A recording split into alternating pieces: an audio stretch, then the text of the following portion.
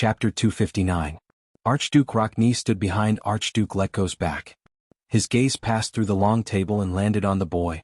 Watching him trying hard to suppress his nervousness and excitement, he suddenly sighed. We're all going to face disaster? He curled his lips slightly. How long has it been since I've met a fellow like this, speaking without hesitation and without scruples in front of a few archdukes? The hall instantly fell into a strange silence. All the archduke's expressions were very unnatural, and their breathing became irregular. Lampard gently closed his eyes. Thales tried his best to control his breathing. For a moment, only the crackling sound of the brazier could be heard. After a full 3 seconds, Archduke Letko slowly turned his head and exchanged glances with the others.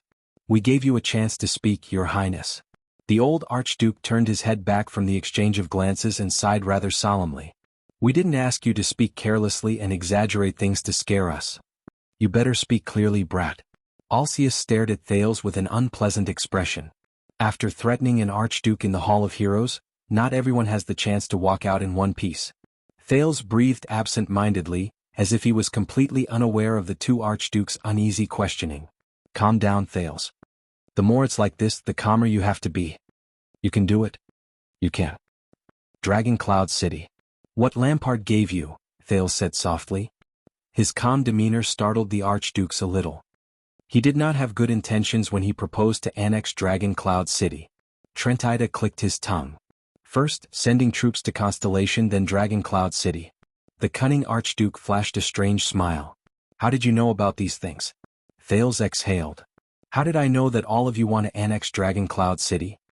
He quietly said in his heart, Lampard promised Shiles preferential tariffs around Dragon Cloud City. It's as simple as that. It's not hard to guess. But on the surface, Thales' expression remained the same. In order to gather people's hearts, besides a common threat, there must also be sufficient benefits. Without a doubt, Dragon Cloud City is a ready-made, ownerless piece of cheese. It's especially good for fighting and conflict. Trentida frowned and looked at Lampard. After all, this is an act of breaking the joint ruling pledge. The prince sighed. The balance of power is no longer there. With this illegal act of seizing territory in the future, the ownership of every blade of grass, every inch of land will become the fuse for conflict and conflict between you. Lampard will only fan the flames. He hopes that you will clash with each other and weaken each other. Alcius interrupted him with a cold snort. Saroma, who was listening quietly, showed a disgusted expression and shot him a displeased glance. Your words don't hold water, brat. The Archduke of Prestige Orchid moved his beard and his tone was unpleasant. In fact, we've discussed this issue before. Lampard has no reason to do so in the face of a greater threat. At this point, Archduke Letko coughed and took over the conversation. Constellation's threat is imminent and will last for a long time. It is not something that can be solved with 1 or 2 major battles. At this juncture, his actions of throwing himself into confusion will only be detrimental to Ekstedt. A thought flashed in Thales' mind. War, especially against foreign enemies, is more likely to become the trigger for conflict between you. But at this moment, Lampard, who had been silent all this while, raised his head and pierced Thales with a gaze as sharp as a sword. Do you still not understand? The Archduke of Black Sand Region spoke slowly. There was an indecipherable emotion in his voice. This child is exceptionally intelligent. He's thinking of ways to stop the war and save his own country. Lampard slowly walked to a brazier and blocked the light from the fire, leaving only a shadow. To save the country that will eventually fall into his hands. The country that may make our children bow down to us in the future. Lampard's eyes widened in shock. The Archduke's frowned. This is what I wanted to say next. Thales forced a smile that did not show any weakness. You also want to save your own country, Chapman Lampard. Lampard frowned slightly. If you're so sure, why did our Archduke of Black Sand Region do this? Seeing that Lampard had stepped down, the silent Archduke Rockney also joined the dangerous conversation. What benefit does he get from causing a conflict between the archdukes? Getting an extra piece of cheese? Trentida gave Lampard face and sneered. And why is it that disaster is upon us? Under the Archduke of Black Sand Region's frighteningly oppressive gaze, Thales quietly adjusted his breathing and mulled over his next words. All of you know the Archduke of Black Sand Region's past. Thales raised his voice and looked at the Archduke sternly. He killed his elder brother with his own hands, which made him hardened and resolute. The enmity between him and King Nuvan was formed from then on. Once he said this, Lampard's gaze became sharper. Thales even felt the air around him become much colder. The archdukes looked at each other in tacit understanding. Thales took a deep breath and stared at Lampard's weathered and boorish face. He then firmly said his next sentence. "But you, Chapman Lampard, your actions of killing the king and leading an army to force the king to abdicate were neither for revenge nor for self-protection. Because the person you truly hate and care about is neither King Nuven nor Dragon Cloud City," Thales said in his calmest tone. "But the heroic tradition that the Northlanders are proud of, the glorious history of Exdet," the prince answered softly, "Rikuru's joint ruling pledge." As Saroma could not hold back her cry of surprise, the archdukes were all stunned. Letko started rubbing his hands again. Trentida seemed to be deep in thought, while Rockne immediately looked at Lampard with a suspicious gaze. "What are you trying to say?" Alcius impatiently knocked on the table. "The joint ruling pledge?" Thales was expressionless as he nodded slowly. "Lampard has been suffering in the cracks of power between his mother's family and his father's, between Dragon Cloud City and Black Sand region, between the king and the archdukes," Thales said very seriously, enunciating each word. "Of course it's the same for all the archdukes here." Archduke Letko's hand tightened slightly. "But unlike all of you who are used to it," Thales stared at Lampard's deep and complicated gaze. He gritted his teeth and said the following words. "Chapman Lampard, when your father forced you to challenge your eldest brother, when you stabbed your sword into your eldest brother's chest, when your mother committed suicide out of depression, when your father died on the battlefield, you made up your mind." With every word he said, Lampard's gaze became colder. Thales took a deep breath. The image of Lampard coldly stroking his saber on the carriage appeared before his eyes. He rubbed his hands in the cold air and maintained a calm tone. "From the bottom of your heart, you were tired of the endless fighting. You believed that you had seen through the unsolvable and sorrowful cycle behind it. You hated the current state of Exdet behind this compromise and tacit agreement. You believed that as long as the pledge existed, and as long as everyone's superstition towards it existed, you and the similar tragedies behind you will not disappear." Thales said quietly. "That's right, everyone." Under the Archduke's incredulous gazes and Saroma's uneasy tugging, the Prince of Constellation continued to stare at the Archduke of Black Sand Region's face, which was about to freeze. Unhindered by any obstruction or interference, he said with incomparable determination, "As early as 12 years ago, Chapman Lampard decided to completely destroy the joint ruling pledge, which had lasted for more than 600 years, to end the constant conflict between the common elected king and the archdukes. To smash the peaceful joint rule of the 10 archdukes into pieces."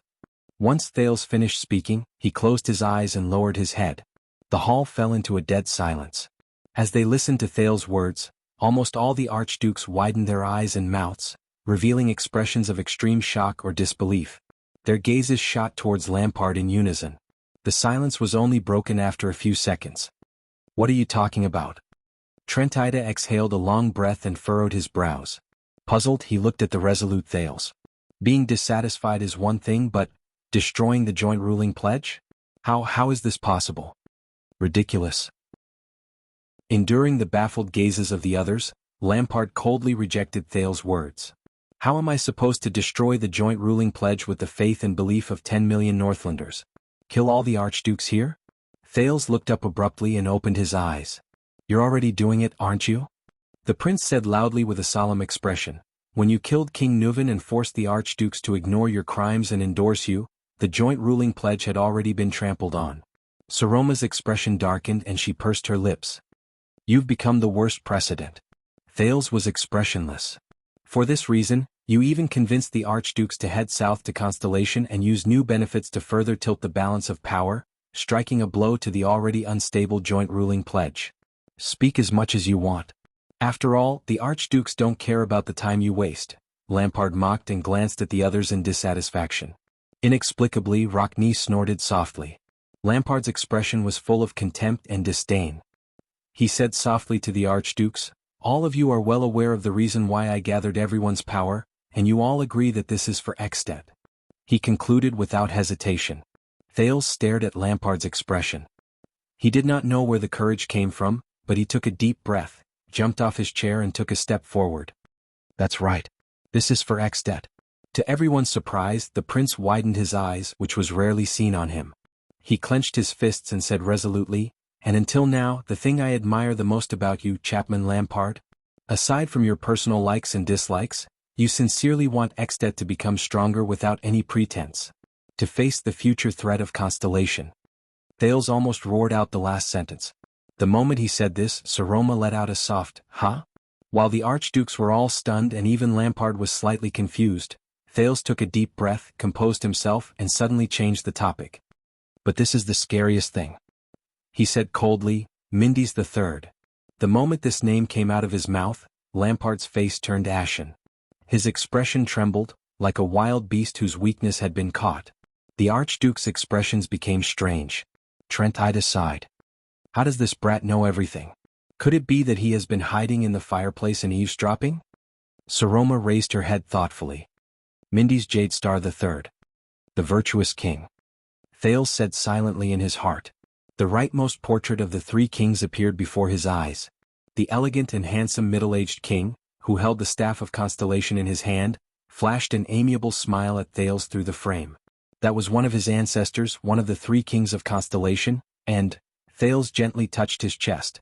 There, the scar that was burnt by Quide with Mindy's silver coin seemed to still be aching. A king was not respected by his bloodline, but his bloodline was glorious because of the king. A momentary victory or defeat was but a fleeting wave. 100 years of chess was the foundation of all ages. Also, Thales remembered the first time he met King Kessel. The king's father's evaluation, from the nobles to the priests, from the merchants to the beggars, everyone praised his wise rule. Wise rule? Thales' heart skipped a beat. He clenched his fist over his chest as High Priestess Holmes' words appeared in his mind. From the moment you embarked on your journey, every inconspicuous detail could be an opportunity to dominate your future. The prince remembered the portrait of the virtuous king on the silver coin, Mindy's hall, and everything he faced today. He could not help but smile. Is all of this a coincidence? He raised his head. Lampard has told you about the virtuous king, right? Thales' gaze became firm again. Lampard said that Constellation's current situation was laid down by the virtuous king, and developed step by step? Archduke Trentida narrowed his eyes, resisting the desire to turn around and look at Lampard. He probably also told you how the legacy left behind by the virtuous king became the support that Constellation relies on for its livelihood step by step over 100 years. Thales clenched his fists lightly. His expression was resolute. But what Lampard did not tell you is, Lampard stared at him from afar. His expression was extremely unpleasant. Thales remembered the fear he felt when he was in the same carriage as Lampard. He remembered his last words. "I want to save this country." When he thought of this, Thales took a deep breath, raised his right fist and hit his chest with force. From Constellation, from the virtuous king, Lampard did not only see a threat. The prince clenched his teeth. He could only feel his hands trembling. He also saw Extet's future. He saw the final solution to Northland's hundreds of years of predicament. The moment he finished speaking, the hall fell silent for a moment. The next second, listening to Thales' words, from the calm Archduke Letko to the impatient Archduke Alcius, to the exaggerated Trentida and the indifferent Rockne, all of them were extremely shocked. They said in unison, "What?" Thud. The sound of a scabbard hitting the ground was suddenly heard. Thales was startled. He felt a chill on his forehead. He struggled to draw in a breath. The prince raised his head as if he had sensed something. Then, unsurprisingly, he met Lampard's gaze in the air. Since Thales knew him, Lampard's expression had never been so unpleasant and frightening. The Archduke of Black Sand Region's face was almost contorted. His brows were furrowed, the wrinkles on the side of his nose flickered, and the masseter muscles on the side of his chin twitched continuously. Archduke Lampard's eyes, which had always been sharp and indifferent, were now like an erupting volcano, radiating a rage that was a mixture of coldness and hatred. It shot straight at Thales. "No, that boy, it's him again, it's him again." "Why?" Lampard's heart emitted endless coldness and anger. He pressed down on his saber so that his hands would not tremble too much due to his anger. "Why?" Seeing Lampard's face, Saroma shuddered slightly. She looked at Thales as if asking for help. The prince did not flinch. Thales returned the stare with a fierce expression. "Think about what Lampard has done." Thales met Lampard's frightening gaze in the air. He said coldly, "Promote low-level nobles and commoners, recruit tax collectors even from foreign countries, borrow money from merchants, hire professional mystic gun instructors, and use war to cleanse and gather his forces. Don't you find his actions familiar?" Trent Ida furrowed his brows slightly. You mean, also, for a long time, from Arun's conspiracy to the siege of Broken Dragon Fortress to the decision to send troops to Constellation. Thales took a deep breath with a resolute expression. He recalled every time he fought against Lampard, whether openly or secretly. Under Broken Dragon Fortress, he confronted this ruthless person head-on. He made the decision to break out of the encirclement, and in the end, Lampard's hope of taking down the fortress fell through. The prince bit his lower lip. I defeated him.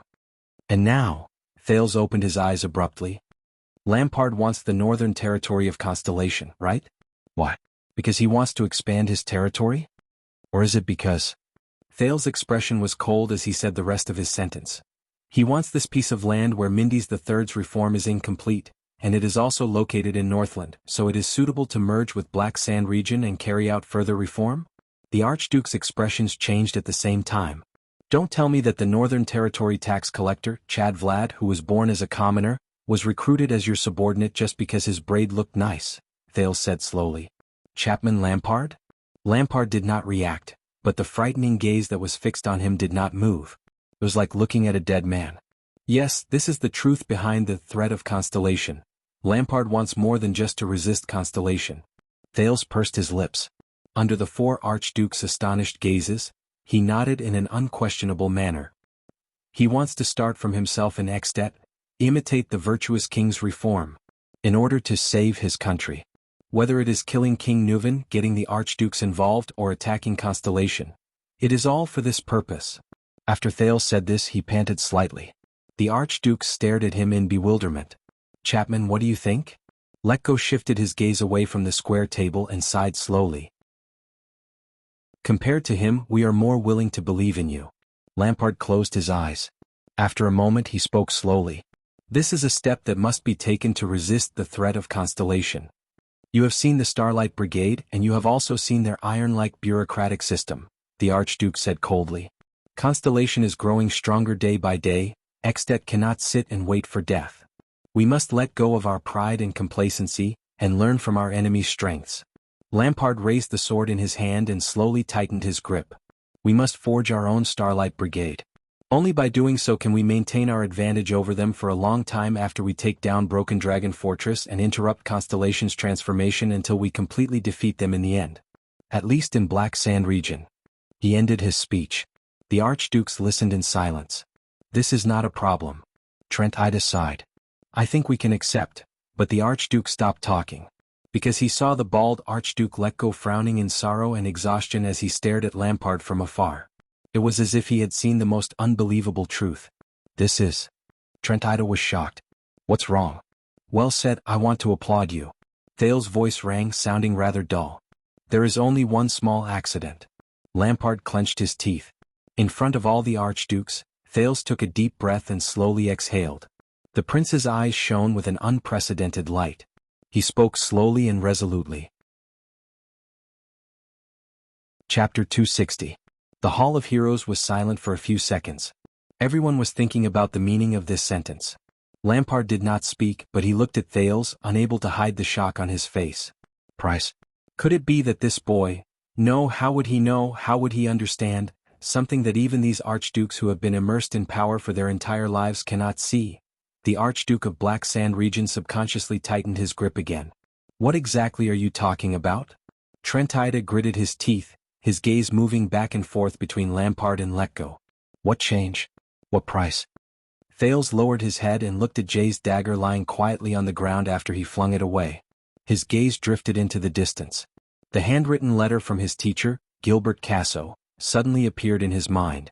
Extet's political system is completely different.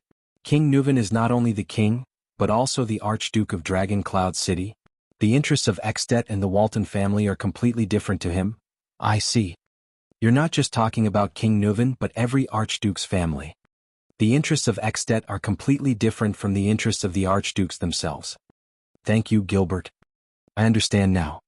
Thales' gaze was like a torch as he swept his gaze across the family emblems of the Archdukes.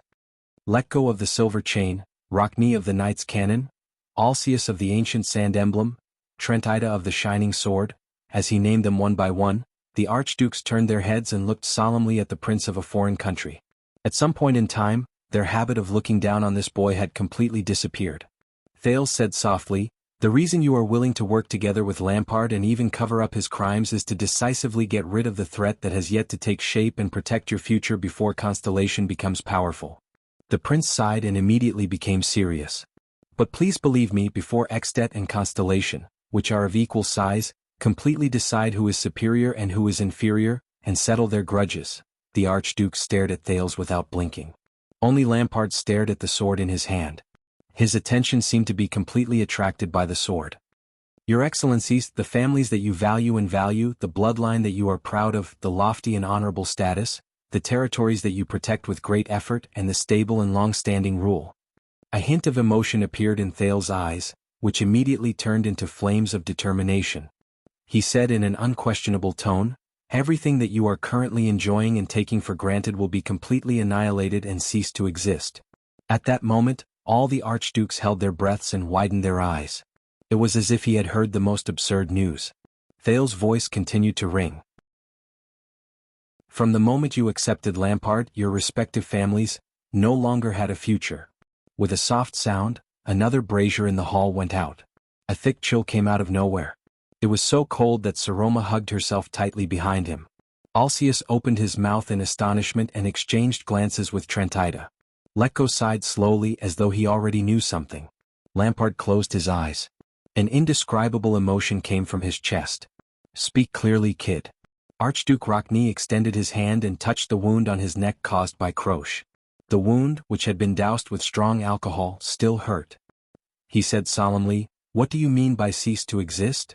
"A family bloodline that has been passed down for hundreds or even thousands of years, and a vast territory that can rival a country? How could it be?" Thales exhaled and watched as it turned into white fog in front of him.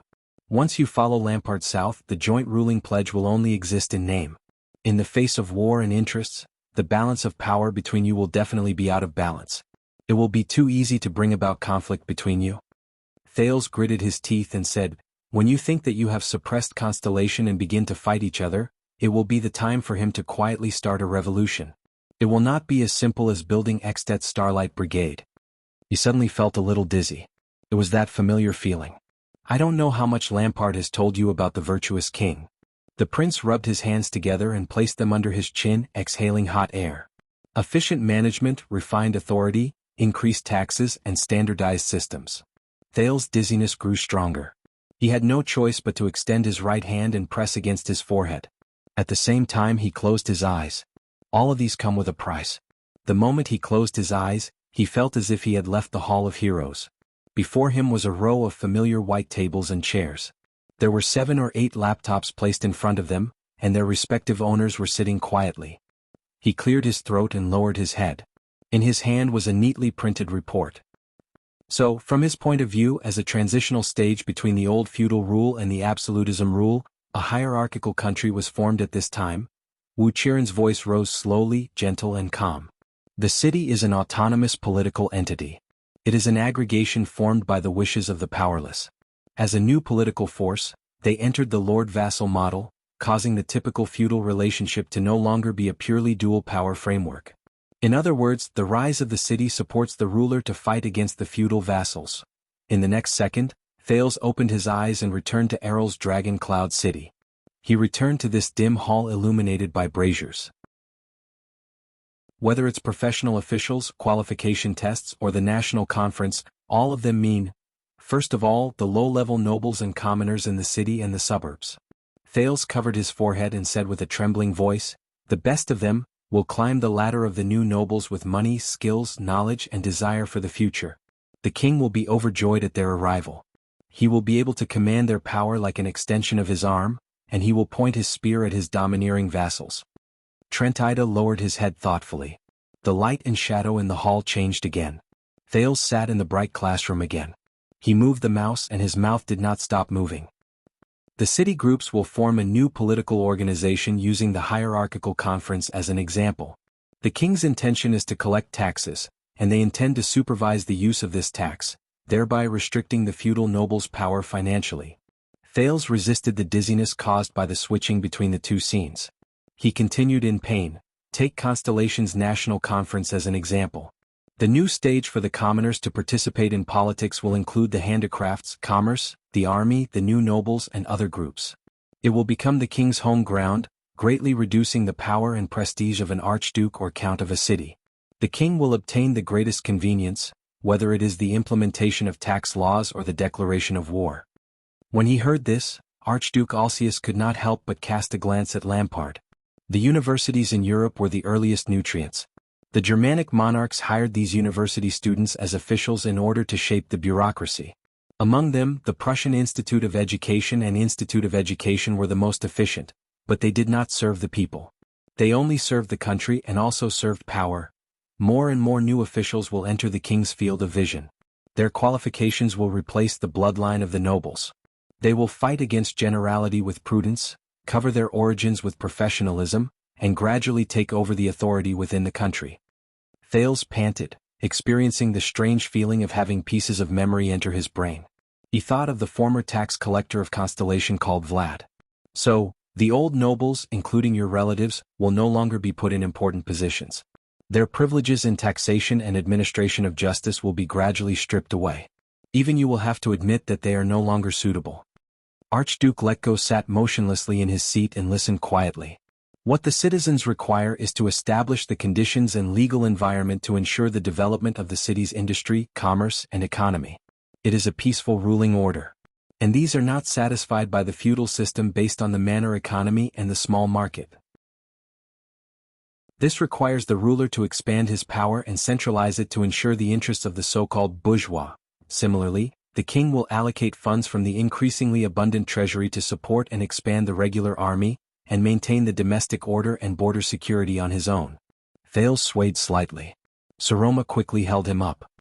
He will no longer rely on the conscripted army in your territories, no longer rely on the self-sufficient supplies in your manors and fields, and no longer have to listen to the Archduke's opinions. Rockne suddenly thought of Broken Dragon Fortress. He frowned deeply, and his gaze as he looked at Thales became strange. With the development of time, the feudal nobles in the hierarchical countries found it difficult to maintain their livelihood, and they also lost their military significance.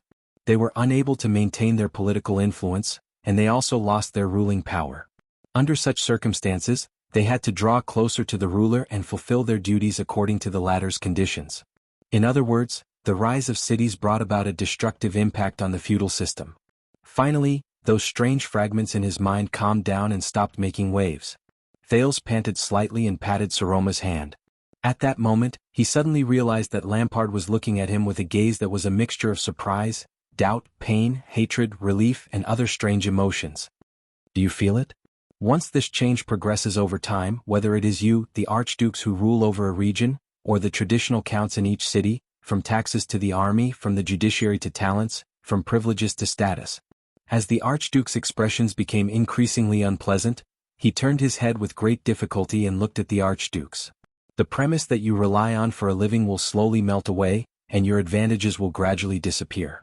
All the means and changes that Lampard envisioned, regardless of the original intention, will lead to one result. Thales took a deep breath and said with a serious expression, "And that is all of you, the other 9 famous archdukes who jointly rule Northland. It is the beginning of the loss of your power and the decline of your families." Archduke Lampard's expression was as calm as still water. His gaze as he looked at Thales became more and more complicated. The archdukes were as still as stone statues. No one knew how much they had heard. There will come a day when all of you will turn from great vassals who rule over a region to great nobles who only have glory left. Then, you will become millionaires who only have wealth left, and you will even become commoners who have nothing left. In the end, you will be reduced to the point where your descendants can only dig up the history of your families from the ashes. And Raikuru's oath, which has protected Ekstedt from being divided for 600 years and stipulated that the 10 archdukes jointly rule Northland, will become the oldest page of history in the museum. Thales sighed deeply and shook his head. Just like your families, it will slowly turn yellow with time and will never return. This is the price Lampard has to pay for saving Ekstedt. After Thales finished speaking, he slowly raised his head. At that moment, the archdukes finally came back to their senses from their stone-like state. However, there was a subtle change in their expressions. Lampard lowered his head and stared at his old saber. Trentida cast a questioning glance at Alsius and Rockne in disbelief, and then he But the master of Prestige Orchid region only shook his head quietly. The suzerain of the city of faraway prayers' expression darkened and he did not ask any questions. Chapman. Archduke Letko's gaze seemed to regain its murkiness. The old man spoke in his deepest and hoarsest voice that day. Tell me, all you want is an army that can defeat Constellation, don't you? Have you never thought of anything else? Such as the joint ruling oath? The Archduke's gazes shot towards Lampard in unison. 1 second. 2 seconds. The Archduke of Black Sand region finally lifted his gaze from his saber. He first forced a smile, then turned it into a chill. Everything this brat has said is based on a deeply selfish lie, Lampard, who had a complicated expression on his face, said in an unpleasant tone. As long as he arouses even the slightest doubt in your hearts, he will win. He will sow discord between us, destroy our efforts to fight against Constellation together, and give Constellation a breathing space, which is growing stronger by the day. Thales sighed silently in his heart. Cast aside his bewitching words, cast aside all sorts of inexplicable assumptions that have never happened. Don't you think it's ridiculous? Lampard gritted his teeth as if he was insulted. For Extet, all the archdukes united as one and went south to fight against Constellation together. Is this the cause of our own destruction? When the archdukes heard Lampard's words, their expressions became doubtful and they began to think. Saroma was shocked when she saw the archduke's reactions. At this moment, inaccurate. The prince's words traveled steadily. Lampard frowned. What? Our own destruction? Thales exhaled and said with a serious expression. Only the other 9 archdukes will seek their own destruction. In this game of change initiated by Lampard, Extet is like a great dragon with 10 heads, devouring each other in the turbulent waves. Thales sighed. If everything goes smoothly, only one of its heads, which is also the most powerful archduke, who is the most well-prepared, adaptable to the situation, and has the fastest reaction, will survive until the end. Thales sighed. Archduke Letko raised his head abruptly and stared at Thales. Archduke Rockney's expression froze. Just as I said, he will restrain his power as the final ruler. Then he will take advantage of the ferocious momentum after the Reformation to devour the other 9 archduchy territories as nourishment and food. With that, he will forge his unprecedented and supreme Extet crown. Thales' eyes were shrouded in a haze that was rarely seen by ordinary people. He said gloomily, in Lampard's plan, who do you think is the only person, the person who is closest to the truth? He looked at the Archduke's expressions and shook his head slightly. He walked to the brazier that had just been knocked down and slowly squatted down. The prince reached his hand into the cooled firewood and fiddled with it. He fished out the dagger that had been thrown. But regardless of whether Lampard succeeds or not, other than the last ruler in the new Extet, there will be no place for the other 9 people to stand. His words continued to travel into the Archduke's hearts like a hammer. Thales shook JJ's dagger. Without changing his expression, he removed the sheath that Yodel gave him from his belt and blew on it gently. Please remember, everyone. It may take more than 10 years or decades or even 100 years. But if there comes a day when your families become dim and disappear, your descendants become homeless and your status no longer exists. Thales slowly stood up and turned to the archdukes.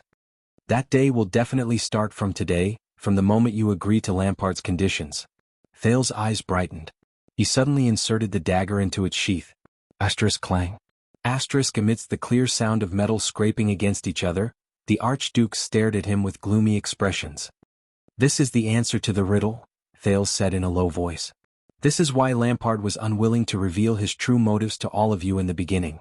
This is the cruel truth behind why he gathered all of you without hesitation to save Extet. In order to defeat Constellation, Lampard worked together with all of you.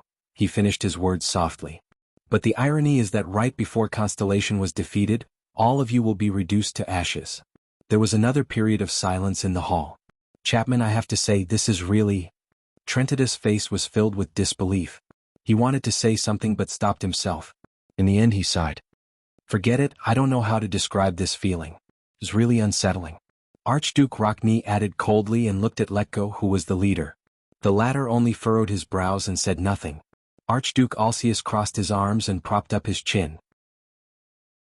With great difficulty he opened his mouth, Chapman, but Lampard's words were faster. They are all groundless nonsense. They are all things that have never happened. They are all alarmist speculations. But he used them as a reason? And all of you really believed him? The Archduke of Black Sand Region's voice was still cold, but his irritation could already be heard. Don't forget, the threat of Constellation is real. Lampard strode forward and pressed his hand on the square table. His expression was as cold as ice. Haven't you seen everything we saw and heard 12 years ago, and King Kessel's actions over the past 12 years? Why would all of you rather be swayed by vague words than act on unquestionable facts? The person who answered him was still Thales. Unquestionable facts, the prince said faintly. This time Lampard turned his head. His eyes were filled with resentment and murderous intent. Thales did not pay attention to his gaze. He asked softly, Your Excellencies, if your attack on Constellation is successful, what does Lampard plan to do after that? The archdukes looked at each other, their emotions unclear. Lampard's gaze froze and he clenched his fists. He wants the northern territory of Constellation, Archduke Rockney said softly. He wants to guard the borders for us, monitor and suppress Constellation. Rockney's words were slow and cold, but they were filled with force. For this, he can give up the common elected throne or even Black Sand region. Thales exhaled softly. That's simple. The prince flashed a malicious smile and stared at the ashen-faced Lampard. Archduke of Black Sand region, if you think that my words are unreasonable, then prove it with unquestionable facts. For Constellation, the Northern Territory is a region of unfinished change. Traditional power and old habits still shroud it. But for Extet, the Northern Territory, which is also part of the Great Northern Region, has already begun to show signs of change. It is the best base for change. Thales said flatly, Archduke Lampard, for the sake of your unity, give up the Northern Territory as a spoil of war and give it to someone else. Lampard raised his head abruptly and stared at him. The archdukes also raised their heads with different expressions. Thales still had a calm expression. He learned this from Raphael. That pretty boy's attitude could always infuriate people to death. Shiles had complained that among the many conditions Lampard had given him, whether it was tariff concessions or resource contracts, the Northern Territory was excluded. Isn't this obvious? Of course, you can also make a guarantee. The corners of Thales' lips curled up as he continued, whether it's imitating the virtuous king's reform or endangering the archduke's families, it won't happen in your hands. This way you won't have any soil and opportunities in your hands. You won't be able to start a change that might bring about a catastrophic disaster. You'll also be cleared of suspicion. Thales' expression became solemn. The other archdukes can rest assured and continue working with you, right? As soon as he said this, the hall welcomed the longest silence. Lampard froze on the spot. His hand was unconsciously on the hilt of his sword, and he did not move. The archdukes exchanged information with each other's gazes. No one moved or made a sound. A gust of cold wind blew into the hall.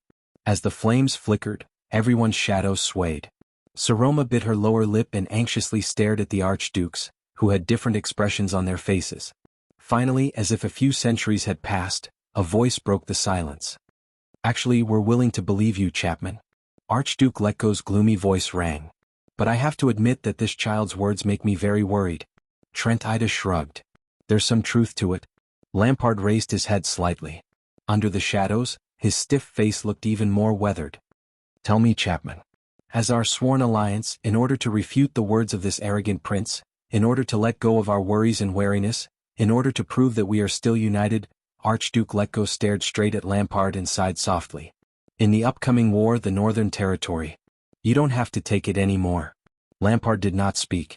He only stared at Letko in a daze. Of course, we will compensate you with a considerable amount of land and benefits to express our apology. Alcius, Trentida, and even my land will do. You can pick any land you want, only more, no less. The old archduke coughed. He seemed to be a little sad. You know, the responsibility of establishing a foothold in the Northern Territory, guarding the borders and monitoring Constellation can also be assumed by others. As soon as he finished speaking, Lampard raised his head and swept his gaze across each of the archdukes with the most incredulous gaze.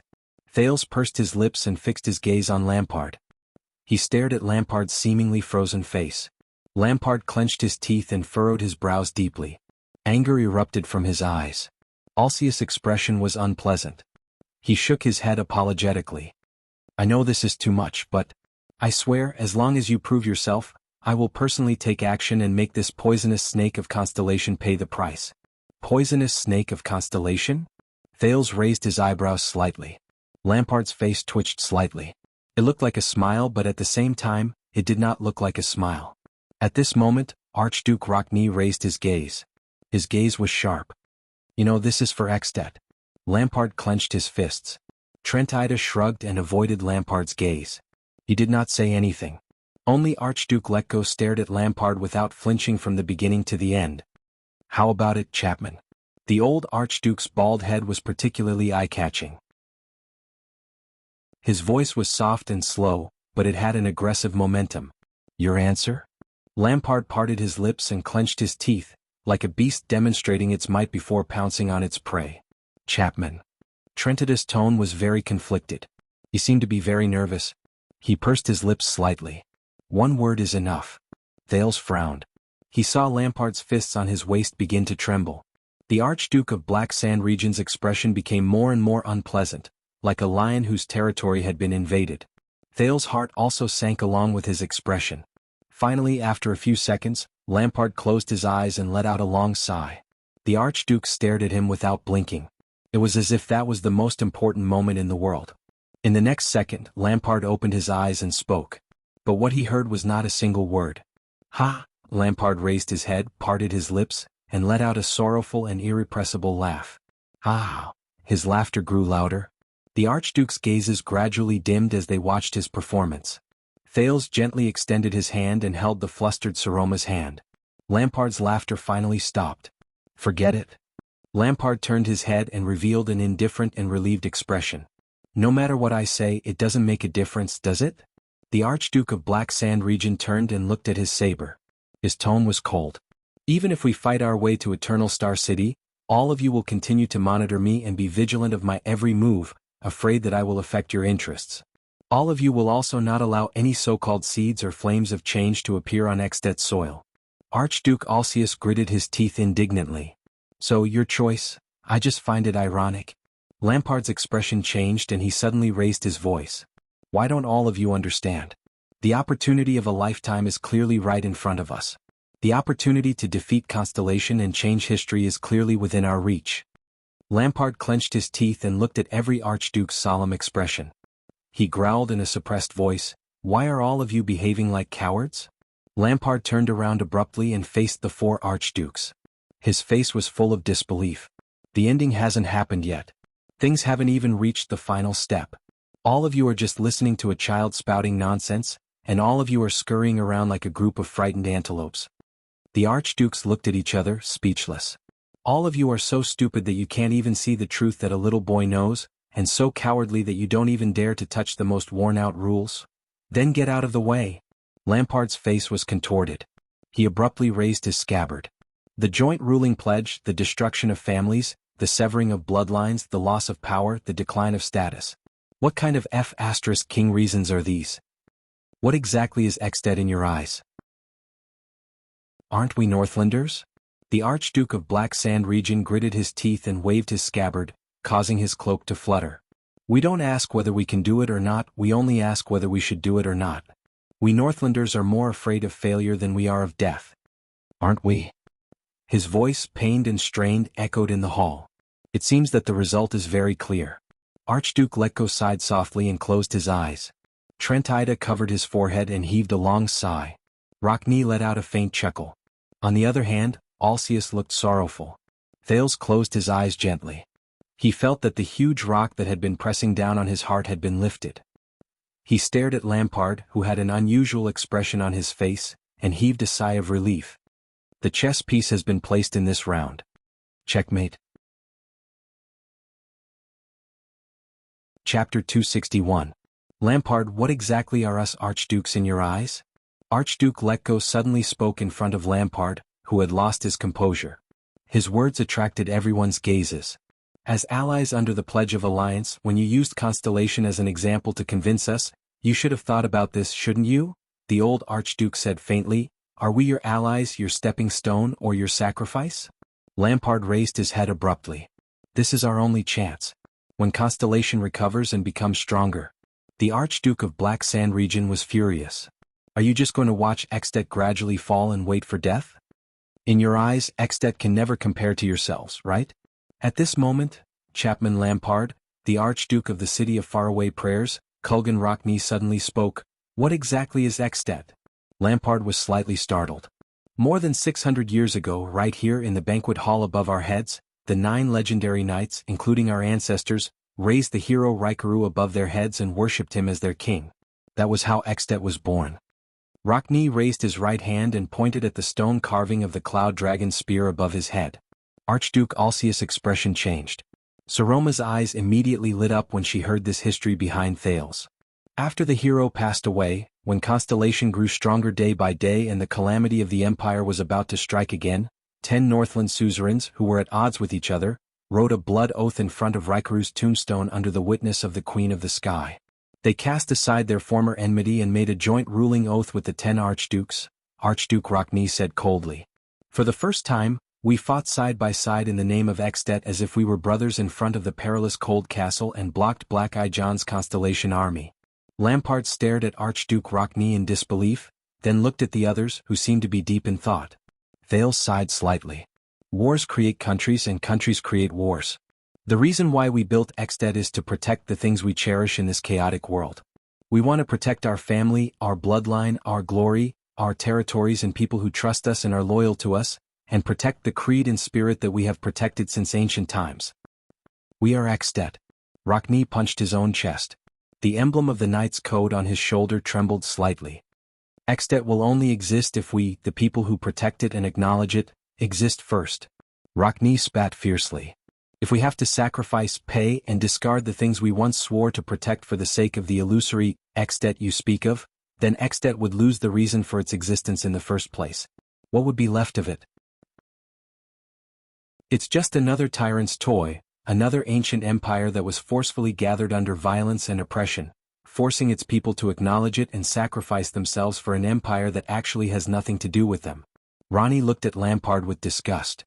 Tell that to the Constellations, Lampard retorted fiercely. When they send you or your descendants to the guillotine.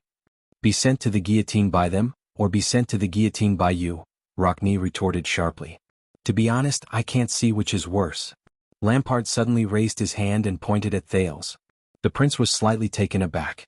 But everything that this boy said, the decline, the seizure of power, the revolution, the so-called end of our road, none of that has happened yet. He gritted his teeth and said, You're here worrying about the future of your great-grandson? Everyone. Lampard took a deep breath. Even if the things we are worried about happen as long as we work together, I believe we can definitely find a way to overcome it. Would we, the archdukes, still turn a blind eye to the problem before us? The Archduke of Black Sand region seemed to have recovered from his earlier impulsiveness. He stared at every archduke seriously. But before that we must take measures. Our enemies, who are right in front of us and have been enemies for hundreds of years, are rubbing their hands together and gradually recovering their strength. Isn't this even more terrifying? As for the rest, whether I have ambitions, whether I want to harm all of you, whether I want to break the joint ruling pledge, we can talk about it slowly. Trentida and Alcius, the 2 southern archdukes from neighboring Constellation, looked at each other and thought for a while. Thales panicked. Archduke of Black Sand region. Thales could not help but speak loudly, attracting everyone's attention. There are 3 fallacies in your words, Thales said coldly. Lampard's expression froze. The archdukes turned to the prince. Continue, Your Highness of Constellation. Trentida tugged at his beard. What do you have in mind? Thales exhaled, rubbed his face and organized his thoughts. First, you compared the threat of Constellation to the trap in your suggestion. Everyone frowned slightly. Archdukes. Thales took a deep breath and said solemnly, when he told you about Constellation's example, what Mindys III and his successors did in more than 100 years, you should indeed feel a deep sense of fear. Lampard was slightly stunned. He did not understand why Thales supported his own judgment. But this fear does not come from the fear of the enemy country. Before the archdukes raised their questions, Thales answered his own question and changed the topic. Instead, it comes from pure vigilance and fear that comes from the bottom of your heart. He took a step forward and hung the dagger behind his waist. He revealed the most solemn and gloomy expression the prince knew of. This is no longer the overused struggle scenes in night novels. It is no longer the short-sighted political tactics of brainless nobles, such as assassinations, framing, marriage alliances, fighting for land, wars and so on, Thales said in a low voice, trying to lighten the mood with a neutral tone. Trentida narrowed his eyes and clicked his tongue. Short-sighted? Archduke Alcius snorted in dissatisfaction. I do not mean to offend you, but... Thales gritted his teeth. But the virtuous king's actions are no longer in the above category. He raised his head. It is the ruler sitting on the throne. He is the one who silently grips the throats of the vassals, and then, step by step, little by little, inch by inch, slowly and weakly but never stopping, he tightens that hand of power. The archdukes listened quietly. With a smile, he will drown the vassal's status, power, wealth, and privileges with a gentle flood that is gradually spreading but unstoppable. He will suffocate the famous lords who have been powerful for a time in the long river of history, one by one, and one by one, they will never be able to rise again. Power will flow quietly and slowly in his chess game. History will roll forward menacingly between his fingers. As Thales pictured the amiable middle-aged king in the portrait, he suddenly felt a chill run down his spine. Such a path, such a change, and such a threat, once it begins, whether you notice it or not, it will no longer be within the range of the suzerain's control. It will not be the struggles and conflicts you are familiar with, Thales said with difficulty. Even if you put 10,000 supreme-class swordsmen of eradication in your bedroom, even if you build iron walls that reach the clouds in the city, even if you dig a moat that overflows for hundreds of miles outside the city, even if you win hundreds and thousands of legendary battles on the battlefield, even if you use rare wisdom and strategies to defeat countless powerful and terrifying enemies, even if you win a reputation and prestige that no one can match, even if you have the legendary Great Dragon and Calamity guarding your pillow day and night, you will not be able to stop this general trend. You will not be able to stop your destined decline and defeat. The Archduke's expressions became solemn. Lampard clenched his teeth. In the face of it, no matter how big, strong, or boundless your power is just a joke. So, what is scary is not the threat but the fact that you know where the threat is, Thales said dejectedly. But you still can't do anything about it and can only wait to be destroyed. The Archduke's expressions changed. Once you think of this threat happening behind your backs, will you still agree to Lampard and walk down this path hand in hand with him? Enough, Lampard said decisively and interrupted Thales with an angry expression. I have had enough of your baseless clamor and bewitchment, boy. He strode towards Thales. The prince shuddered. Saroma's face also turned pale. But Lampard was only halfway there when Archduke Rockne appeared in front of Thales. Step back, Lampard. Rockne tapped the hilt of the sword at his waist. His expression was cold. I have never sparred with you before, but I am very willing to try. Lampard's expression froze. Northlander, Archduke Letko said softly, don't act like a low-level hooligan who will draw his sword and kill someone's entire family to vent his anger at the slightest disagreement. It was only then that Thales took a deep breath and calmed himself down. Your second fallacy, Lampard. Thales forced himself to continue. You think that what I said is baseless? No, Thales said firmly, Constellation is the best example. The Archduke's gazes froze. Everyone, how did Lampard exaggerate Constellation's power and strength to you, and how we pose a threat to you? Thales turned around and, intentionally or otherwise, pulled Saroma to the front of the other archdukes. In his description, has Constellation become a giant dragon that is only one step away from soaring into the sky? I don't know how much you know about Constellation, but what I am going to tell you next is the news that is only circulated among the guardian dukes and counts, the 6 great clans and the 13 distinguished families. It may be the truth or it may be a rumor. On the day I left Eternal Star City and embarked on this unlucky journey, Thales gritted his teeth and said in the face of the Archduke's gazes, an unexpected person came to me and told me. The figure of the one-eyed duke appeared before Thales' eyes. In Constellation in Eastern Sea Hill, Cullen of the Sun Sword and Shield has become a coward and is subservient to the royal family. Fakenhaz of Western Desert Hill relies on the western front lines and bitterly supports the four-eyed skull flag. In South Coast Hill, Covendier of the Iris Flowers lineage is unstable. A few days ago the royal family confiscated 2 baronies. In Blade Edge Hill, Duchess Tabark of the Blood Moon has fallen to the point where she cannot survive without the royal family. The Archduke's expressions changed. They were shocked, contemplative, doubtful, and various other emotions. As for the northern territory that you are most familiar with, the White Eagle's Arund of the White Eagle, who has been Lampard's enemy for generations, has long been reduced to a vassal of the royal family after his scheme was exposed. And this is only the most glorious 6 great clans. What did the 13 distinguished families and the traditional nobles experience when their power and status were stripped away? You want proof? Constellation is your proof. Thales said loudly, Look at our current situation. Did you think that the chaos in the national conference was just an act? Lampard closed his eyes and clenched his fists tightly. However, this is far from the end. Thales looked at the Archduke's expressions and said solemnly, "Those who have been stripped of their power will not give up and wait for death.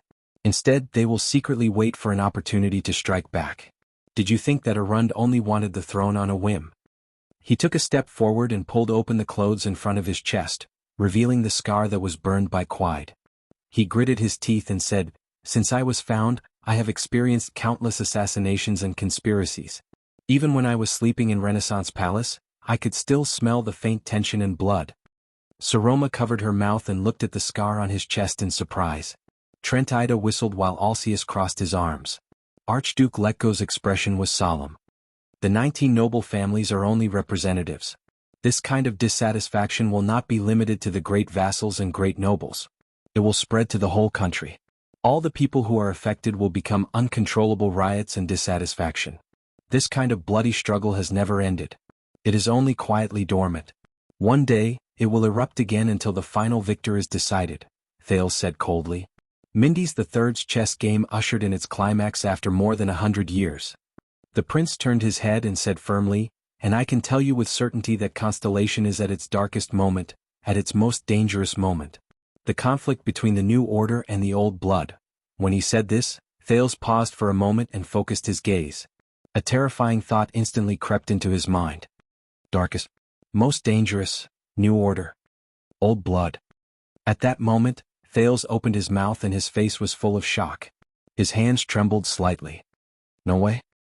What's wrong?" Alcius said impatiently, "Are you stuck?" With Saroma's tugging, the prince came back to his senses, but he still could not calm the panic in his heart. But he still tried to control his emotions and pursed his lips. "This is your third fallacy, Lampard." Thales suppressed the doubts in his heart and said with difficulty, "You think that Constellation's chaos and weakness are only temporary, and that once we recover, we can return to our peak and be invincible in the Western Peninsula?" "No." Thales panted. "Just like how there is no change without cost, there is no change without risk. The decline of the nobles is the price. Their counterattack is the risk that Constellation faces." When he said this, the Archduke's expressions were unusually interesting. Among them, even Lampard furrowed his brows. Constellation's current weakness and turbulence is not a coincidence, but an inevitable result of taking this path. As Thales spoke, he deduced and was shocked by his new guess. This is what the virtuous king left for Constellation. His face was pale and he looked absent-minded. He remembered the words the one-eyed dragon once left behind. Saroma looked at him worriedly.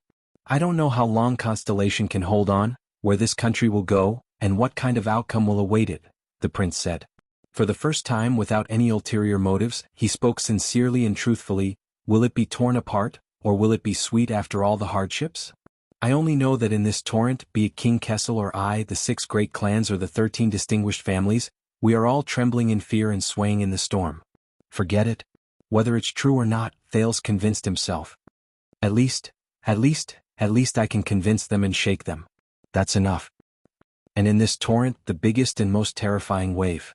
Thales gritted his teeth and pressed his hand against his chest. There was a map given to him by King Neuven. All of you should have heard of it. The archdukes looked at each other with puzzlement in their eyes. That's right. In front of the archdukes, Thales breathed painfully. Amidst countless memories and clues, he said the answer he had just guessed. That tragedy where everyone lost and there was almost no winner. The Jade Star tomb of Renaissance Palace appeared before Thales' eyes. The countless stone jars and jars of various sizes, and the young duchess from the Tabark family appeared. Under the archduke's shocked gazes, he subconsciously said softly, "The bloody year." Chapter 262. In another corridor of Heroic Spirit Palace. Miranda's sword drew an arc in the air. Asterisk clang. Asterisk amid the clear sound of metal clashing, she clenched her teeth and brushed past Croche. In the next second, asterisk rip. Asterisk blood gushed out of Miranda's lower abdomen, while Croche's left leg armor was severely deformed. With their backs facing each other, the two of them widened the distance between them. Swaying, they fell to the ground. Haha, as expected of the chief. Croche sat on the ground with an exhausted expression. Enduring the pain, she pried open her deformed leg armor with the blade of her sword and pressed down on the bone.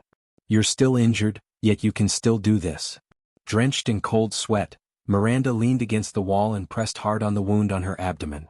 She kept activating Pegasus music to slow down the flow of blood and the contraction of her muscles. She ignored Croce. They knew that after the short but intense fight, both of them had reached their limits. What was left was a competition of willpower and spirit. Tell me, Miranda said with difficulty, betraying your friends, killing the king, using the Tower of Eradication to satisfy your own ambitions. How do you feel, Esh? Croce paused for a moment and turned her gaze to the sword in her hand. It was the saber she obtained from the Tower of Eradication, leader. The sword hilt was engraved with the unique symbol of the Pegasus branch, silver-winged Pegasus, representing unwavering faith. It feels great, Mira? Croce retracted her gaze and sneered. The pleasure of breaking the rules. Unexpectedly, Miranda did not look angry, nor did she look puzzled. Lady Arund only looked at her quietly, her gaze subtle. Esh, the swordswoman said softly, her tone filled with grief, you must have had a terrible time in the few years after you left the tower, right? Croce trembled slightly. Her arms stiffened. I heard from Caslin that you were rejected by the White Blade Guards. Otherwise you wouldn't have. Miranda sighed. But I beg you, don't lose yourself. Think about your heart of the sword. The corridor fell silent. Croce's breathing became faster. Heart of the sword. My heart of the sword? Mira. Croce still gritted her teeth. You are the heir to the noble northern territory. You have just graduated and are serving under the fortress flower. For someone as successful as you, of course you don't understand what kind of struggles a woman of ordinary birth has to go through in this world. Miranda was slightly taken aback. Just as she was about to ask, what struggle? The man suddenly got up from the ground and limped towards her. Miranda was shocked. Ignoring the pain in her abdomen, she leaped up. Clang. The long sword, Soaring Eagle, and Croce's leader, clashed against each other in the air. They were in a stalemate. White Blade Guards. Croce's arms trembled as she looked down on her opponent. Miranda could only fight with all her might. Both of them listened to the force in their swords as they trembled against each other. The point of contact between the two swords kept shifting back and forth as they tried to find the most suitable point to exert force and attack rhythm. That's not all. From the noblest Dragon Cloud City to the most remote manors in the countryside, no suzerain was willing to hire me, even if I could beat up all their guards and scouts, Croce said hatefully.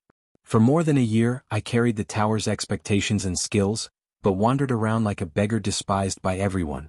So, when Lampard extended his hand to you, Miranda looked at the injury on her opponent's other leg and calmly moved her feet, looking for an opportunity. You were determined to repay him with your death, even if it went against your creed? Croce's sword-wielding hand trembled slightly. Miranda's eyelids twitched. She instantly seized the opportunity. Asterisk clang. Asterisk she twisted her long sword and swiftly broke free from the disadvantageous position of being suppressed. Then she took a step forward and turned sharply, using the advantage of her feet to attack. But against Miranda's expectations, Croce, whose left leg was injured, did not retreat as she expected and fall into her rhythm. The round-faced swordswoman roared angrily.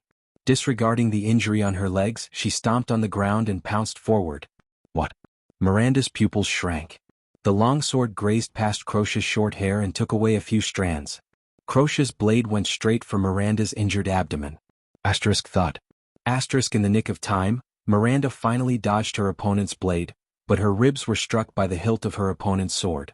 Miranda's face contorted in pain. She could not help but retreat until she fell to the ground. T. Ribs? The wound from the battle against the disaster swords earlier was also throbbing in pain. In front of Miranda, Croce, who had overexerted herself, also fell limp. She used her long sword to support herself on the ground and pressed down hard on her injured left leg. You don't understand? Croce said in pain. Finally, in the city of Halting Light, a viscount finally agreed to hire me, as long as I'm willing to marry him. I know. There were similar cases in the past. He probably wanted a woman who could obediently spread her legs at night after swinging his greatsword in a carefree and unrestrained manner. Croce flashed a sarcastic smile. I thought he wanted a sense of accomplishment when his dignity was satisfied, to make him feel like a man. I refused. Feeling the injury on her ribs, Miranda listened to her former colleague's words with a pale face. No matter how powerful you are, you're still a woman. That's what he said. Croche gritted her teeth fiercely. Her eyes reddened. Right after he drugged me? Before it took effect. Miranda shuddered violently. She stared incredulously at her friend, then at the mournful expression on Croche's face. Croche laughed sarcastically. Miranda's heart ached. She said softly, "Esh, I don't care about what he did." Croche's abnormal smile made Miranda feel uneasy. In fact, he really didn't do anything, did he? But that night I'll always remember his gaze, the words he said, that humiliation, that contempt. Croche's tone became hurried. And the panic in my heart at that time. It was as if I would soon lose all my value as a woman. From that day onwards I understood one thing. The Archduke of Black Sand Region's female guard captain's gaze turned cold. The reason why I run into walls everywhere and no one accepts me is not because I lack ability, not because my physique is not good, and not because I lack experience. Croche straightened her body while trembling. She placed her weight on her sword and said coldly, "I don't have enough experience." She said coldly, "But it was only because I was a woman." Miranda stared at her former best friend with grief and heartache. She felt a tightness in her chest. "Croche, in Northland they don't believe that a woman can become a warrior, fight with a sword, and survive independently." Croche's gaze became solemn. She staggered towards Miranda. "They don't allow it either. This world can't tolerate women being stronger than men, because that's their exclusive privilege." Croche took a deep breath. "It can't tolerate women surviving on their own without relying on men, because that's also their privilege. Once you think about this clearly, many things will be easily solved. Remember, in all the stories we read in the tower, night novels, historical dramas, romantic poems? No matter what kind of woman she is, no matter how valiant, independent, loyal, and unyielding she is, if she wants to be liked by the readers, she must fulfill one condition." Croche panted, her gaze fierce. "She must be able to be f***ed by men, by the protagonist. When a woman of noble status is f***king, the readers will feel a greater sense of accomplishment. When a dignified and virtuous woman is f***king, the readers will feel a greater sense of conquest. When a charming woman is f***king, the readers will feel a greater sense of pleasure. When a delicate and pitiful woman is f***king, the readers will feel a greater sense of dignity. When a pure and lovely woman is f***king, the readers will feel a greater sense of security. When a cunning and treacherous woman is f***king, the readers will feel a greater sense of satisfaction. As long as it's a woman, whether it's a protagonist or a supporting role, they must be appendages to men's lives and exist for men." Croche leaned against the wall and gritted her teeth. "From childhood to reality, from birth to death, from law to life, this is the story this bastard world repeatedly tells us, and it's also the f***king truth." "What are you talking about?" Miranda shook her head in disbelief. Her heart was filled with fear. "Even if it's you, Mira, in Constellation where women have the right to inherit, if you don't have a strong husband, your vassals won't obey you wholeheartedly." Croche's eyes were filled with indignation and pain. "Even independent women like Heart of the Rain and the Fortress Flower have to achieve results that far exceed the norm to obtain the same pay and status as men." At that moment, Miranda suddenly remembered her past, the way her subordinates looked at her in the fortress, her father's expression when she was 7 years old, and Raphael. "So, I also understand one thing. It's not the White Blade Guards or those suzerains who rejected me and women's independence." Croche walked up to Miranda. Her gaze was bleak and her voice was hollow. "It's this damn world." Croche's voice faded away. Miranda stared at her in a daze. She was shocked by Croche's words, whether it was her past misfortune or her shocking opinion of the world. Croche calmed her breathing, then steadily raised the sword in her hand. There was a cold expression on her face. She said hatefully, "F***ck them all." Sword light flashed. Miranda endured the intense pain in her ribs and rolled to the side in a disheveled manner, avoiding Croche's fatal sword slash. If it were not for the inconvenience of the other party's legs, she might have been beheaded a long time ago. Miranda reacted quickly. She turned around and threw the sword in her hand straight at the other party's abdomen. Just as Croche, who could not move easily, was about to draw her sword back to block the attack, Miranda's sword magically turned and stabbed straight ahead. It struck Croche's left ankle. It was as if Croche had moved away from the sword. Clang. The blade of the sword clashed violently against the armored boot. Croche fell to the ground in pain and gripped her ankle in the armored boot. Miranda's Pegasus music, which belonged to the same branch of the Pegasus family, tended to move the rhythm of both the enemy and herself in a continuous chain movement, creating an unintentional opportunity to defeat the enemy. It was like a concerto that went back and forth. Croce's Pegasus music, on the other hand, was used to taking the initiative to control the overall rhythm of the battle. Her attacks were swift, and it was clear between the enemy and herself. It was like a scherzo with a strong contrast between the strong and the weak. This was vividly displayed during the exchange of blows just now, when Croce struck her ribs heavily and Miranda attacked her opponent's ankle. Croce, forget about the unbearable past. Miranda shook her head and said anxiously, "You're thinking too much. You're shifting your hatred too, thinking too much?" Croce endured the double pain in her ankle and leg and snorted coldly. "You don't understand, Mira. The scariest thing isn't the injustice women suffer, but the fact that for thousands of years, even we women ourselves have taken this sort of thing and this sort of rule as something that should be taken for granted." The two former schoolmates fell to the ground and glared at each other. They were only 3 steps away from each other. That was the perfect distance to thrust her sword forward. The final strike. My mother was an ordinary country woman. My father never loved her. Croce held her sword and searched for an angle. For as long as I can remember, that country woman sat in the house all day, twisting the knitting needles in her hands. From day to night, she strenuously watched over the lamp on the table, waiting for her only support to return from the glorious white blade guards, even though he never returned. But my mother was still proud of that man. She believed that being the wife and daughter of a king's imperial guard was incomparably glorious. It was as if all her and my value could only be reflected in that man, even though he only appeared before me for the first time during my mother's funeral. Croce chuckled. Miranda fixed her gaze on the enemy's shoulder. The tip of her sword adjusted its position along with Croce's weapon. After my mother died of depression, I was brought back to Dragon Cloud City and entrusted to be raised by a lady of noble birth. Croce's expression darkened. Madame Adele married one of the most honorable men in this country, the heroic, promising, forthright and righteous Prince Soria Walton. You can't imagine what I saw. Croce could not help but quicken her breathing. If other people still know how to use flowery words to cover up the fact that women are property, then Soria Walton is probably an honest man. Property should be treated with a whip. When I was young, I hid under the bed countless times with my hands over my mouth, trembling with fear when I heard that damn bastard enter the door. I heard Madame Adele's pained screams, listened to that bastard prince treat her like the lowliest female slave, and vented his dissatisfaction with his wife time and time again. Adele did not leave her first night to her new husband, but to a knight from her hometown when she was young. He punished her for her disrespect and insults to herself. I always crawled out after he left, disheartened, to comfort Adele, who was covered in cuts and bruises because she was naked all over. She also always hugged me tightly in tears and told me, and at the same time she also told herself not to be sad, because this was her sin, and also a woman's fate. Miranda stared at Croce in astonishment. She had never seen this side of Croce in the past in the Tower of Eradication. "Do you know, Mira?" Croce said tiredly. "In fact, from birth to death we women are never from beginning to end a complete human being compared with the other race." Her voice broke. "When we were young we were our father's property, which was used to exchange for another man's property. When we grew up, our faces and bodies were our future husband's faces, our first knight in chastity were his dignity, our lower bodies were his territory, and our wombs were his storehouse for the continuation of his bloodline. Even our thoughts had to be theirs.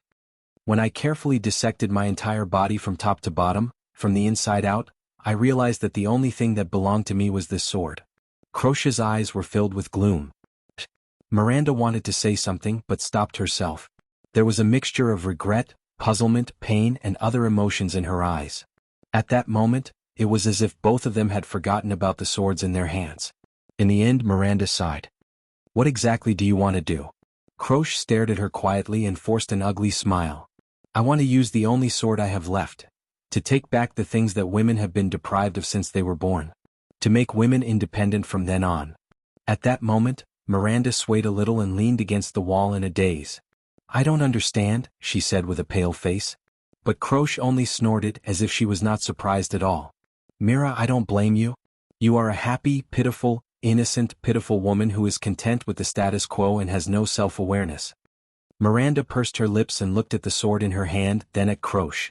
"No matter what you plan to do, The world and history have been running like this for thousands of years. Even if you become a god, this nonsense. She clenched her teeth and shook her head. It's impossible for you to succeed. Croche raised her head abruptly. Of course I know I can't succeed. The female captain of Black Sand Region's guards had a pained and contorted expression, causing Miranda's heart to tremble. Croche took a deep breath. Her gaze was firm. Regardless of whether it's the world's habitual beliefs, Northland's deeply rooted traditions, or our own self-awareness. But in everything, someone must take the first step. Your Grace, he is the only person in Northland who can throw away the shackles, break tradition, and break the stereotypes. She regained her indifferent expression and spoke in an unquestionable tone. And it is only when he shatters everything that Northland and Extet believe in and negates the backward past inch by inch, that women will have the hope to obtain a brand new future in the new world that will be built on the ruins. They will not live as anyone's subordinates. Miranda did not know how to answer. She could only furrow her eyebrows tightly and shake her head continuously. Her heart was filled with grief. The other people in the world may not change. In the end, they may not even look at those women who yearn for independence and the future in the eye, Croche said coldly. But I must at least let them know that in that turbulent and earth-shattering era, there is such a woman under the Archduke who shocked the world. The world will know that she is a woman, but she can also bleed, contribute, fight, and survive on her own. She does not need to muddle-headedly become some man's wife, rely on her face and uterus to survive, and wear the identity mask given to her by the world to live. Just like Queen Erica, just like the Yao King. Pain and hesitation appeared in Croche's eyes, but they immediately turned into indestructible ice. Only like this, through our repeated efforts, repeated attempts, and repeated failures. Only then can injustice be made up for and difficulties be broken. In the next second, Croche suddenly raised her sword. Miranda also subconsciously raised the soaring eagle in her hand. Asterisk clang. Asterisk the two swords clashed against each other in the air, but neither of them showed the slightest intention to resist. Instead, both of them pierced into the enemy's body. Asterisk shik. Asterisk blood flowed out from Miranda's and Croche's chests at the same time. The two of them, who knew each other very well, guessed each other's intentions. At that moment their postures were almost identical. They held their swords in one hand and thrust forward, while the other grabbed the tip of the other's sword. Their gazes met and the atmosphere was solemn. So, for this baffling reason you turned to Lampard. Holding the tip of her old friend's sword, Miranda widened her eyes in pain and trembling. You betrayed all of us. Across her, Croche revealed a smile that was a mixture of apology and relief. Bright red liquid spread out from under the two of them. No, Mira, it's not baffling, Croche said softly. Her face trembled slightly and tears flowed from her eyes. It's close at hand. It's just that you've already been trained by this world, to become accustomed to it. Miranda breathed absent-mindedly. She recalled everything that happened in the tower, and the scene before her eyes was a blur. His Grace, he carries the hopes and beliefs of so many people, including me. In her ears, Croche's voice grew further, softer, and more indistinct. You will definitely succeed. You must succeed. Chapter 263. In the corridor near the armory of Heroic Spirit Palace, the Severing Soul's blade and the Soul Slayer pike were more than 10 meters away from each other. One of them was nailed to the wall, and the other lay quietly on the ground. The Soul Slayer pike let out a faint but ominous tremor that came and went intermittently. However, the two of them who should have noticed this did not have the time or energy to look at the weapon. Their battlefield had long since changed from the corridor to another place. Asterisk bang. Asterisk with a loud bang, a large wooden door was smashed open. In the darkness, two figures pounced into the room. This was an armory. The wide storage shelves were covered with layers of thick cloth, and in the darkness, there were all kinds of equipment. From long swords, nails, hammers, to shields and armors, everything could be found here and there, and not a single one was to be found here. It was a special reserve set up by the White Blade Guards in Heroic Spirit Palace. The palace guards of Heroic Spirit Palace were trained according to standard equipment, and they did not need so many complicated and unique weapons. In the darkness, the calm Nicholas rolled. Following his memory, he extended his hand towards the nearest storage shelf. Listening to the voice behind him, he knew that the other party would not hesitate. Just like how he would not hesitate either. In the next second, Nicholas suddenly turned around in the darkness.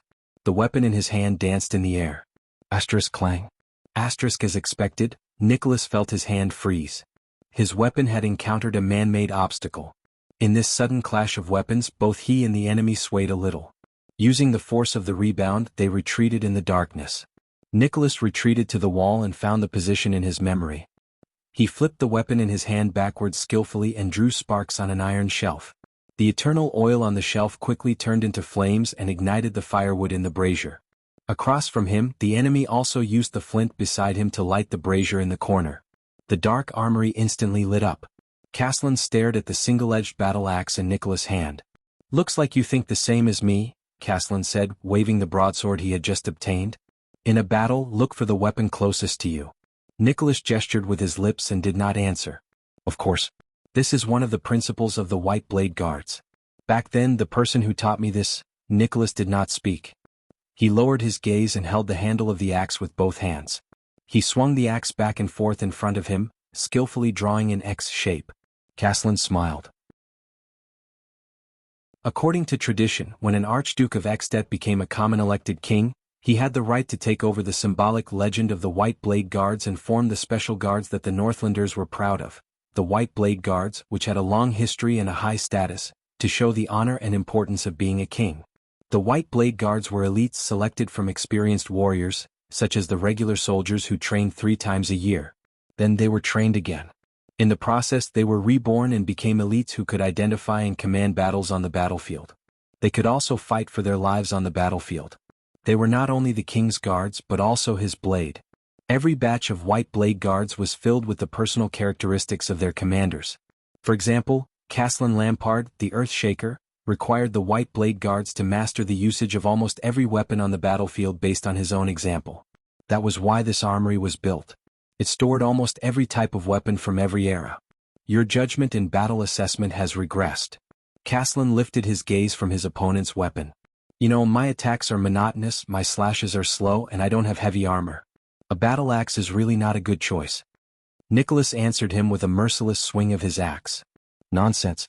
I can't see anything clearly. Of course I'll use whatever I catch." Bang.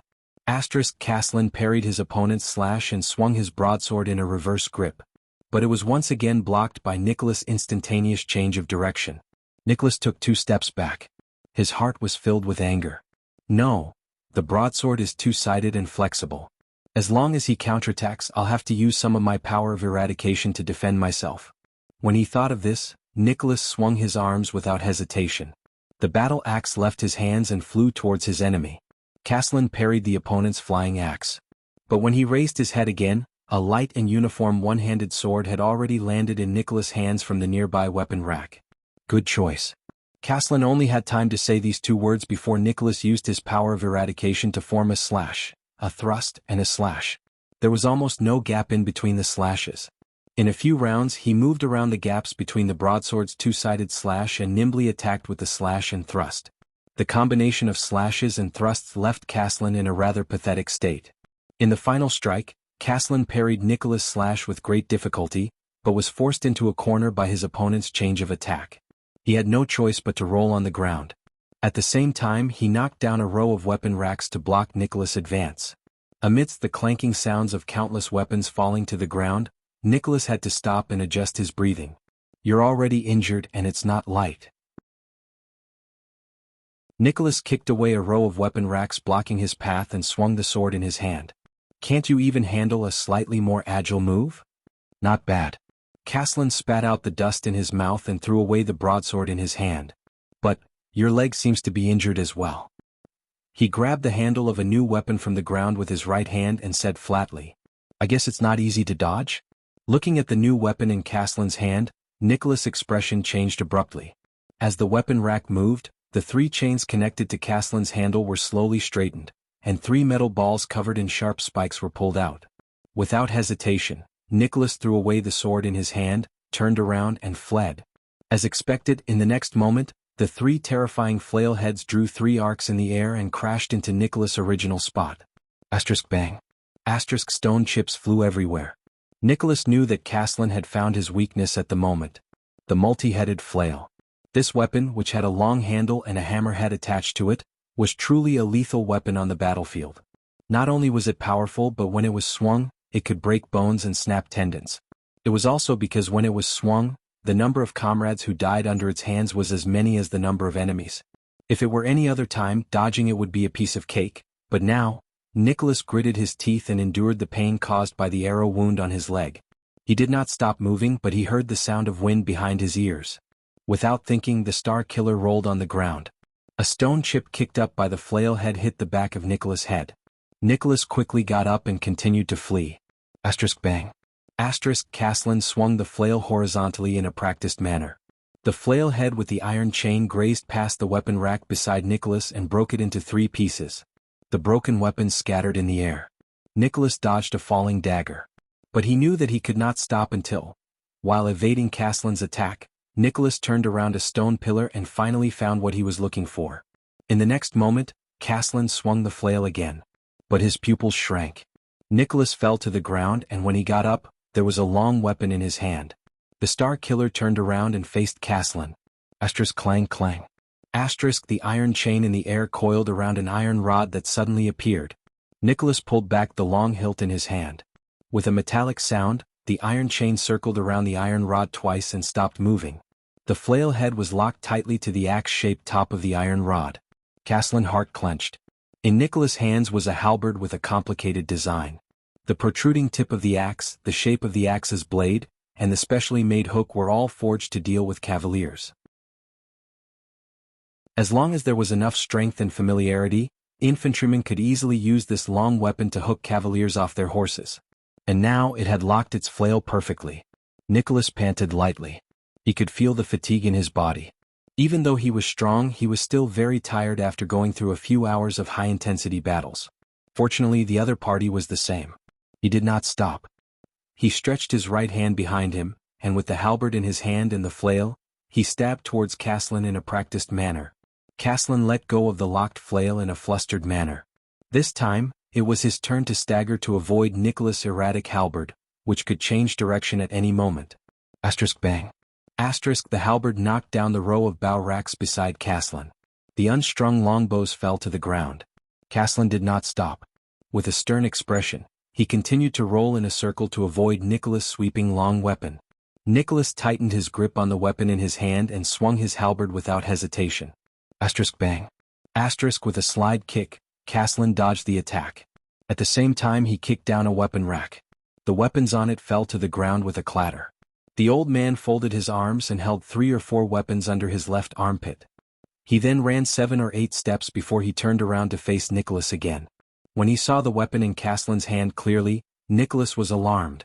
The old man stretched out his right hand and pulled out an outdated weapon that had disappeared from the battlefield a long time ago from his left arm. A javelin. Caslin raised the javelin with a stern expression and pulled his right arm back. Whoosh. The javelin slipped out of his hand. At that moment, Nicholas could not care less about the halberd in his hand. He crouched down and ducked his head. Clang.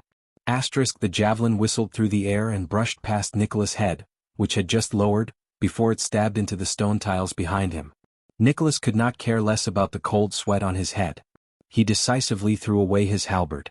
But in the next second there were 2 more whooshing sounds. Nicholas used all his strength to avoid the 2 javelins that were aimed at his chest and head, but the arrow wound on his leg started to hurt again. The Star Killer ducked behind a stone pillar. Just as he hid, a javelin flew from afar and stabbed into the spot where he was just a moment ago. Nicholas leaned against the stone pillar and panted. He anxiously searched for a new weapon and cursed in his heart. As a white blade guard trained by Caslin, no one knew better than him how terrifying Caslin was. Caslin's strength and reflexes were terrifying, which earned him the title of Earthshaker. But the old commander's ultimate skill was that he was proficient in the usage and characteristics of almost every weapon. Any weapon he grabbed on the battlefield could become an unparalleled killing tool.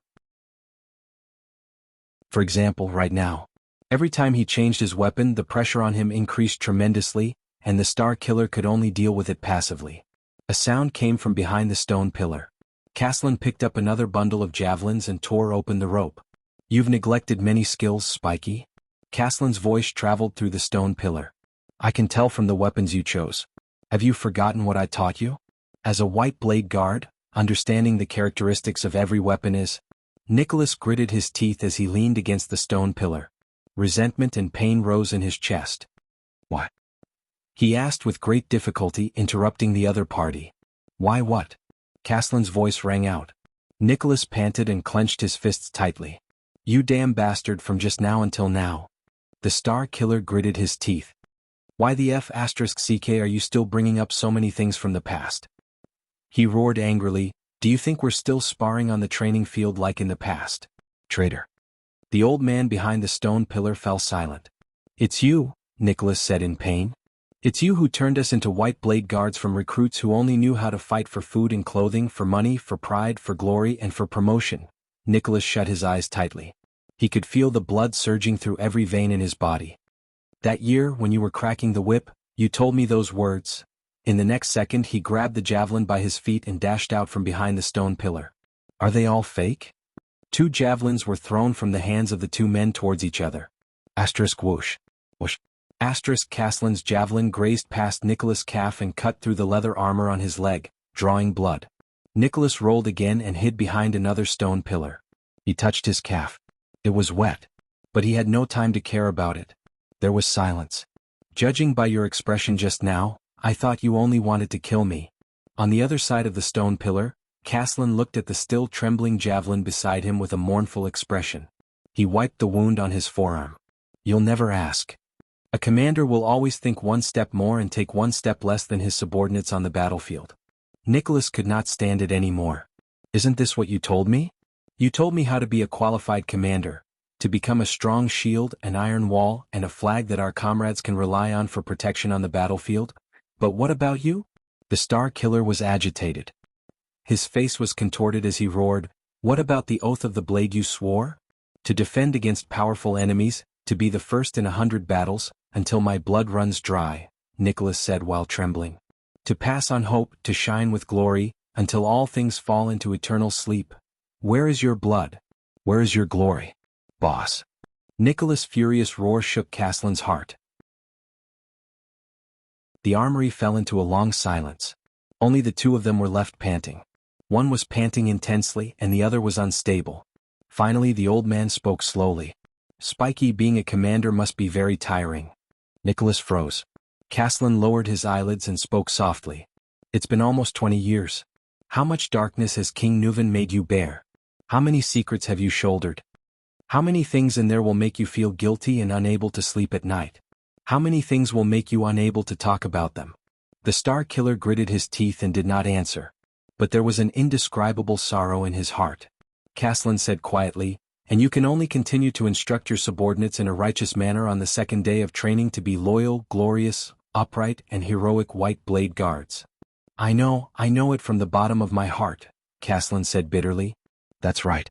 As one of His Majesty's most trusted people, the most capable captain of his personal guards, and the commander of the White Blade Guards, the world will always remember your heroism on the battlefield and your might by the king's side. But behind the glamorous appearance, there are always those things that can't be avoided. Nicholas only furrowed his brows. His hands trembled slightly. Nuven and I grew up together. We're as close as brothers, far closer than my relationship with Holt. Caslin sighed softly. He took out the javelins in his hands one by one and lined them up in front of him for easy access. More than 30 years ago, when I sat in the Tower of Eradication, faced with the test letter from my teacher to become a successor and the invitation letter from the newly crowned King Nuven to the White Blade Guards, I chose the latter without hesitation. I still remember the day I took up my post in Dragon Cloud City, the old man said quietly. Nuven, who had just become the common elected king, brought me to stand on the cliff of the sky, covered in snow, and overlooked all of Dragon Cloud City. Caslin, His Majesty said, Caslin said bitterly, if I want to change Extet, change this country, Nicholas shuddered. If I want to change this country, which is as great as it was in the past, but also as old as it was in the past, change this country that hasn't made any progress for more than 600 years. Will you help me? I didn't hesitate. Caslin heaved a long sigh. But I never realized what kind of path this was.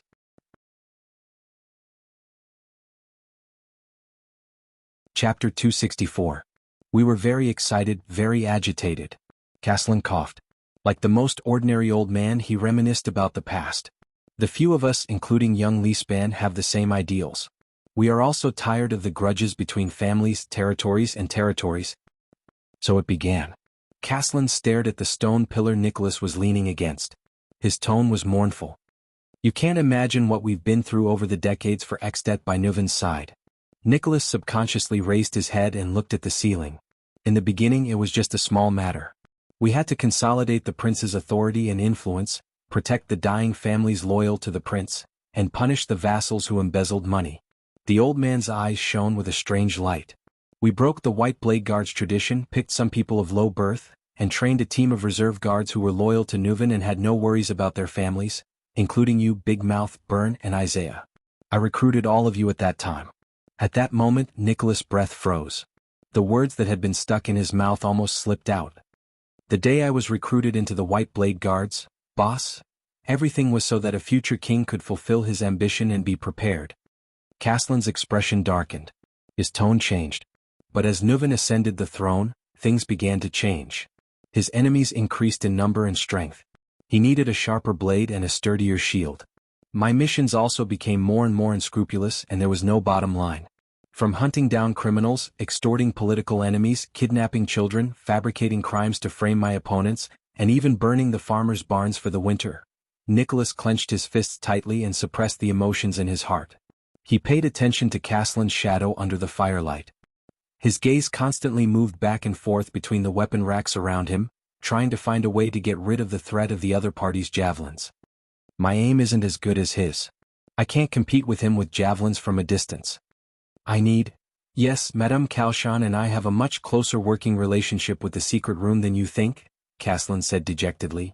His attention was still focused on the back of the stone pillar. There are many things that Nuven did not want the secret room to interfere with, so he would let us handle them. I once escorted a doctor to Prestige Orchid region overnight so that he could poison Archduke Alcius' heir. I once used my identity as the king's secret envoy to incite the vassals of the city of Faraway Prayers to rebel against their suzerain and find a reason for Dragon Cloud City to intervene. I even pretended to be a bandit, robbing and killing nobles who were dissatisfied with the king, from the masters to the women. Except for one ignorant girl, I left no one alive. I even secretly instigated my nephew Harold to defect to Nuven, even though it might jeopardize his relationship with his father. Caslin closed his eyes. There was a dull pain in his chest. What he did not expect was that Holt would be so cruel as to let his two sons kill each other in order to break free from Nuven's control. So? Nicholas snorted coldly. This is why the Red Witch always wants to pry something from me and the White Blade Guards' mouths. Caslin sighed. I tried to convince myself that it was for Exdet, Caslin said in anguish.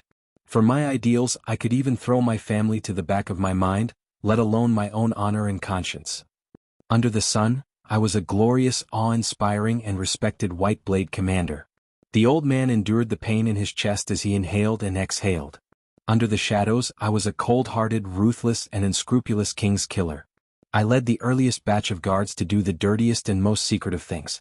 You once said that you saw through my extremely hypocritical noble face, Caslin said in a low voice.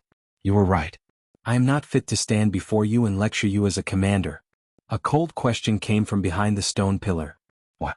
Caslin closed his eyes. Nuven has changed. Caslin knew what he wanted to ask. He sighed regretfully. He has grown old. He has become suspicious, vigilant, sensitive, selfish, and conservative. For the sake of a new Exdet, Nuven must grasp great power. This is a necessary method. Caslin tightened his grip on the javelin in his hand. His gaze was complicated. But, at some point in time, the method has become the goal, and the original goal has long been forgotten. We eat to live, Spiky, but we shouldn't live to eat. His tone grew more pained. The longer he became king, the more he cared more about Dragon Cloud City's status than Exdet's power, and more about his son's right to inherit the throne than the kingdom's future. Nuven became the most traditional Exdetian monarch. Aside from his family and his rule, he no longer had the strength or the will to pursue his former ideals. Controlling power has become Nuven's only goal, and for Exdet, has become a feeble excuse. Caslin observed every possible spot where Nicholas might rush out. He locked the shadow behind the stone pillar in his field of vision and waited patiently for his opponent. This makes everything we've done for the past few decades look like a joke to me. Nicholas let out a cold laugh. Do you know what you're doing now? The Star Killer suppressed his anger and tried his best to sound as nonchalant as possible. It makes everything you've taught us seem like a joke. Caslin paused for a second. There was a barely noticeable mixture of guilt and pain on his face. That's why I'm tired. I quit, I gave up. The old man exhaled and shook his head. That day, I stood at the bottom of the stairs and questioned him for the last time in front of all his subjects. Does he still remember his original ideals? I asked him, since when did he have no choice but to compromise with reality? Nicholas did not speak. You know what happened next? There was a hint of sadness in Caslin's words. The common elected king was furious. A large group of old people and I were kicked out of the White Blade Guards. There was silence. The brazier burned brighter and brighter, illuminating the shadows of the two people on both sides of the stone pillar. Yes. Nicholas took a deep breath as if he was in pain. And I was promoted as an exception and became the acting commander of the White Blade Guards. Before he finished speaking, the Star Killer suddenly rose from behind the stone pillar. The battle started again without warning. Without hesitation, Caslin threw the javelin in his hand accurately and fiercely. The powerful javelin pierced through the enemy's body. Thud. It pinned him firmly to the ground. But Caslin, who was experienced and had been observing the enemy's shadow, immediately noticed that something was wrong. The javelin had only pierced Nicholas' chest armor. The real Star Killer pounced from the other side of the stone pillar. His armor was thin and almost unprotected. Caslin reacted very quickly. He seized the opportunity when Nicholas' injured leg landed on the ground and threw the second javelin without any hesitation. The Star Killer listened to the sound of the wind and felt a chill in his heart. It's over. I can't fool him. At this moment, Nicholas. A familiar voice rang. Nicholas lifted his head abruptly and saw a circular disc-shaped object flying towards him. The Star Killer did not hesitate. His power of eradication erupted, and with an unbelievable twist of his feet, he caught the object in midair. The javelin flew towards him. Bang. A muffled sound rang. Caslin's pupils shrank. His javelin pierced the disc-shaped object in Nicholas' hand, a round shield covered with a thick layer of wood. The tip of the javelin pierced through the shield, causing Nicholas' hand to sink. The Star Killer gritted his teeth, pulled out the javelin from the shield and held it in his right hand. But Caslin had no time to care about Nicholas. He turned around solemnly and looked at Nicholas' helper vigilantly. Burn. Caslin frowned, but there was a hint of nostalgia in his eyes. Long time no see. But as a former White Blade Guard and the king's administrator, Burn Merk, who stood at the entrance of the armory, obviously did not like to respond to his former superior's enthusiasm. Sorry, boss. It's not that I don't want to reminisce. In the distance, Merk's expression was solemn. He took two short-handled throwing axes from the weapon rack and swung his arms. But I just saw my daughter. I'm not in a good mood now. Caslin's expression changed. His javelin and Merk's two throwing axes flew out at the same time. Whoosh. Whoosh. The javelin and throwing axes crossed each other in the air. Even though he tried his best to dodge, Merk's thigh was still pierced by Caslin's javelin. He fell into a row of weapon racks in pain. But it's enough. That was what Merk thought. Amidst the clanging of metal, Caslin used his javelin to deflect a throwing axe. But another axe cut his left arm and a large piece of flesh was torn off. The old man took a deep breath and endured the pain in his chest. Burn is still as good as ever when it comes to throwing. As he thought about this, he turned around and threw the third javelin. It was thrown at Nicholas, who was charging at him at high speed. Bang. The Star Killer's thick shield blocked the javelin again. Due to the momentum of his charge, this time, the spearhead even pierced through the top half of the shield, and a part of it protruded from Nicholas' wrist. Nicholas, who was charging, instinctively turned the round shield, and replaced the part of the shield that was pierced with the lower half of the shield. As expected, in the next second there was another dull sound. Bang. The fourth javelin came from the same angle and position, and pierced through his shield again. Like the previous javelin, the javelin pierced through the top and bottom of the shield. Nicholas felt a chill in his heart. If I didn't turn the shield just now, but he didn't have to worry anymore. Nicholas resolutely threw away the heavy shield, which he had worked so hard for, and raised the javelin in his right hand. He was 3 steps away from Caslin again. Caslin also threw away the remaining javelins with a solemn expression. Only the one in his right hand was left. In the next second, both of them raised their right hands at the same time. Almost face to face, the two javelins pierced each other in the air. Caslin, who still had his right hand in the air, instinctively dodged. The enemy's javelin pierced into the weapon rack behind him, and only a trace of blood appeared on his face. But Nicholas did not dodge. He allowed Caslin's javelin to pierce through his left shoulder. Ah! Nicholas endured the intense pain in his left shoulder with a ferocious expression. Under Caslin's strange gaze, he swung his right fist. The power of eradication exploded from his bones. His fist instantly turned twice in the air, avoiding his opponent's 2 interceptions.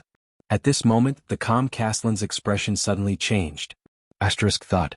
Amidst the strange dull sound of metal, Caslin locked Nicholas' throat, and the Star Killer's fist landed on Caslin's body.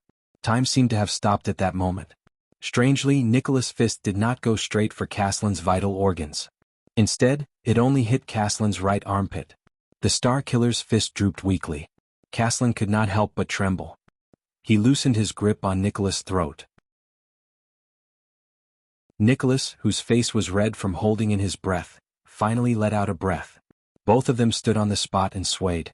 Thud. Nicholas could no longer withstand the heavy injury on his left shoulder.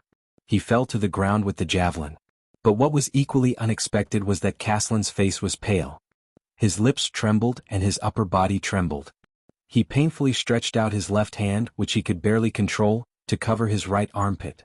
The old man's face twitched continuously as if he was enduring great pain. The next moment, Caslin violently spat out a mouthful of blood and collapsed on the ground. He was like an old man in his twilight years who had completely lost all his strength. His face became gloomy. How did you know?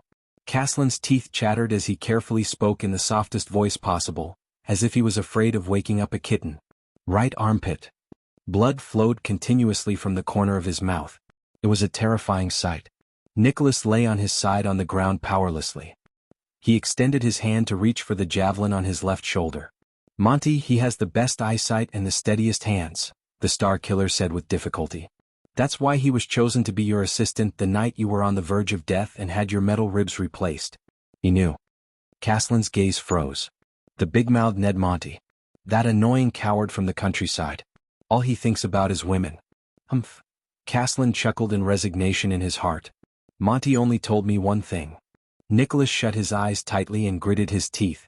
There's a weak joint at the side of your new skeleton. That's your weakness. As long as you have enough strength, he told me to keep an eye on your safety during the battle. Nicholas' eyes were tightly shut. When he said this, Nicholas felt a tightness in his chest. He actually could not continue. The leader's weakness. That's the place they should have sworn to protect. But, Nicholas clenched his fists tightly. His eyes were filled with tears. Caslin sat on the ground, trembling. He leaned against the weapon rack behind him and let out a sigh of relief. As he breathed, blood gushed out continuously from his mouth and nose, staining the clothes in front of his chest. A javelin? Caslin, whose upper body was almost drenched in blood, indifferently glanced at the row of javelins beside him. Did you force me here on purpose? You're used to fighting with your right arm to protect your weakness, Nicholas said dejectedly. I had to find a chance when you completely lifted your right arm, such as when you threw the javelin. Caslin raised his eyebrows and let out a desolate laugh. On Spiky's hand. This ending isn't too bad. Beautiful. Ah, Spiky, you, cough, cough, cough, cough. His laughter did not last long. Caslin frowned again and hissed. He coughed violently in pain. As he moved, Caslin's chest let out a terrifying gurgling sound. The old man's face also contorted rapidly. Nicholas closed his eyes. He could not bear to look at his old superior's expression. Damn it. Nicholas stretched his hand desperately to reach for the javelin on his shoulder, hoping that it could divert some of his attention. I can't pull it out. At this moment, Nicholas felt a slight pain in his left shoulder. He opened his eyes in surprise and saw that Caslin was holding the javelin in his shoulder with his left hand. Bear with it, Caslin said in a low voice and spat out another mouthful of blood. It might hurt a little. In a daze, Nicholas exerted strength in his shoulder and watched as Caslin pulled the javelin out of his shoulder. He did not even notice the pain. Nicholas remembered that afternoon many years ago. When he was dying, Caslin, the executioner, picked up the piece of wood from the ground and brought it to his mouth. Bite it. The iceberg pulled the whip in his hand and said coldly, "This will hurt." Nicholas shook off his memories and struggled to sit up. His power of eradication began to tighten his muscles. He looked at Caslin, who was leaning against the weapon rack and spitting out blood with a pained expression. He felt even more resentful in his heart. Talia. Nicholas' face was ashen. Your wife. Does she have a message for me to pass to her? At that moment, Caslin's eyes suddenly lit up. Talia? Caslin's gaze dimmed and he shook his head. No. She's no longer here. Nicholas raised his head slightly and could not hide his surprise. How can that be? She's only 40. Caslin's breathing began to weaken. He raised his hand with great difficulty and wiped the blood off his chest. The old man's expression was dark. He raised his trembling hand and carefully took out a piece of red silk cloth from his pocket. A year ago she finally found out. Caslin stared at the piece of red silk with an intoxicated look on his face. He slowly unfolded it as if it was a rare treasure. Before I confessed to her, she found out that I was that person back then? Caslin's hand trembled slightly. The bandit leader, who robbed and killed her family's convoy, killed her father, mother and older brother, slaughtered her entire family, and only a 6-year-old girl was spared. Nicholas froze. From then on, Talia fell ill. Even the best doctors could not find the cause of her illness. Caslin seemed to be losing more and more control over his hands, but he still shivered and lifted the red silk cloth inch by inch. Just like that, she lay on the bed every day enduring extreme pain. Like the most beautiful flower, she withered day after day. That was the most difficult battle in my life. I would rather fight another 30 rounds with Zakriel, exchange my sword with Shao 200 times, exchange my life with Sira Dark Thunder 10 times, and be punched 20 times by Jasmine than face it. Caslin coughed violently. His expression was pained. But I could only watch Talia die day by day, and try to explain to her that it was the king's order, and that I had no choice but to do so. Caslin finally lifted the red silk cloth. His eyes were sparkling. At the last moment, Talia forced a smile and told me that perhaps this was God's will. She was destined to atone for my past sins. Nicholas stared blankly at the item in the silk cloth. It was an inconspicuous black stone. 2 small figures were carved on the stone. One was slightly larger and the other was slightly smaller. The carvings of the small figures were crooked and extremely crude. It was basically a circle with 4 limbs propped up against it. It was obviously a child's play. But Caslin stared at the stone in an infatuated manner. The trembling in his hands grew stronger. In the end, I held her almost weightless body in my arms and asked myself, Caslin Lampard, the Earth Shaker, what is the meaning of your life? The sound of someone dragging the ground could be heard from afar. Merc was dragging his pierced thigh as he crawled towards them bit by bit. Caslin's eyes were bleak.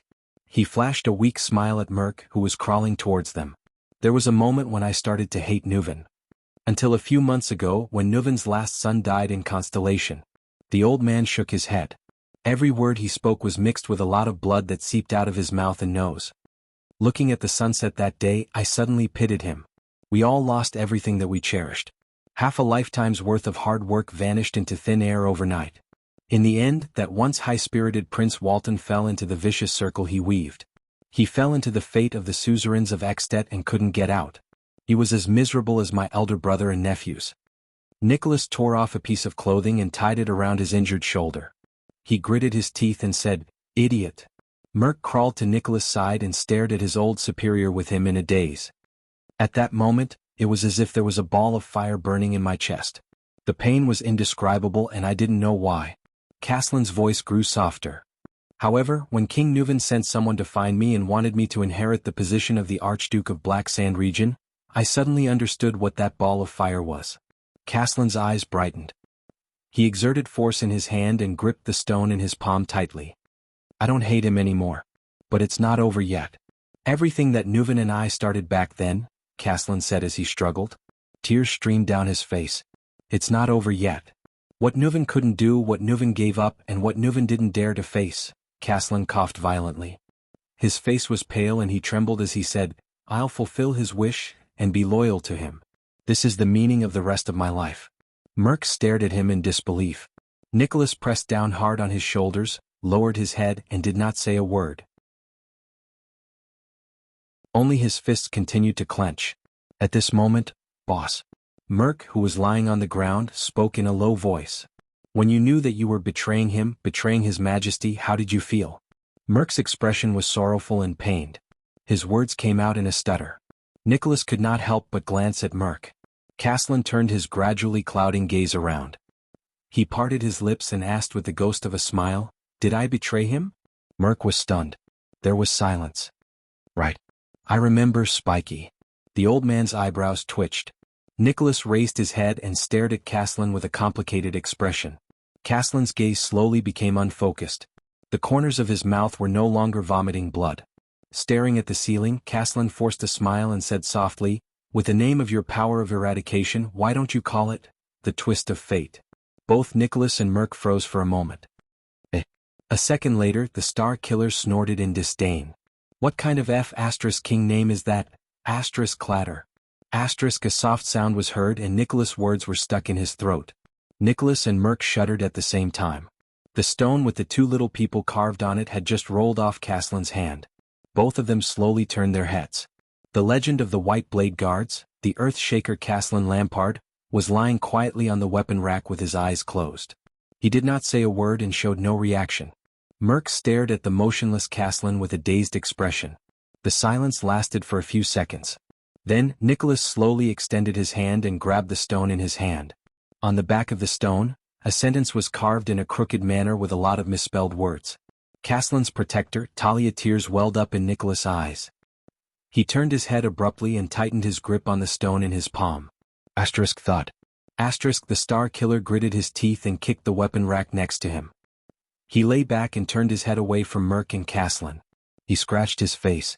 His breathing was a little rough and his chest rose and fell.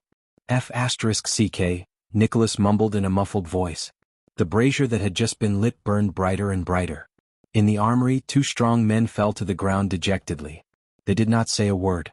Beside them, the warriors in their twilight years fell into a deep sleep. They did not wake up. I wanted to say that I was preparing for my college entrance examination, so I did not update for the past 2 days. But I was afraid that my readers would beat me up. So, help me think of a reason. By Swordless with a serious expression?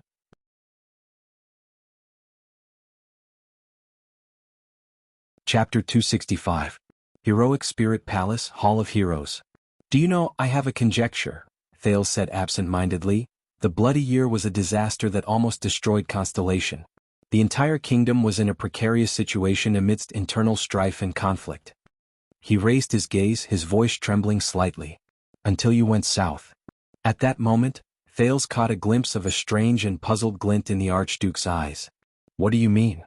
Alcius asked coldly in return. "Very well." Thales silently told himself in his heart. Benefits and threats. Lampard's two main weapons to convince the other archdukes were now gone.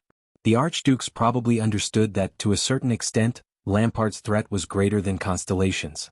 And now, Thales glanced at Saroma. The girl clenched her slightly trembling fist and nodded slowly at him. Her eyes were filled with forced determination. Now, he still had to convince the archdukes that the benefits Lampard promised them were not as delicious as they had imagined. Thales raised his head. "I have never seen the tragedy 12 years ago." Thales recalled Gilbert's tireless narration of the Bloody Year and said with a serious expression, "But I can imagine it from the elderly's narration. The disaster that befell the Jadestar royal family caused the disaster to reach its peak. The 19 vassals all felt insecure, the nobles spread rumors everywhere, the army was leaderless, the people of the kingdom were furious, Eternal Star City entered the most critical state, and perhaps Constellation was on the verge of destruction." Speaking of this, Thales sighed. Mindes III probably did not expect that the game he laid would usher in such a storm more than 100 years later. The archdukes exchanged a few worried glances. Lampard, on the other hand, tightened his grip on his saber. But during the autumn and winter 12 years ago, when the Extet army for whatever reason headed south, and especially when the news of the fall of Broken Dragon Fortress spread, all of Constellation was probably stunned, Thales continued to say. "I'm guessing that the new war has broken the original situation and injected new excitement into Constellation, which is on the verge of death." Archduke Letko's murky eyes brightened slightly. His expression became more solemn. Alcius and Trentida looked at each other in puzzlement. "Extet, the strongest force in the Western Peninsula, is invading from all fronts. This is not like the internal strife of the rebel army or the assassination of the royal family." While trembling in fear, most of the people in Constellation had no choice but to compromise. The great vassals, minor nobles, government officials, merchants, armies, farmers and so on. Based on the known information and the ideas approved by the archdukes, Thales deduced the logic step by step. He thought hard about his next sentence to make it sound more believable and convincing. Under the shadow of the great dragon, they quickly came to a consensus: to end the current chaos as soon as possible, to welcome the last prince back to the capital, and to crown him amidst the blood and death. The forces that should have been split up in Constellation Realm gathered as one, just to resist the greed of the great dragon of the north. Grand Duke Letko narrowed his eyes. What do you mean?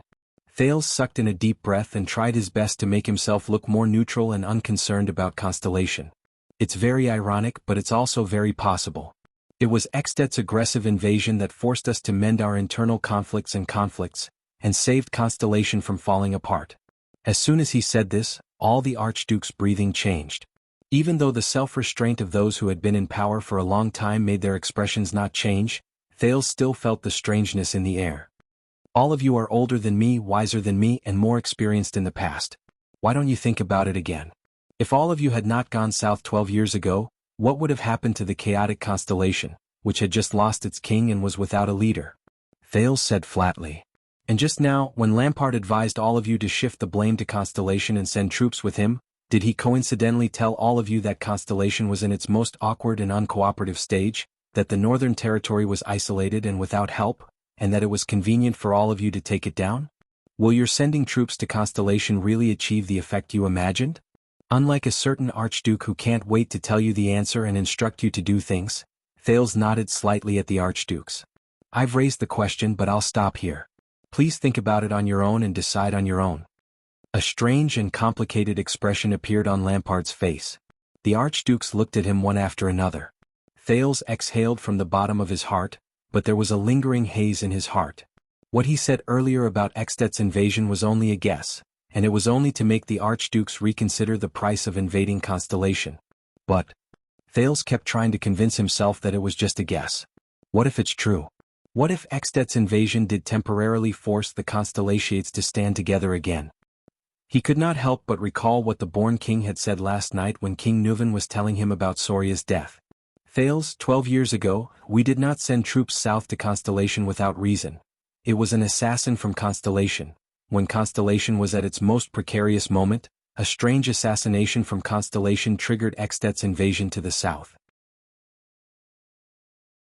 King Nuvan mentioned the assassination attempt. Prince Soria had died in that assassination attempt. During the negotiation between Nicholas and the Red Witch, that assassination was mentioned.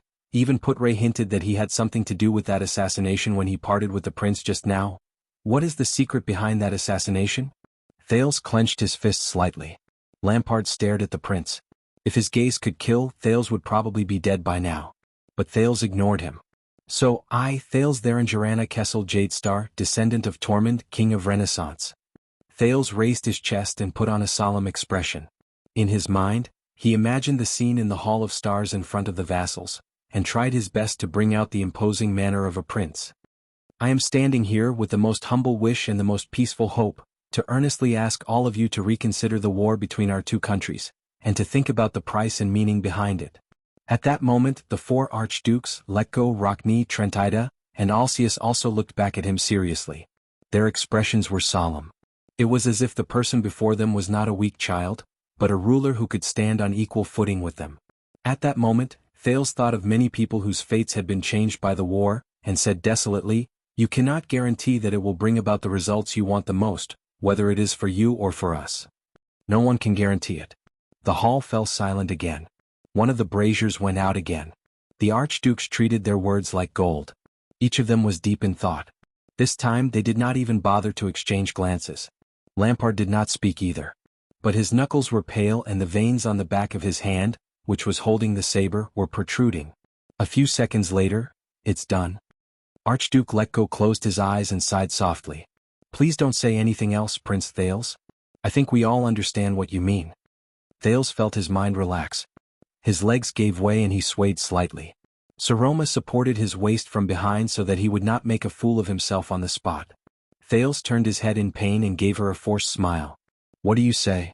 Archduke Letko's voice echoed in the hall. He sounded hollow and tired. "It's obvious, isn't it?" Archduke Rockne was the first to raise his head. His tone was ethereal but resolute. It's better to go against a lion than to share a boat with a wolf. Lampard's frown deepened. These people. You know, Chapman, even though your offer is very tempting, I don't want my descendants to wake up one day and find themselves lying in ruins. So. Trent Ida shrugged lightly with a complicated expression on his face. Lampard snorted coldly without any expression on his face. These people? Archduke Alcius' expression froze for a long time. After a while, he opened his mouth and said bitterly, "We shouldn't have come today. We shouldn't have participated in this damned Archduke's meeting." Lampard slowly lowered his head. These people? Archduke Letko knocked on the table. I understand. No matter what we plan to do. The old Archduke's face seemed to have gone through more vicissitudes. Let's postpone the matter of framing Constellation and sending troops to the Northern Territory for the time being. Of course, today's matter must be handled properly. Especially regarding King Nuven's death. His gaze focused again and he looked at Lampard. If we don't plan to frame Constellation, we need a good reason. His gaze was cold. At that moment, even Saroma felt the atmosphere in the air freeze. In the hall, everyone's standing positions had changed. Without realizing it, the four archdukes stood together. Rockne and Alcius stood in front, while Thales stood beside them. Opposite them, Lampard stood alone in front of the brazier. The firelight and shadows divided his face into two parts, one bright and the other dark. It was strange and disturbing. Lampard slowly raised his head. These people are the obstacles to Eksted's advancement. He glanced at the archdukes one by one, and the latter responded to him with different expressions. All of you have made up your minds, haven't you? Lampard said in his calmest tone. For experienced and wise Eksted archdukes, the situation has been turned around by a constellatiate brat with just a few words. He used his mouth to make you waver. He snorted softly and glanced at Thales. Pathetic. Thales held Saroma's hand tightly and quietly watched the archduke's interaction from the sidelines. He gritted his teeth, knowing that the situation was irreversible. He can't turn the situation around with just his mouth. Archduke Letko's tone also became cold. No one can. The bald old archduke narrowed his eyes. But aren't you the one who used actions and facts to help him convince us, Chapman Lampard? Lampard mocked in a gloomy voice. So this is your answer? First, for Eksted's sake, you decided to cover up the king's death together. A few minutes after swearing an oath of alliance, you rediscovered your conscience and decided to send me back to the Kingslayer's execution platform? We can still talk about this. Trent Ida said gently. Lampard's gaze was as sharp as a knife as he glared at him. It made the suzerain with the bowl-cut choke. Lampard turned his head again and swept his gaze over the suzerains again and again with extreme seriousness. It was as if he wanted to see through their souls. These people. Eksted relied on these people to get to where it is now. Ridiculous. Pathetic. Finally, after a while, Lampard lowered his head and let out a chilling laugh. Ah! Thales felt uneasy. He knew that the matter was far from resolved. Chapman. Alcius furrowed his brows and only said one word, don't. Lampard raised his head abruptly. Do you really know what you're doing? Facing the archdukes, the Archduke of Black Sand Region's tone had never been so terrifying. Your hesitation and cowardice are allowing a once-in-a-lifetime opportunity to slip through your fingers. You heard what he said, Constellation's current situation. Archduke Letko replied flatly. Your plan may not be the best choice for Eksted. Asterisk thud. Asterisk Lampard's scabbard hit the ground again. So you believe him? Lampard asked coldly. Don't you understand? As long as we work together, power, wealth, status, all our problems can be made up for with the benefits we plundered from our enemies. His eyes seemed to be burning with fire. For Eksted we must. Archduke Rockne's expression suddenly changed. He said loudly, interrupting Lampard, listen up, King Slayer. I'm also the master of this country and I also own Eksted. The long-haired archduke stood in front of all the other archdukes like an iron warrior. And you have neither the right nor the ability to tell me what I must do for my country. And don't you dare force the rest of us to follow your methods and pledge loyalty to your Eksted. Lampard clenched his fists. There are 10 of us and there are 10 Ekstedians. The Archduke of Black Sand Region gritted his teeth. This is where the problem lies. Archduke Rockne sneered. So, you still admit that you want to kick the rest of us out of power?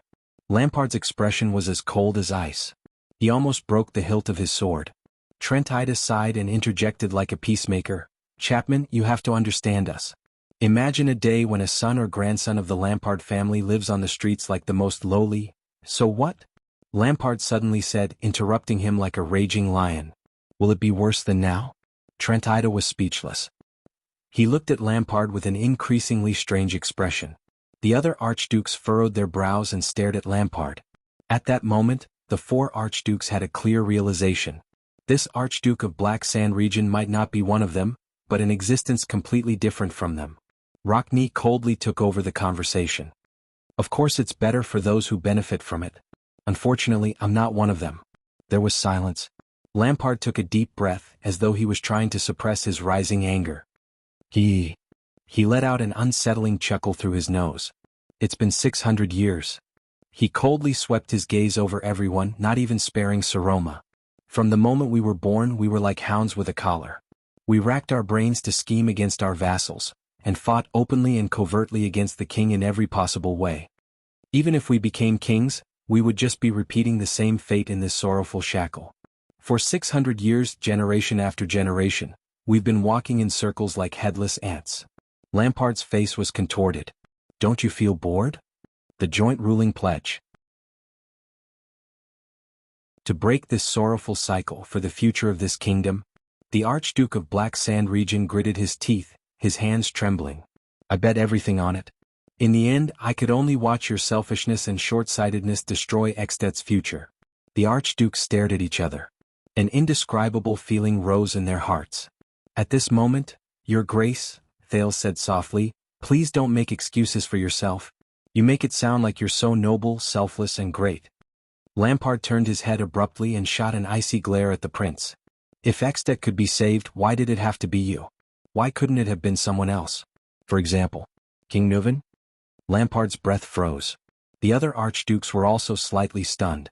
Yes, I only understood later on that you weren't the only one who saw the current situation in Constellation. The prince sighed and recalled the scene when King Nuven mentioned the virtuous king to him a few minutes before his death. And also the supreme commander who led the army to cross the fortress, the born king Nuven Walton VII. If you really only had Eksted in your heart and nothing else, why didn't you seize the opportunity and hand over your authority to King Nuven? Thales stared at the twisted Lampard and enunciated each word clearly. In the struggle between the vassals and the royal power, you could have accepted the king's officials, the king's orders and the royal power's infiltration into Black Sand region. You could have willingly become the next beacon illumination city. You could have brought all of Eksted closer together under the banner of Dragon Cloud City's Cloud Dragon Spear. The prince raised his hand abruptly and pointed at the stone carving of the Cloud Dragon Spear on the ceiling. Let the most powerful born king become the sole ruler of Eksted. The hall fell silent again. Lampard's expression grew colder. But you were unwilling and your family was unwilling, Thales answered softly. That's why today's tragedy happened. Did you think that your past, the deaths of your brother and mother gave you a reason to hate the joint ruling pledge? Did you think that your actions would be different, become unusually prominent, especially tragic and become heroic? Lampard stopped in his tracks and turned around stiffly. His gaze was terrifying and his face was ferocious. My past? How dare he? How dare he? For the first time, Thales bore the Archduke of Black Sand region's almost suffocating aura without holding back. But he only took a deep breath, gritted his teeth and raised his head. At that moment, Thales remembered everything that happened in front of Broken Dragon Fortress. He remembered the sacrifice of Araka and the Fury Guards. He also remembered the tragedy in Dragon Cloud City, the destroyed Shield District, the White Blade Guards who fell one by one, and their fearless posture. No, Lampard, strip away your outer shell. You are actually no different from the others. You are just creatures who fight for power and serve your own interests under the banner of, for Eksted. You don't even care about the lives around you and you don't even cherish the land you belong to, yet you talk about the country and the future, the prince said coldly. You don't have the right to be noble. The prince closed his mouth and ended his sentence. At that moment, the Archduke of Black Sand region and the Prince of Constellation's gazes met in the air. One of them was overflowing with murderous intent, while the other was firm and unyielding. Lampard stood where he was. The temperature around him seemed to plummet. You. Lampard stared at Thales and spoke slowly.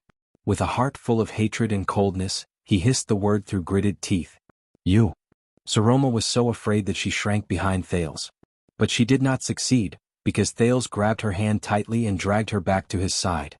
He forced her to look into Lampard's eyes. "I am not you," Thales replied coldly without showing any signs of weakness. "Listen up, Chapman Lampard. My name is Thales Jadestar." Lampard's pupils shrank slightly. "A child who cannot drink." The prince took a step forward. His expression was firm. "And your nemesis?"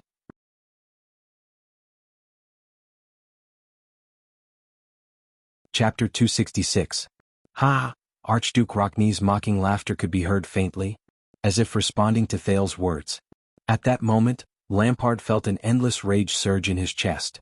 Trent Ida blinked, wanting to communicate with Alcius, but the latter's expression remained solemn and he did not say a word. Archduke Letko remained seated at the square table. Lampard sucked in a deep breath and forced himself to shift his gaze away from Thales' body. "So, this is the end." What he said next sent a chill down everyone's spine. "I'll ask you one last time, Archdukes," the Archduke of Black Sand Region said coldly, "is this your final choice? Are you going to give up on our alliance and choose that child's nonsense?" As soon as he said that, the atmosphere in the hall became tense. Trent Ida frowned. "Why isn't Prime Minister Leespan here yet?" Could it be? Thales looked at Lampard's expression and suddenly felt uneasy. "Last time?" Archduke Rockney chuckled. "You're really daring to say that." He pulled out a hair tie from his bosom, tied his long hair into a ponytail, and tucked it into the back of his collar. Lampard silently watched his movements and read his response. Archduke Letko's expression became serious. "Chapman, let's leave each other some leeway." The eldest sat upright and said in a stiff tone, "Let's solve this together, in another way that doesn't have to be so ugly." Lampard did not respond. He shook his head as if he had just given up on something and decided on something. "I knew it. I can never count on you, Chapman." Archduke Trentida's expression changed. "You're still an archduke. We don't have to go that far." "Humph," Lampard responded with a faint sneer. "Who was the one who said that as a Kingslayer, I'm no longer a member of the joint ruling pledge?" The atmosphere instantly became tense. Thales clenched his teeth. "As expected. Just as I thought." "Lampard, you don't want to be enemies with the four of us," Alcius said worriedly. "Don't do anything stupid." "Stupid?" Lampard glanced at him and placed his hand on his waist. In the next second, asterisk clang. Asterisk in front of all the archdukes, Lampard drew his sword amidst the sound of metal rubbing against leather. The archduke's expressions changed. Thales' heart skipped a beat. It was a sharp and shiny knight's hand and a half sword, completely inconsistent with its worn and yellowed scabbard. This meant that its owner had wielded this sword hundreds and thousands of times, and at the same time, maintained the blade with great care, just so that one day he could unsheath it and kill his enemies. Archduke Lampard glared at the others with a murderous look. Grand Duke Alcius sighed softly. Thales felt his skin crawl. At the next moment, Lampard suddenly turned in the direction of the hall's entrance and shouted, "Lessa!" The Grand Duke's voice was deafening, reverberating inside and outside. Viscount Kenvita's voice rang from outside the hall. "Your Grace." Lampard roared, "All troops prepare for battle." Thales' heart trembled. Saroma's hand, which was holding him, immediately tensed up. In the next second, the crowd outside the hall seemed to boil over. Walala, countless metallic sounds rang out in unison. People's voices came one after another. "Unsheathe. Raise your shields. Steady." It was even more exaggerated than the uproar caused by Thales. In the hall, the archdukes were very calm. Rockney methodically tied his hair, Alcius slowly placed his hand on the hilt of his sword, Trent Ida quietly retreated, and the seated Archduke Letko straightened his back and started exercising his fists. They quietly faced off against Lampard. Behind everyone, Trent Ida said in a low voice, "In fact, his military strength is several times more than ours, and he still controls Heroic Spirit Palace and the Gatehouse. So, it seems like we're the ones doing stupid things?" Thales gritted his teeth. He sighed and held Saroma's hand tightly. "This is terrible. This bunch of the Northlanders who would attack at the slightest disagreement." A familiar shout came from outside the hall, reminding the other archdukes, "Archduke Letko?" Archduke Letko looked calmly at the silent Lampard and snorted softly. "Lord Justin," the old archduke replied loudly, "thank you and your colleagues for your protection. Please do your best. You live up to the reputation of the White Blade Guards. It is my honor to travel with you. There was a second of silence outside the hall. Then Lord Justin's voice came again. It is also my honor, Your Grace. I don't care who you served before, archdukes or the palace, White Blade Guards or miscellaneous soldiers. Justin shouted from outside the hall, but when we fight later, you must act like Northlanders. Shouts rose and fell in response from outside the hall. It seemed to be a troop formed by the archdukes and the remaining manpower in the palace. The old archduke nodded slightly, even though Lord Justin could not see it. He returned his attention to the scene. You might as well reconsider, child, Letko said flatly to Lampard. We could have worked together to open up a future for Ekstedt, Lampard said coldly. At the same time he slowly turned his saber. But if you become a hindrance instead of a help, what's the point of keeping you alive?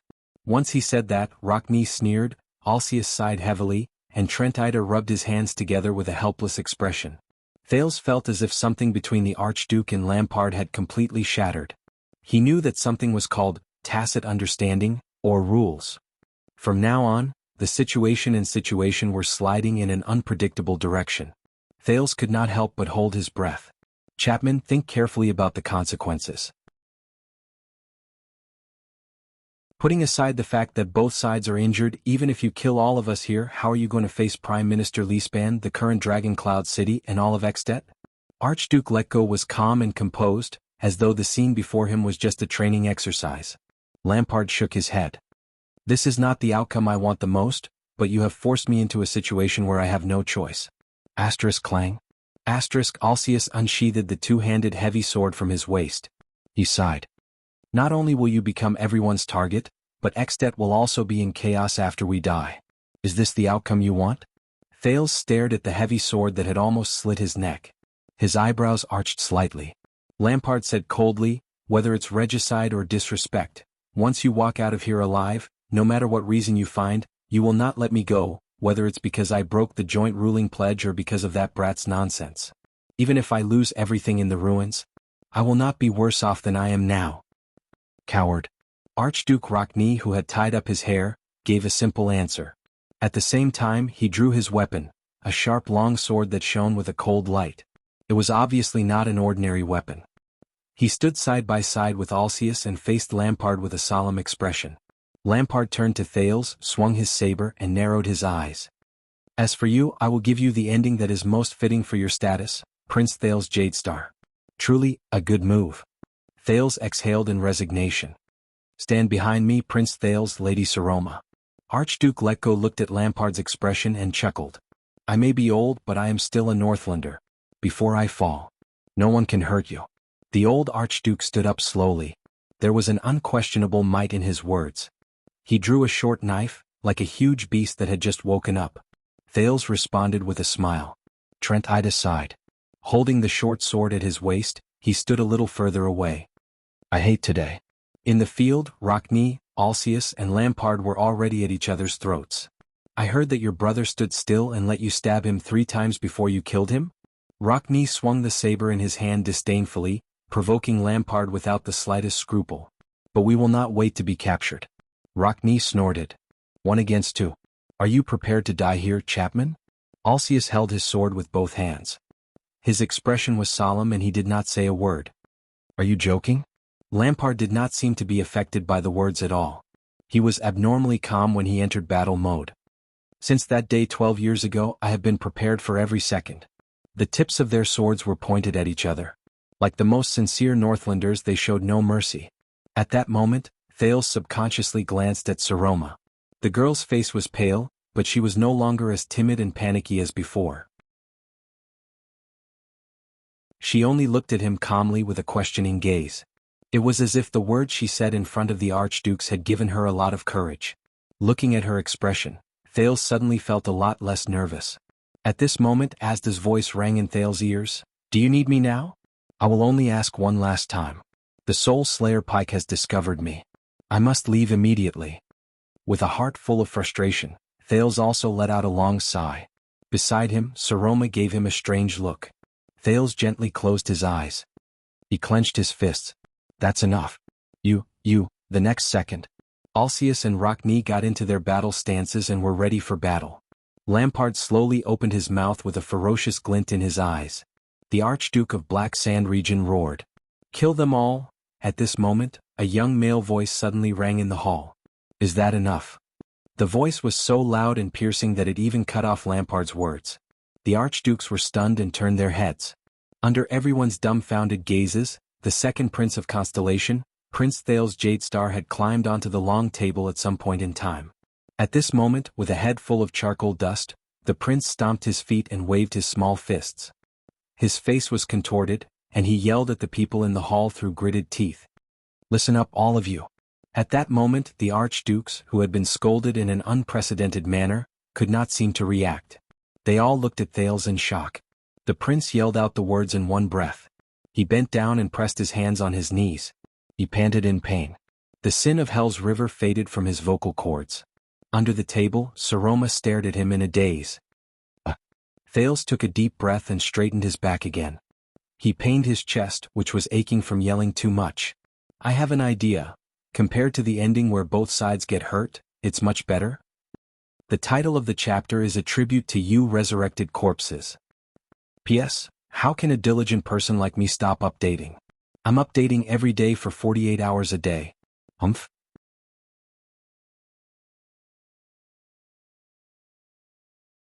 Chapter 267. Feng pushed it. Being banned on the homepage was a form of official recognition of the author's achievements. Being able to show my work here meant, damn. When I said this, Bourdieu's speech about speech kept popping up in my head and I couldn't continue. In short, I was very happy. Along the way, although there were many obstacles, I was proud and touched that the readers were always by my side. When the number of favorites was less than 100, 9 readers had joined the group. They discussed the plot and chatted with each other. They gave me a lot of motivation in my monotonous life. They supported me in recording and presenting the next chapter of the story. Until now, there were more than 500 people in the group. There were even more readers who didn't join the group, but they used all sorts of ways to support this work, this world, and the lives of these characters. It is my honor to fight alongside you.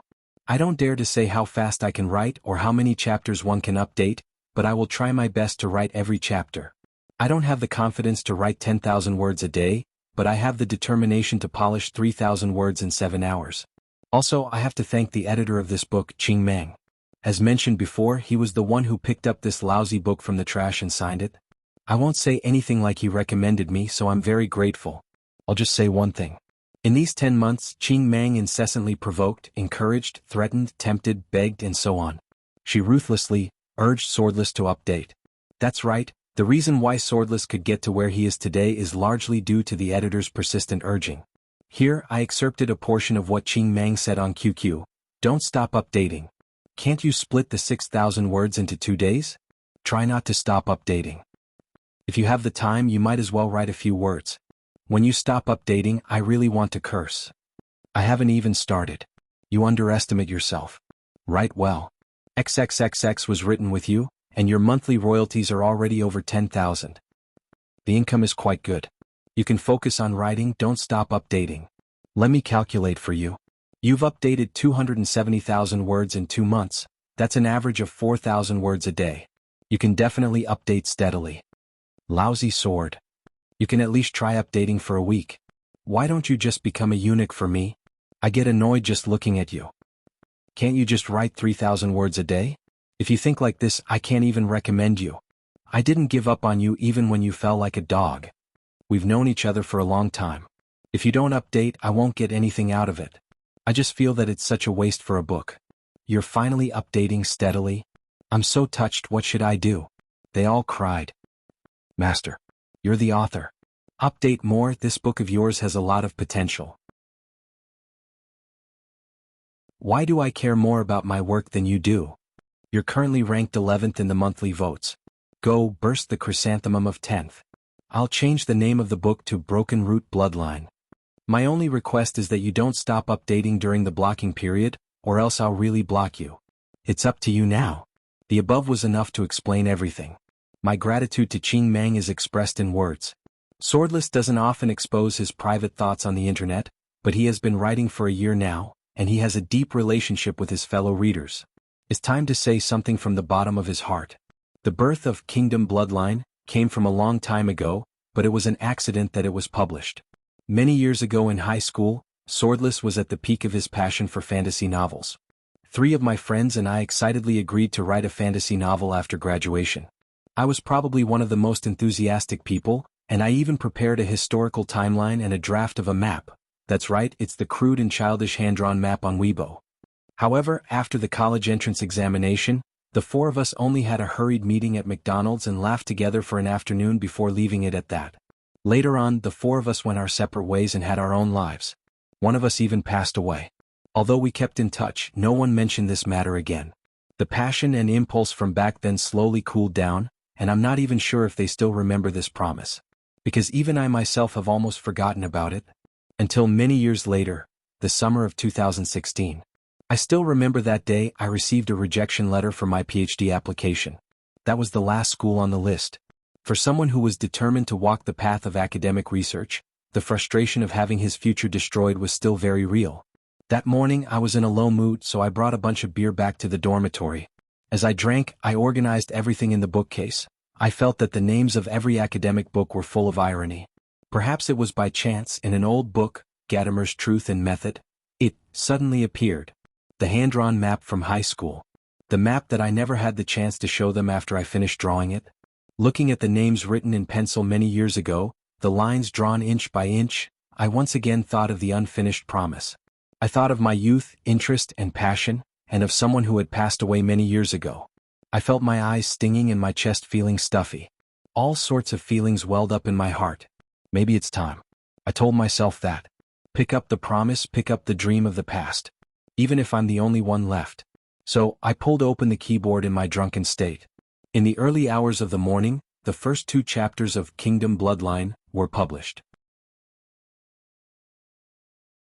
The image of the boy who curled up in the abandoned house, gritting his teeth and struggling to survive, appeared in front of me for the first time. At that time, everything was still hazy, the world was not clear, and many of the characters only had a blurry face. It was not until the next day when I woke up and stared blankly at the big line on the screen that said, "Your work has been approved," that I realized what I had done. I went downstairs to smoke, my 16th relapse, and thought for 5 minutes. And so it began.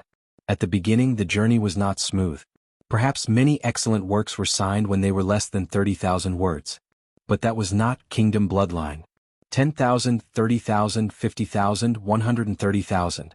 It was not until 150,000 words were written that the book received an invitation to sign. Green Mang's editor picked up the lonely little Thales from the trash, his words. After signing, probably because the 6th chapter was frequently reported, the book went missing on the website for a few days. 370,000 words. 3 days before the book went on sale, the book's bookmark had just passed 300. During that time, I experienced breakups, thesis defense, graduation, going home, working, and all sorts of life experiences. After the book went on sale, the number of readers gradually increased, followed by more doubts, criticism, and even abuse. At that time, I realized that writing was really tiring. Should I give up? During this process, similar thoughts had popped up in my head more than once. But my heart always told me, you like to write, no matter how bitter, tired, or not understood, you have the motivation and reason to persevere.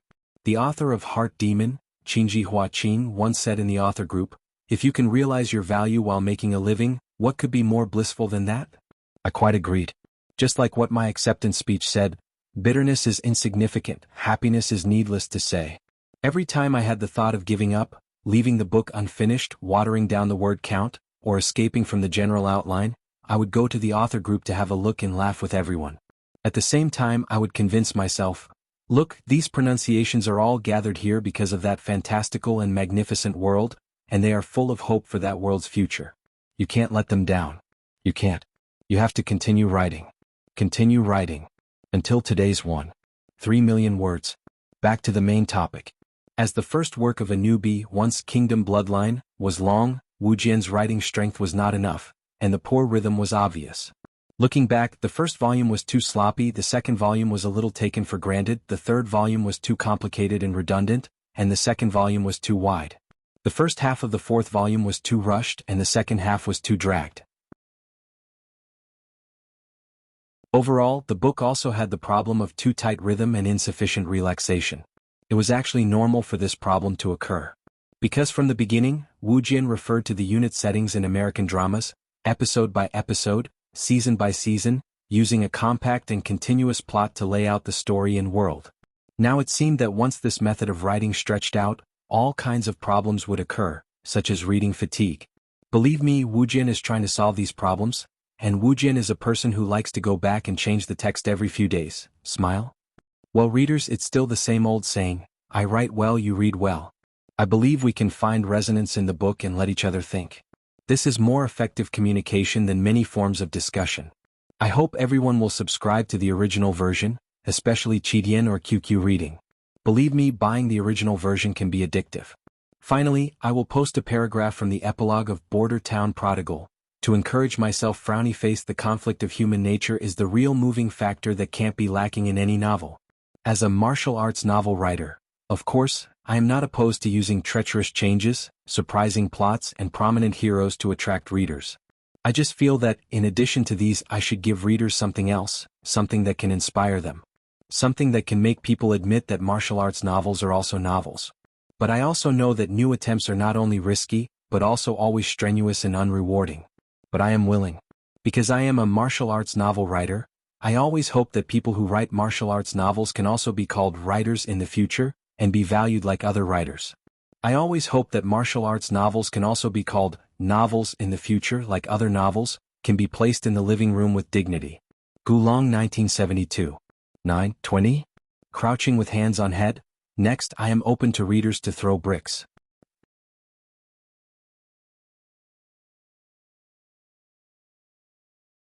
Chapter 268. At that moment, Thales swept his gaze across the tense confrontation between the two parties.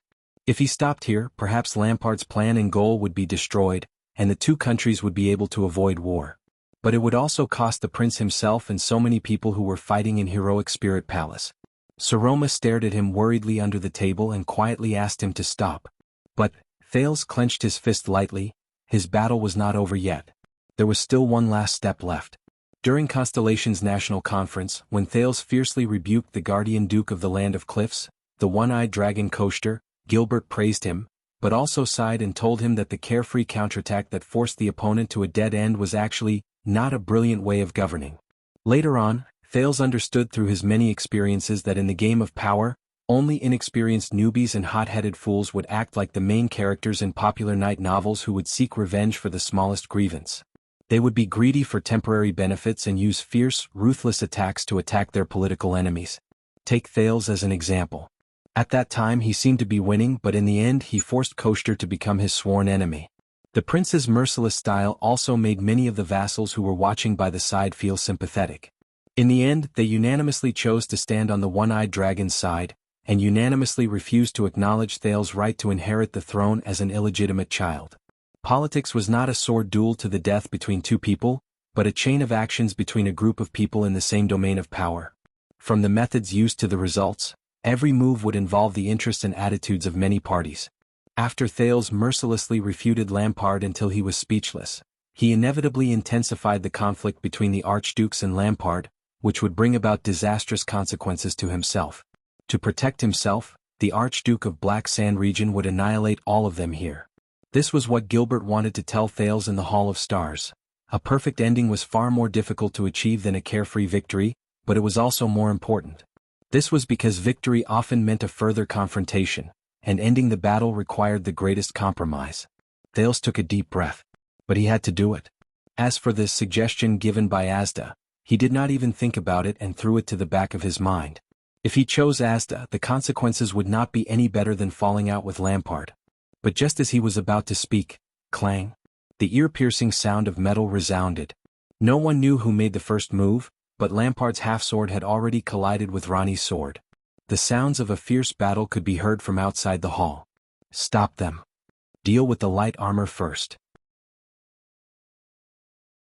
In the hall, which was equally dangerous, Lampard and Ronnie had exchanged two sword strikes in an instant.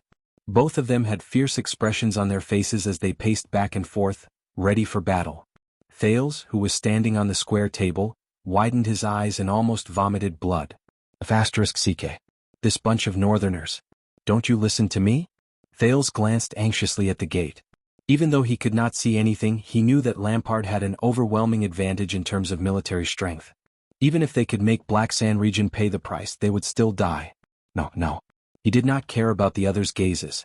When Rockne and Lampard clashed their swords for the second time, Thales raised his head and roared again. Chapman Lampard. Are you going to give up on your ideals and the chance to save Extet just like that? Are you going to let Extet sink into chaos and let Constellation overshadow all of you? How ironic. At that moment, Thales, whose heart was beating rapidly, ridiculed himself. A few minutes ago, he was still talking about the dangers of Lampard's ideology in front of the disdainful archdukes.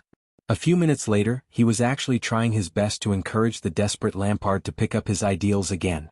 Lampard frowned slightly. He took 2 steps back and parried Alcius' heavy slash that came from the side. You told me that what you want is a little more than self-preservation, revenge, and the destruction of King Nuven and Dragon Cloud City. Thales took the opportunity when they were temporarily separated to shout with all his might, "For that little, you have sacrificed so much, snatching the last chance of survival from a hopeless situation that has long been beyond redemption." Due to the unusual movements in the hall, the sounds of fighting outside the hall were still incessant. In the chaos, Thales shouted at the top of his lungs, "Then why don't you take another risk and see if you can snatch a new chance of survival? Think about your brother and father." Lampard raised his head abruptly, his face contorted. "Brat. I've had enough of your nagging." The Archduke of Black Sand region gritted his teeth and returned the blow to Alcius. "You just want to save your own life, don't you? Get lost. F***CK. A surge of anger surged in Thales' heart. In the next second, Thales? As Saroma cried out in alarm, Thales took a deep breath and resolutely jumped off the table. Amidst the sounds of fighting outside the hall, the prince recklessly stomped on his aching feet. Under everyone's shocked gazes, he crossed his arms over his head and rushed forward. He rushed straight into the battle between Lampard, Rockne, and Alcius. Saroma's outstretched hand could only brush past his sleeve. Letko and Archduke Trentida widened their eyes in disbelief as they watched the prince's suicidal move. Rockne's pupils shrank. Just as he was about to stab, he abruptly stopped in midair. Even Alcius, who was beside him, stopped moving. Lampard opened his mouth in surprise and did not move forward. Thud. The agitated Thales came to a halt. He stopped in the middle of the 3 people. Suppressing his pounding heart, he raised his arms at the same time towards the 3 sword-wielding men on both sides. Like the most valiant and fearless warrior, he stood firmly in the middle. "You're crazy," Rockne angrily rebuked with an unpleasant expression. "Do you have a death wish?" The furious prince roared back rudely, "So what if I am? We're going to be surrounded and killed anyway." Thales felt the cold blades on both sides. He turned his head and shook his hoarse voice. He felt tears and snot coming out of his eyes. "Lampard, if you have the chance to return to the starting point, to the position where you started, to gamble with us again, to try to rebuild your Extet again instead of accepting your current failure, why don't you give it a try? You still want to save this country." Lampard stared at him in disbelief. He gritted his teeth and the tip of his sword trembled slightly. "My fellow archdukes." The prince, who could not care less about panting, turned his head.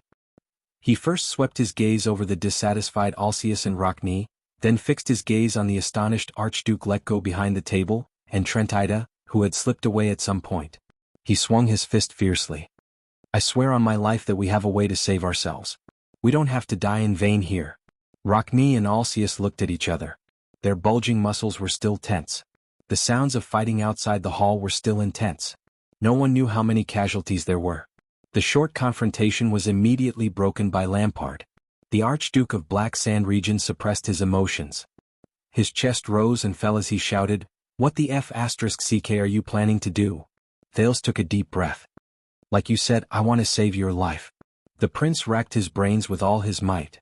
"And save the lives of the rest of us. Prince Thales, we all have a deep impression of you." Archduke Letko's voice was filled with displeasure. "But from now on, this is Extet's internal affair." He was obviously dissatisfied with the prince's claim of saving lives. "Of course," the exasperated Thales shouted. "So, I am only responsible for making suggestions and trying to convince all of you." Thales said loudly, "The choice is up to all of you. Can't we kill each other 2 minutes later?" Northlander.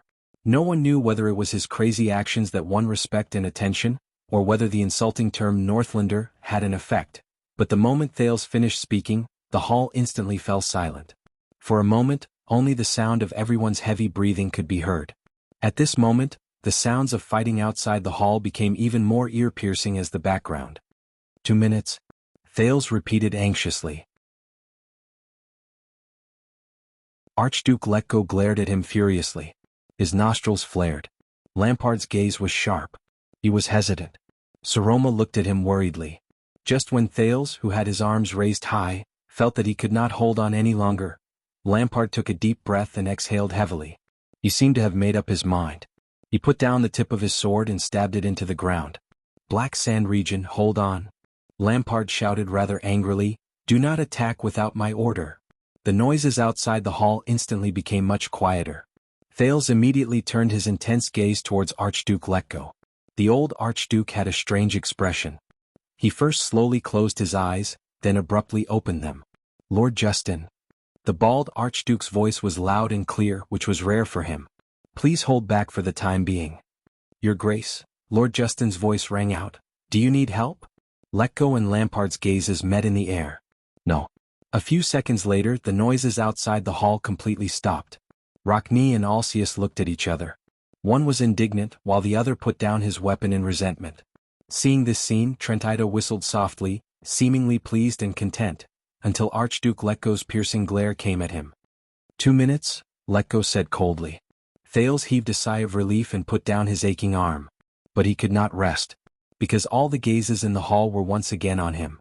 This time it was heavier, colder, and more unbearable than before. The prince pinched his thigh and forced himself to be alert. He raised his head to look at the emotionally unstable and unpleasant expressions on both sides. Damn it. One side wants to break the system of the joint ruling pledge, end the division of archdukes, and rebuild the centralized extet. The other side wants to maintain the framework of the joint ruling pledge, eliminate the abnormalities and traitors among them, and protect their own interests. 2 minutes. And he only had 2 minutes. To convince the two sides whose fundamental goals and basic interests greatly conflicted. To shake hands and make peace. And he was the one who pointed out this huge divergence and contradiction. Facing the murderous gazes from both sides, Thales sincerely felt at that moment. Compared to this, the seemingly unreasonable Giza and Asda were like docile kittens and puppies, obedient and easy to coax. But he had no choice. He and Saroma were still here, and his other companions were still struggling hard. He did not know how many people had already fallen. He had to succeed. In the next second, without waiting for the others to speak, Thales straightened his chest and spoke anxiously. Lampard. He quickly said, you are worried that after you leave this place the archdukes will join forces to deal with you, harm you, or even destroy you. Am I right? Leaning on his sword, Archduke Lampard pursed his lips tightly. His gaze was cold and he did not speak. But Thales did not have time to consider his response. The prince turned his head abruptly to look at the other 4 people. My fellow archdukes, your most urgent wish now is to walk out of Heroic Spirit Palace, which is tightly controlled by Lampard, alive from his oppressive encirclement, return to your territories and protect your families. Am I right? The 4 of them looked at each other. Dissatisfied and angry, they did not say a word. Saroma stared at Thales in a daze, worried about his situation between the two sides. Thales shook his head and blew out a breath to make himself more clear-headed. He gritted his teeth and raised his head, staring at the stone carving of the cloud dragon spear at the top. So, one side wants to live in the present and the other side wants to live in the future. For this you have to come to a consensus here. Cover up the true cause of King Nuven's death. Thales felt a tightness in his chest, but he still forced the words out of his throat. The archdukes will ensure that Lampard will not walk out of Heroic Spirit Palace with the crime of being a kingslayer, and give up any plans to harm him in the future. Archduke Letko snorted coldly. At this moment, Lampard will spare our lives and let us leave this place alive, the prince said coldly. We will use the present to exchange for the future. Lampard grinned, baring his teeth. It's useless. The Archduke of Black Sand region shook his head in disdain. Thanks to you they are now wary of me, afraid of me, and will not let me go. Lampard glanced at the archdukes coldly. Even if it's not the crime of being a kingslayer, sooner or later, for one reason or another, they will lead their troops to attack me and destroy me. Rockne pointed at the blade of his sword in a timely manner. Smart. At that moment, Thales had never hated the tactless Rockne so much. Damn it. I need to get straight to the point as soon as possible. Thales raised his head abruptly and spoke to Lampard. He spoke faster. That's right, they will not let you go, because you are the one who trampled on the joint ruling pledge by killing the king, and even tried to destroy the pledge with a revolution. To protect the joint ruling pledge and for their own interests, the 4 archdukes will definitely join forces to destroy you. Looking at Lampard's increasingly hostile gaze, Thales' expression became solemn, and he changed the topic. Unless, under everyone's gaze, Thales said seriously, unless Chapman Lampard's life is already tied to the joint ruling pledge. Destroying you is equivalent to destroying the joint ruling pledge. As soon as he said that, what? The 4 archdukes, including Lampard, all widened their eyes and looked at Thales in disbelief.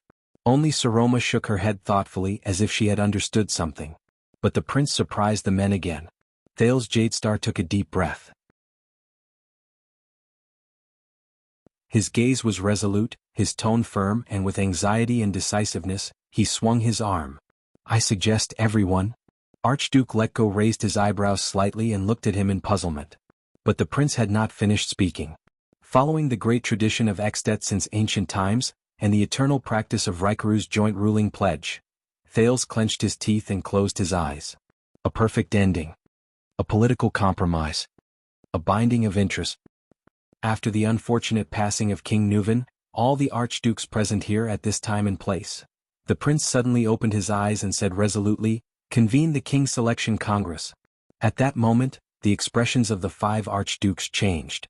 You will jointly elect the Archduke of Black Sand Region, Chapman Lampard, for the Great Extet.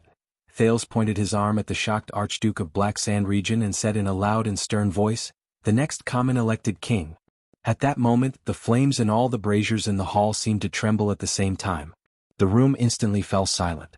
After Thales finished speaking, he pressed down on his violently beating heart and panted hard. 1 second. 2 seconds. In the quiet hall, Trentida blinked in surprise and took 3 deep breaths.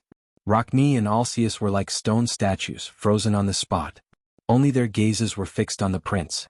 Archduke Letko was expressionless, but his eyebrows and upper lip kept twitching, and his wrinkles rose and fell. The hostility from their life and death duel seemed to have been dispelled in an instant. Even Saroma, who was deep in thought, forgot to think for a moment. She stared at Thales with wide eyes. As for Chapman Lampard, the person Thales was pointing at, he stared at the Prince of Constellation with a strange gaze that had never been seen before. The Archduke of Black Sand Region, who was brimming with killing intent, gulped with difficulty. This boy, he just said. What did he say? The common elected king? I keep feeling that little Thales could not finish talking in those 2 minutes. What do you think?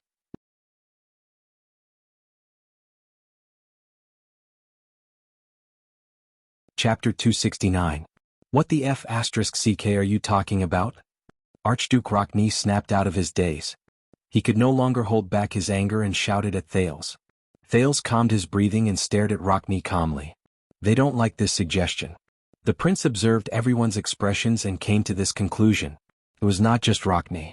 Almost all the archdukes except Lampard were extremely dissatisfied. Even the slippery Trentida snorted to express his disdain. However, Thales had long since anticipated their reaction. Next, in my opinion, Archduke Alcius raised his heavy sword again, his eyes blazing. Shall we kill this viper first, then kill each other? Prince Thales. Archduke Letko's deep voice was now filled with sternness. I advise you. Thales took a deep breath. Saroma shook her head at him from afar. It's not 2 minutes yet. The prince put on the most serious expression he could imagine. Keep your promise. Let me finish. After that, you can cut me into as many pieces as you want. Archduke Letko stopped talking. His face was filled with disgust and anger. Thales immediately turned his head. Lampard was looking at him with a complicated expression. I have to find something they care about, Thales told himself.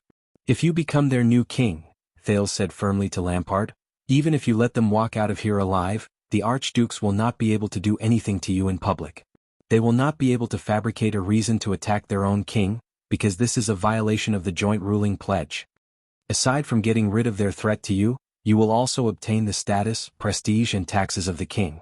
You will be able to continue fulfilling your ideals in Extet, and you will not have to face the wrath of Dragon Cloud City after the Archduke's death. Lampard's brows furrowed and relaxed. He wanted to say something but stopped. Impossible. Archduke Rockney interrupted them with gritted teeth. In this lifetime I will never choose a king-slayer as king.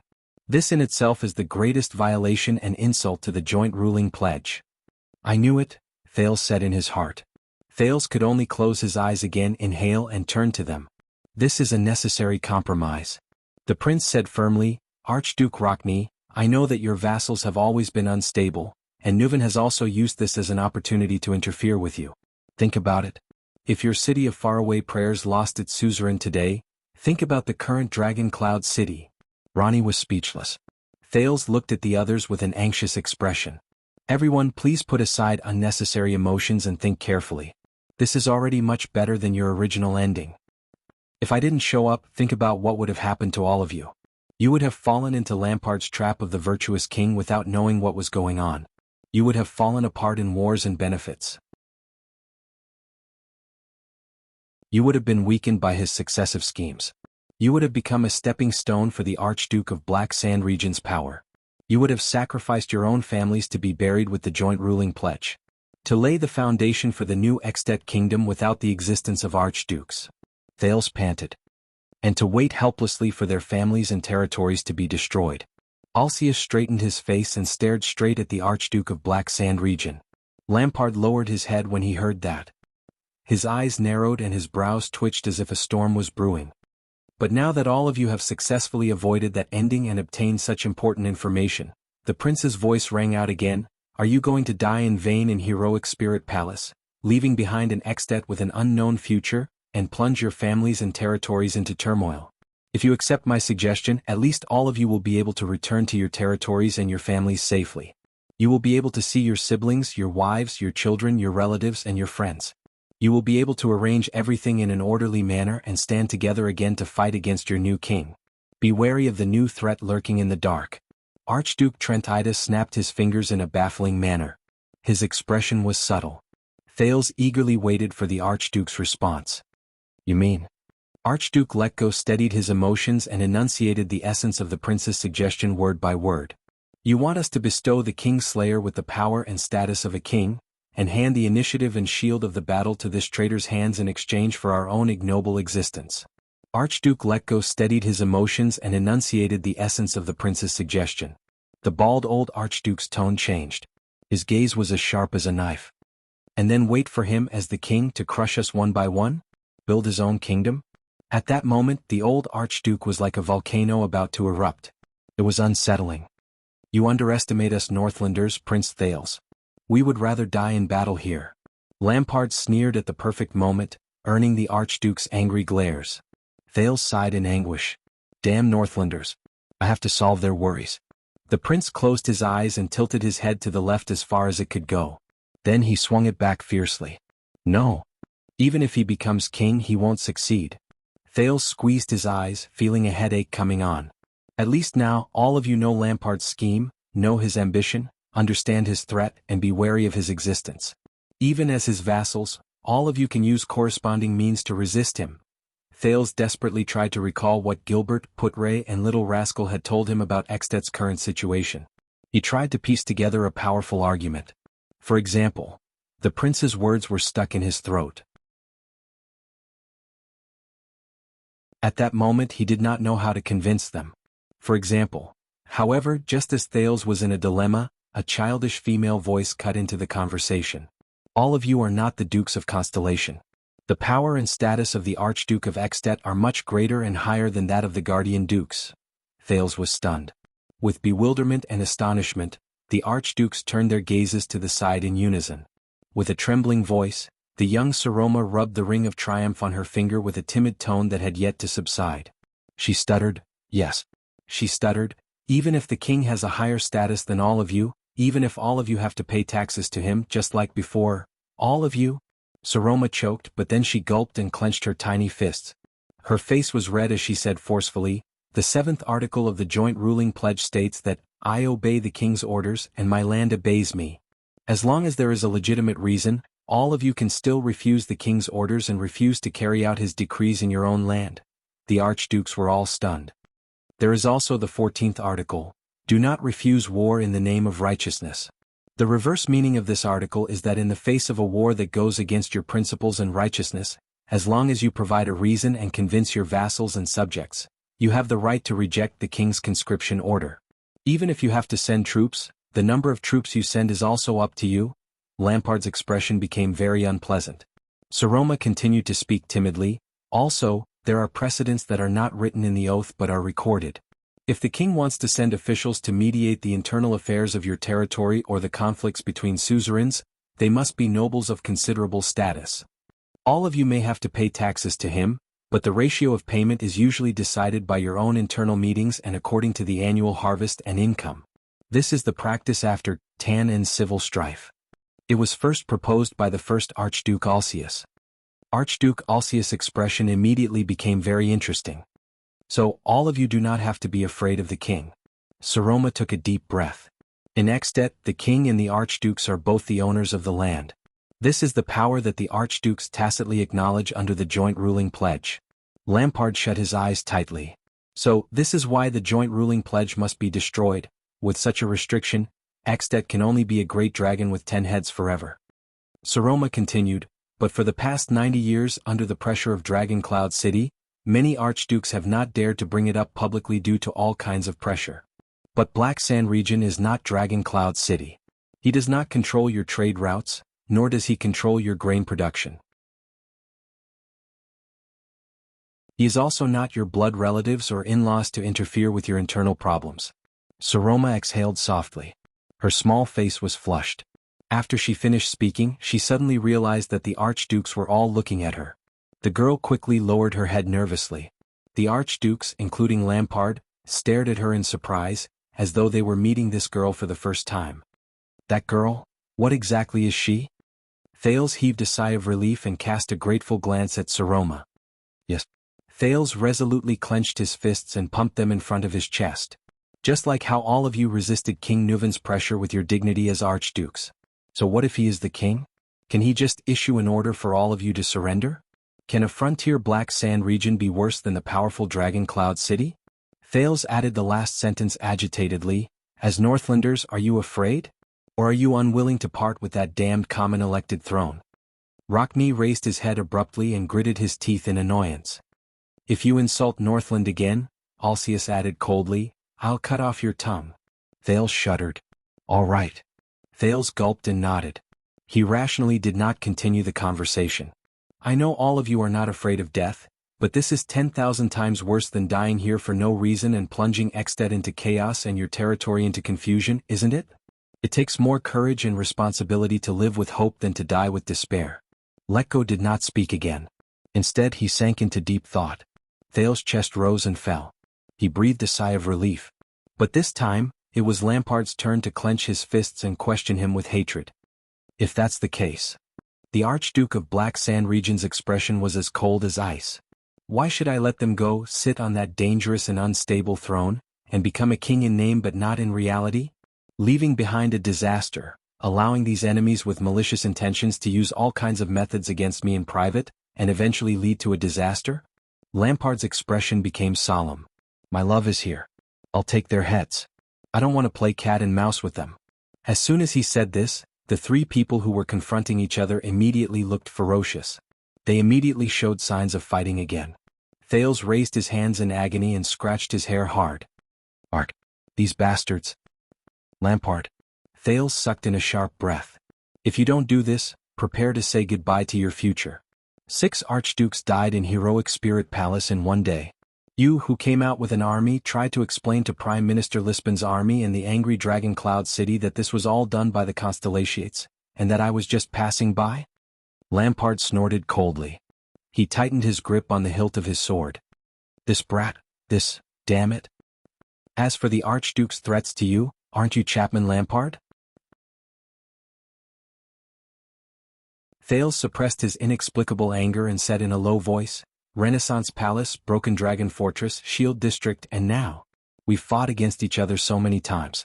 You who never yielded, always managed to fight for hope in a hopeless situation. Don't you dare to take the risk again for your ambition, for your ideals, for your Ekstedt, to sit on that dangerous and unstable throne? and to continue your dangerous game on the second battlefield? Do you still need me to tell you which to choose, to die here without hope, or to walk into danger with a glimmer of hope? Lampard's breathing gradually became chaotic. Thales remembered Lampard's past and subconsciously added, "Believe me, after killing a few archdukes in a row, your ambition will come to an end.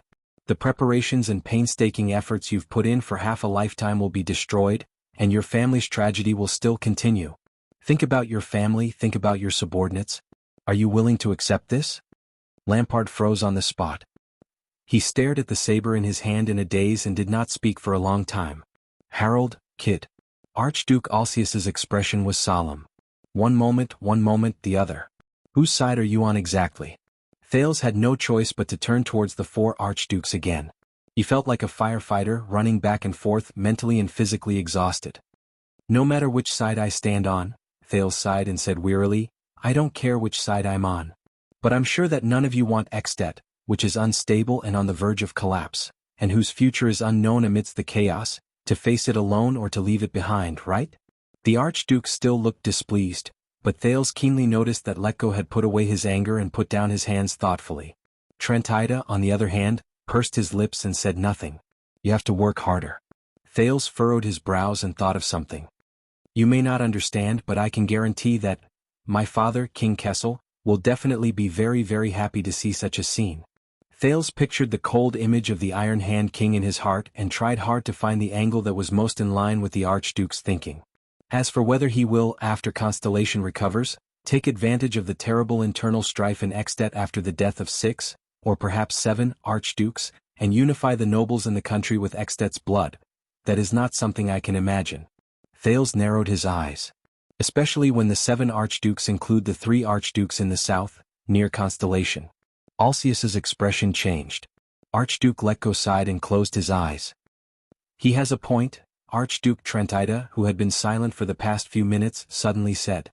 "Dying here is not worth it. There are only unfavorable consequences." Alcius glared at him sternly. "Porpheus."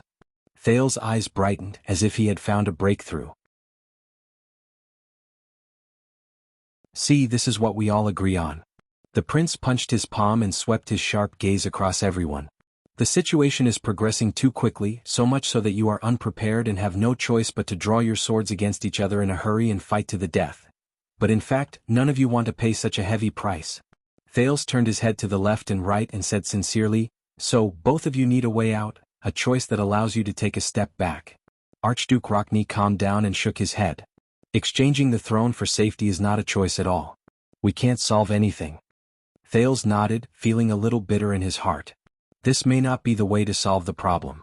But please remember, in this round, none of you surrendered, none of you admitted defeat, and none of you abandoned your principles and beliefs." Thales stared at the archdukes, who were gradually quieting down. He said solemnly, "You are only temporarily covering the middle of the game, temporarily withdrawing your swords, rubbing your palms together, and leaving the outcome of the battle for the next time." Archduke Alcius' face contorted and he growled in displeasure. He thought of his prestige Orchid region, and the teachings and stories passed down from generation to generation in his family. "This Jadestar fellow, Jadestar." Thales turned to the hesitant Lampard. "This is my proposal. You, Lampard, will become king. You will be free from the crime of regicide and the threat of the archdukes. You will obtain new power and status. Although the road ahead will be full of difficulties, you will still be able to restart your dream. You will not be trapped in the dangerous Dragon Cloud City." Lampard did not speak. Thales looked at the archdukes again. "You archdukes will survive in a situation of certain death. At the same time, you will learn where the real threat lies. You will form an alliance again, return to your territories to protect your families, maintain the integrity of the joint ruling pledge, and avoid Extet's precarious fate." Thales panted, praying in his heart for the archduke's reaction. Archduke Letko slowly opened his eyes. He looked at Trentida, who flashed an ugly smile. Alcius stared at Lampard, who was in front of him, and said through gritted teeth, "Choosing a king like this is child's play? This is not child's play, this is politics." Unexpectedly, the one who interrupted him was Trentida. The cunning man narrowed his eyes. "This is a necessary compromise and exchange of benefits." Thales seemed to have found a life-saving straw. He nodded gratefully. "You're right, this is another way of fighting. And when you know that there is a better choice, you still blindly charge forward and sacrifice your soldiers. That is the behavior of a fool.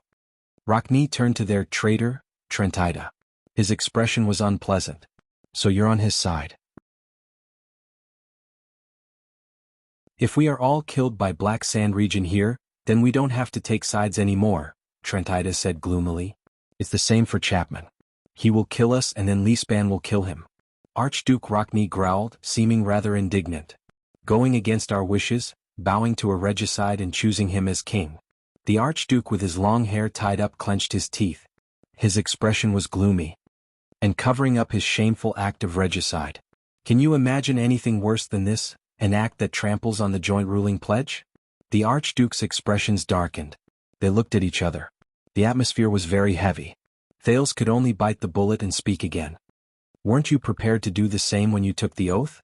Thales steadied his breathing and felt his palms sweating. When you were facing the threat of Constellation, you made a painful but necessary decision. I can understand. Now, when you are facing Lampard's threat, you also have to make a painful but necessary decision. This is the responsibility of a suzerain. Thales felt like he was about to collapse from exhaustion.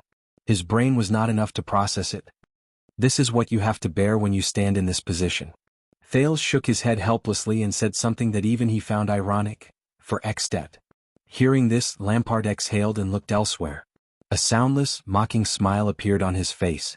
After Thales said the last sentence, he felt sweat all over his body. He was about to collapse. He had tried his best. If this was still not enough, then what next? It has been far more than 2 minutes. Archduke Letko, who had not moved for a long time, opened his tired eyes, as though he had gone through an intense duel. Prince Thales. Alcius and Rockne subconsciously raised their swords and looked at Lampard, who had also become vigilant. I'm sorry. Thales swallowed painfully. His mouth was dry. Perhaps my flow of time is different from yours.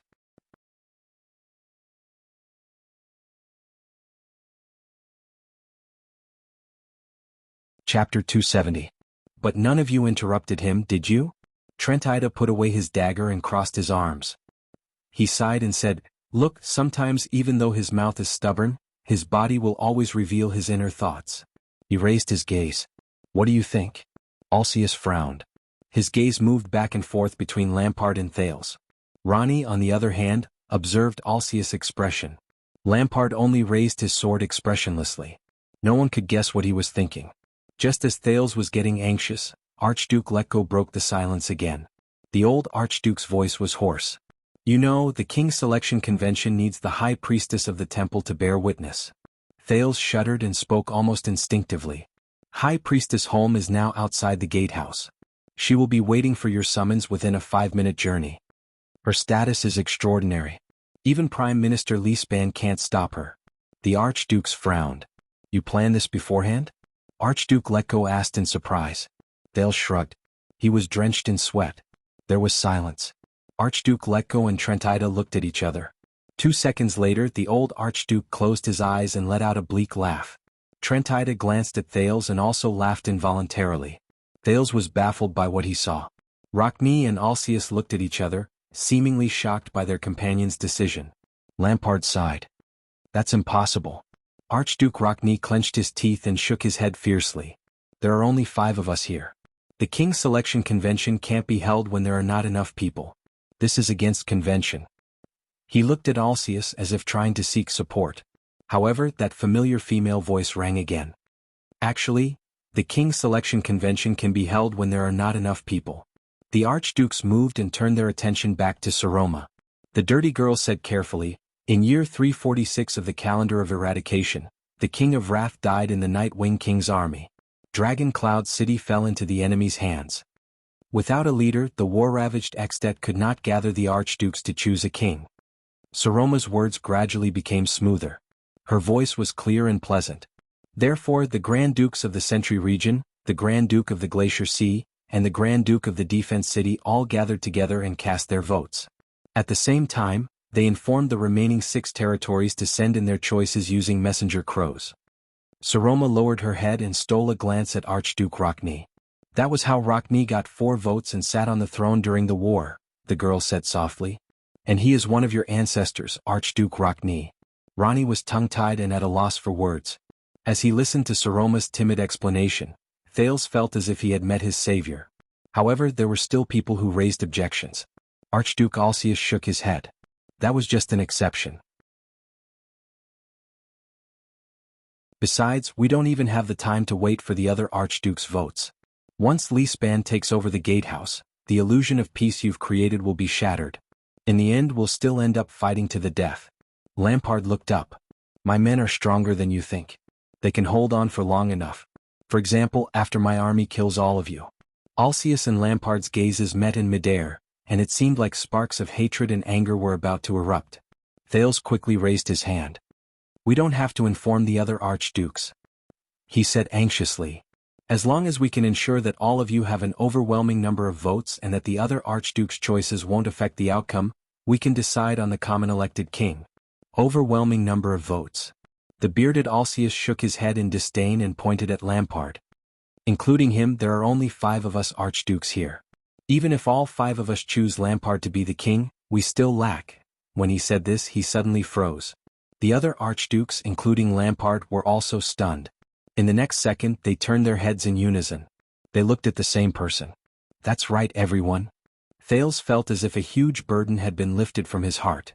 His arms trembled. We need 6 votes among the 10 archdukes to decide on the next common elected king without any objections in the absence of the other archdukes. His pupils shrank slightly. Only 6 votes. Under all the archduke's disbelieving gazes, Thales took a few steps forward and walked to the side of the girl who was at a loss for what to do and did not even know where to put her hands. Allow me to introduce her again. Thales grabbed the girl's hand and solemnly raised the triumph on her finger. Saroma, Alex Soria Walton. The archdukes looked at each other. She is the legitimate descendant of the Dragon Spear family and the next of Dragon Cloud City. Thales gritted his teeth and paused for a second before he slowly opened his mouth. Archduchess. The hall was greeted with a silence that lasted longer than any other moment. Saroma was dumbfounded as she met the archduke's shocked and puzzled gazes. What? How could this be? The girl only felt fear in her heart. She subconsciously turned to the prince beside her. But Thales grabbed a handful of her hand and stopped her words in her mouth. The second-last brazier slowly extinguished in the silence. No.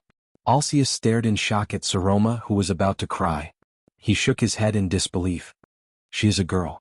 There has never been such a precedent in Ekstedt, no, in all of Northland. Have all of you not broken enough precedents today? Thales exhaled. Plotting to assassinate the king, covering up the truth, dividing up territories, archdukes drawing swords against each other in the Hall of Heroes? In comparison, the appearance of an archduchess is simply too conservative. Lampard stared at Saroma with a strange expression. He seemed to have thought of something and actually flashed a bitter smile. Archduke Letko sized up Saroma with difficulty. He wanted to say something but stopped himself. A woman. Archduke Rockne narrowed his eyes. Neither the commoners nor the nobles of Ekstedt will acknowledge an archduchess. Thales said seriously, so she needs all of your support. She needs the acknowledgement and affirmation of the 5 archdukes of Ekstedt in the kingdom to secure her position and suppress opposition and dissent. And her status as an archduchess will ensure that we. Thales stopped in time and changed the way he addressed the archdukes. Ensure that your king selection is successful, and we can solve the dilemma of both sides. Whether all of you die in the chaotic battle or Lampard dies under the Prime Minister's sword, we can avoid both. At the same time, we can compensate for Dragon Cloud City's loss and fill the vacancy left by King Nuven's death. Trentida glanced at Saroma with interest. He stroked his beard and clicked his tongue. I have placed the choice and its consequences in front of all of you, everyone. Thales wiped the sweat on his forehead and wiped off a large amount of charcoal ash, but he did not notice it. He said solemnly, I only implore all of you to maintain your rationality to the greatest extent. No one spoke. Letko seemed to have aged a few years. The wrinkles on his face became more terrifying. Alcius pursed his lips. Rockne continued to stare at Lampard even though the latter did not move at all. Thales held Saroma's hand closer and closer. He knew that the archdukes were struggling and hesitating. King Nuven's death. Alcius looked at Saroma with a bitter gaze. Can she accept it? Thales quickly poked Saroma. The girl seemed to have snapped out of her daze. I can compromise. Saroma looked at Thales' encouraging gaze and bit her lip. But this is Dragon Cloud City's blood debt. I will not forget it. Lampard snorted sarcastically. Alcius closed his eyes. Very well. What reason should we use to explain Nuven's death to Leespan? Calamities, Trentida interrupted. There was a rare gloominess in the Archduke of Reformation Tower's eyes. Just say that the king died in the blood calamities attack. They are evil enough anyway, they don't care about being cursed. Thales thought of the sealed Giza and remained silent. The hall fell into silence again. Archdukes, what do you think? Thales asked softly. What do you think? A long time seemed to have passed. None of them said a word. But someone moved. It was Lampard. Under the others' gazes, Chapman Lampard raised his sword with a cold gaze. Thales' heart skipped a beat. But in the next second, Lampard bent his wrist and turned the blade. He put the blade back into its sheath. The Archduke of Black Sand Region looked up and swept his gaze over the Archdukes aggressively. At that moment, Thales held his breath. He had already given his answer. Archduke Rebian Alcius sighed deeply. He walked to the square table, slammed his heavy sword on the table and sat down angrily. 1. Thales counted silently. Trentida snorted and shrugged. He pulled out his own chair and sat down. 2. Do all of you really know what you are doing? Rockne asked in disbelief as he watched their actions. No. Archduke Letko was the one who answered him. The old Archduke sounded tired. He shook his head, put away the dagger in his hand, pulled out a chair and sat down. No one knows. 3. At that moment, ha! Lampard laughed bleakly. The Archdukes looked at him in dissatisfaction. Even in my dreams, I want to destroy the joint ruling pledge. The Archduke of Black Sand Region looked back at the others with a sorrowful gaze. But now, as the king, I have to rely on this pledge to protect myself. Thales sighed. And all of you worked so hard to protect the joint ruling pledge. Lampard swept his gaze across every Archduke's face. Now, you want to make me king and trample on this pledge. He spread his hands and said mockingly, Isn't this the greatest irony? The Archduke's expressions became very unpleasant. Asterisk swoosh. Asterisk the sound of metal rubbing against leather was heard. What's even more ironic is that you used the joint ruling pledge to break it in the end. Rockne put away his sword and said coldly, We broke the pledge to protect it better. Rockne gritted his teeth and glared at Lampard. This is not over, Lampard. Lampard stared back at him coldly without saying a word. Rockne walked to the side of the square table and stared at Thales fiercely.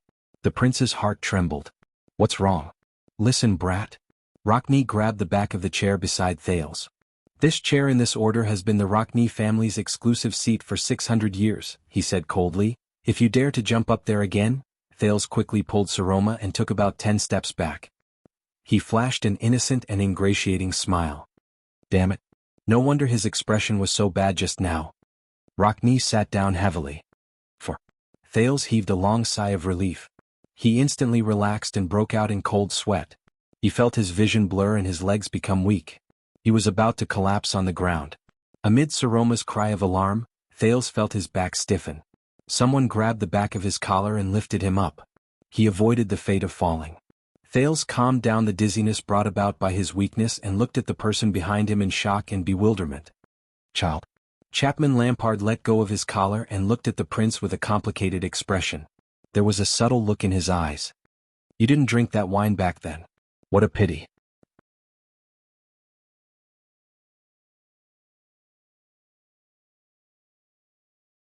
Chapter 271. It was a fantasy book, but with a sci-fi style. The title of the book might not stand out, Swordless Heart. What a stupid title. But when it came to the author, many fantasy readers might remember him, the great prodigal son who wrote Yala's Adventures. Yes, it was the 4 million-word novel about an uncle who ran around the world with beautiful girls. It was well known in the hearts of many readers, and could be said to be a fresh stream of fantasy. But the new book by the great prodigal son was very different from the previous one, which was full of righteousness. For example, the style was much more gloomy and gray. Some readers might not be used to it, but some readers might like the Gothic style of the post-war world. An author who was used to writing in his original style decided to change his approach and try to innovate. This was a kind of risk but also a kind of courage. No matter what the result was, Swordless Heart must first express his approval for this attempt. Hey, even if you don't like it, you should contribute a few clicks to my collection. Otherwise, A minority of writers like the great prodigal son would be forced by the market to write conventional novels. Let's talk about the novel itself. The narrative of this book is very interesting.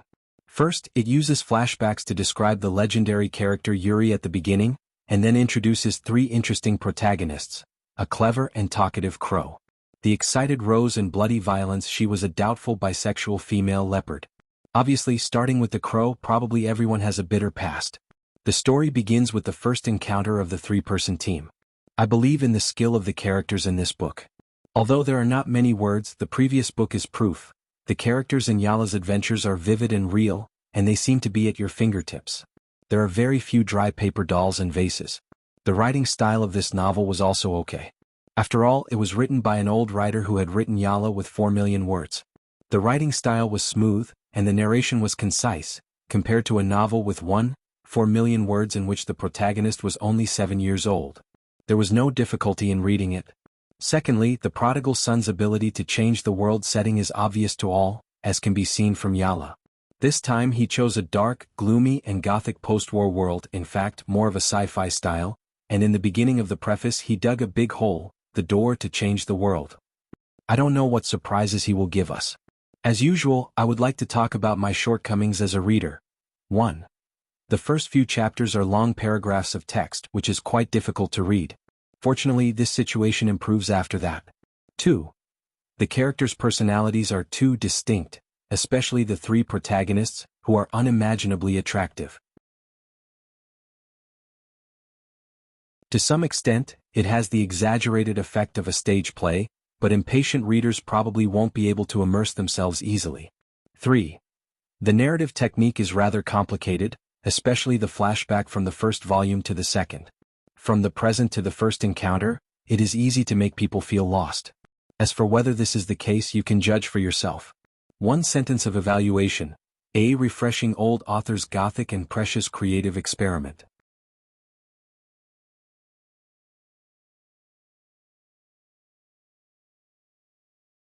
Chapter 272. Tada. The long-awaited anti-theft chapter. Are you surprised? Are you going to get chicken dinner? You'll get it back soon.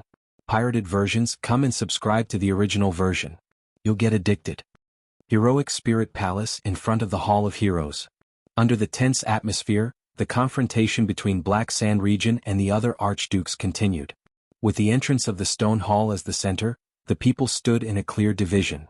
The archduke's subordinates and palace guards occupied the inner ring, while the people from Black Sand Region surrounded them from the outside. Both sides glared at each other. Many people had their palms pressed on their weapons. Their crossbows were on standby and their shields were raised. They were ready to fight at any moment.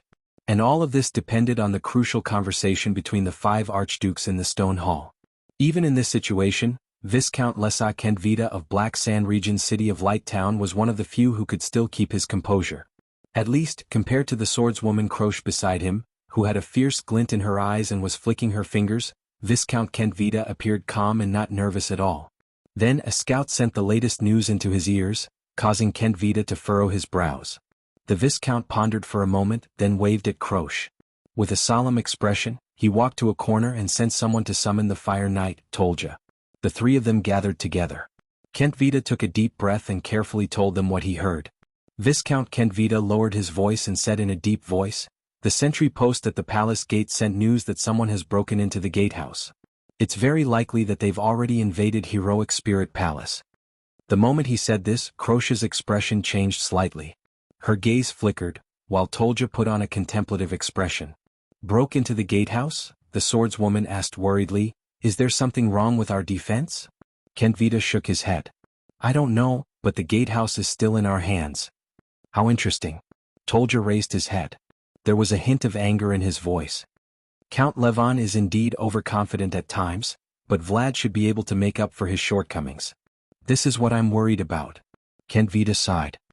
"A count of noble birth and a disciplinary officer who's a civilian captive.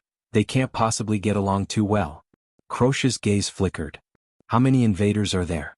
Kentvita's expression was subtle. He seemed uncertain. "Not many. I heard that there are no more than a dozen of them or even fewer." The other 2 were stunned. "So few?" Croche furrowed her brows. "What do they want?" Kent Vita shook his head to show that he did not know. The Fire Knight snorted coldly. We have a large group in the palace. There are nearly 500 of them. Most of them are heavy infantrymen and heavy axemen.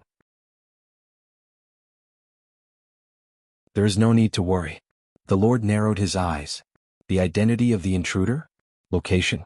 The moment this question was asked, Viscount Kent Vita took a deep breath. He put on his most polite smile and spoke cautiously. He seemed embarrassed by the question. According to the sentry's description, it's very likely that they are the remaining White Blade Guards outside. Perhaps there are also the Star Killer or even those Constellations.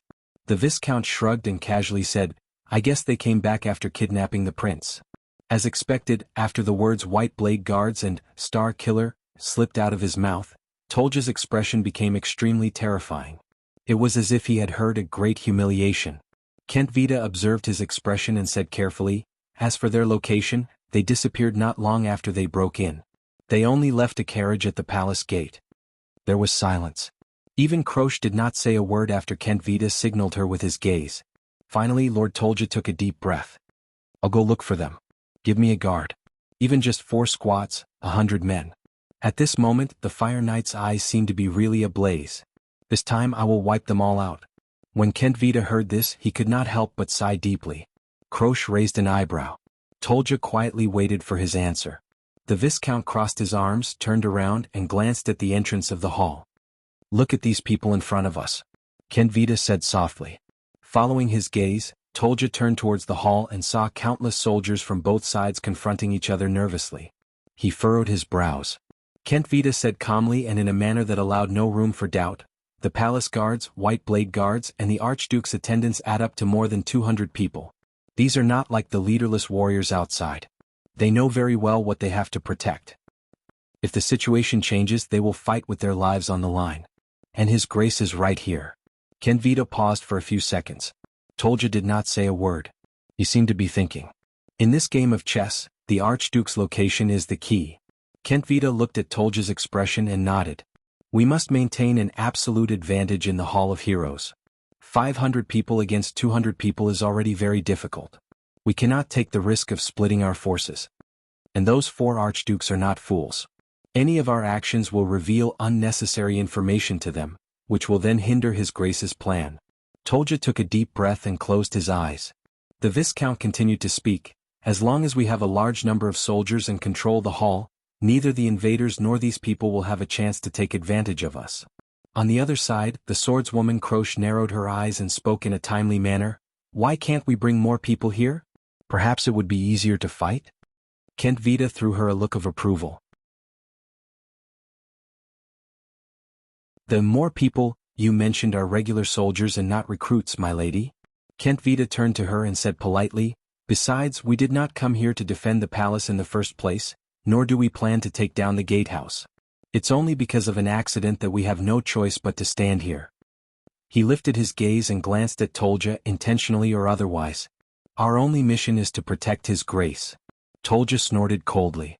Croce curled up the corners of her lips and stared at the Viscount with a subtle look in her eyes. Then are we just going to watch and let those dozen flies run amok in the palace? Kent Vita shook his head. His Grace is fighting alone inside and I am very confident in him. He nodded. What we need to do is to stand behind him and prevent any accidents from happening. As soon as he finished speaking, Kent Vita and Croce looked at Tolja. A few seconds passed. Tolja finally opened his eyes and heaved a long sigh. You are the temporary commander appointed by His Grace, and your rank is also higher than mine, the Fire Knight said coldly. You decide what to do. Hearing Tolja's answer, Kent Vita finally smiled. Very good. Viscount Kent Vita nodded. His tone was sincere and convincing. That's right, we can indeed wait here, rely on a large number of soldiers and wait for our enemy to exhaust themselves. He then changed the topic. Kent Vita exhaled and said with a faint smile, but I think that if the opponent is that Lord of Constellation, he won't be so foolish as to fight the weak against the strong and come here with a weak military force to die. Croce stared at him and smiled. Your lordship, honorable lady, and even that person. Kent Vita's gaze flickered slightly and his words were profound. If you stay in the army with combat power like yours, you will not be much more useful than a few ordinary class warriors who work well together in a chaotic battle. So, the Viscount's tone was thick with mockery, Are you ready? Tolja's eyes brightened while Krosh narrowed her eyes. No matter what those people want to do, be it a desperate assassination, a reckless attempt to stir up trouble, or even a sneak attack. Kent Vita looked at the corridor, at the path illuminated by the braziers, and smiled faintly. We have to keep them busy. No time to split. No place to hide. No way to get close. In another part of Heroic Spirit Palace, Thales and the others waited cautiously in a remote corner. The remaining White Blade guards were anxiously cleaning up their wounds from the chaotic battle, while the Constellatiate soldiers spread out to report the movements in front of them. Nicholas is just standing there? Thales leaned against the wall and frowned, recalling the unbelievable scene just now. Holding back those hundreds of enemies? Merc looked up. If he wants to maintain the effects of the Severing Soul's blade, yes. The former administrator with a crew cut nodded. His expression was solemn and his tone was somber. The conditions for that legendary anti-mystic equipment are very harsh. On the other side, Putre sighed. I think we've lost a Supreme-class fighter. The only Supreme-class fighter. Thales furrowed his brows. Beside him, Little Rascal said dejectedly, He'll be fine. After the chaotic battle just now, Nicholas turned around and ordered them to continue forward with a fierce look. He continued to stay in the circle of yellow light, resisting Black Sand Region's pursuit. Indeed, with Nicholas' extraordinary performance, they managed to break into Heroic Spirit Palace. But then, Thales took a deep breath. Let's continue. The prince clenched his teeth and clenched his fists. Let's go find Lampard and the Archdukes. Let's end this damn farce. Raphael's voice came from behind them. For now, it seems to be a little difficult. Raphael flashed a relaxed smile. We've just scouted the situation in the two corridors in front of us. Although there are no enemy defenses, but Raphael stopped talking and swept his gaze across everyone. His smile did not fade. Everyone furrowed their brows and waited for his words. We've caused too much of a commotion. It's very likely that we've alerted the enemy sentries. Miranda walked up from behind him and said flatly, The people in Heroic Spirit Palace, Lampard probably already knows of our existence. Thales sighed. How many people do they have in the palace? Not more than the gatehouse. After all, the pressure on the gatehouse is greater. Miranda looked at the prince. Her gaze unconsciously tensed up and revealed a hint of guilt. But the worst-case scenario is, as many as the gatehouse. Everyone's heart sank. So we're still in danger. Even if I followed Shiles in, the situation won't be any better? Thales thought of those fearless Black Sand Region soldiers and their wave-like pursuit. He felt extremely irritated. About that. Cohen raised his eyebrows and rolled his eyes. That Uncle Star Killer. Can we call him back? You want to play that trick again? The White Blade guards glared at him. Merc also cast him a sideways glance. His meaning was self-evident. Cohen's expression froze. He shrugged and smiled awkwardly. I'm just asking. Just as everyone was frowning, a familiar yet strange voice rang out. It was the veteran Janet. They did not form a defense line in front of the palace gate, nor did they split up their troops to patrol the corridors and passageways. The veteran from Starlight Brigade narrowed his eyes. The new recruit, Willow, leaned against the wall beside him. Under the gazes of so many important people, he seemed very nervous. Duke John once said, Where the enemy is what the enemy thinks. On the battlefield, this can explain a lot of things. Listening to his words, Putre's gaze flickered slightly. Thales' eyes lit up. For example? Putre continued the veteran's words and took a deep breath. For example, they are very confident in the defense of the gatehouse. They think that no one can break through the gatehouse. Thales raised his eyebrows. Very good. At least we don't have to worry about this anymore. Putre pondered, his gaze could not help but flicker. Secondly, they must have something more important to do. They cannot afford to disperse their forces. For example, deploying a large number of troops to protect the most crucial and vital places. The most crucial places. Thales' heart skipped a beat. He understood something. Just now, the commander said that the hall. The prince recalled the chaotic battle just now. I think Lampard is in the Hall of Heroes. Raphael nodded slowly. Guess what he is doing? Thirdly, Putre narrowed his eyes and seemed to be deep in thought. At least in Heroic Spirit Palace, Black Sand Region's military strength is already stretched thin. They cannot be moved easily. Thales took a deep breath. I understand, the prince said, a little moved. They are confronting the 4 archdukes. Thales raised his head abruptly. So they cannot disperse their forces, nor do they dare to take the risk. Because to them, the attitude of the 4 archdukes is more important. He had to think this way. He had to think this way. Put-Ray nodded with a firm expression. So, while our current situation may seem bad, the vice diplomat said softly, but compared to just now, it's a world of difference. We have indeed caught their vital point. Put-Ray raised his head and revealed a smile.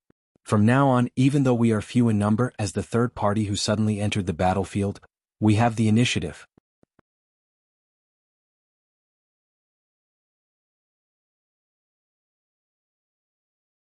Chapter 273. Outside the corridor, the atmosphere was still tense. Faint voices could be heard from the Hall of Heroes, but they could not be heard clearly outside the hall. Thales was so tired that he did not even have the strength to activate the Sin of Hell's river. Nicholas let go of Merc's hand and let him rest on his own. The latter stared in pain at the female warrior on the stretcher among the Black Sand region crowd. Boss. Lord Justin of the White Blade Guards came forward and looked at the Star Killer in surprise. You've been missing since last night? How? Ah, Justin. Nicholas' expression was gloomy. He waved at his deputy commander from afar. You did well. At least you protected the palace. You left us a chance of survival. Justin was dumbfounded. Nicholas walked towards Thales with a complicated expression. In fact, I never thought that you would succeed. The prince, who was sitting on the floor with his hands on the ground, raised his head and glared at him weakly. I know, Thales answered hoarsely. He felt like an unlucky person who had just returned from drowning. You probably thought, this guy went to die. Nicholas stared at him. His eyes narrowed slightly as if he was thinking. I have to admit. After a few seconds, Nicholas nodded in a barely noticeable manner and pursed his lips. You do have some tricks up your sleeve. Young prince.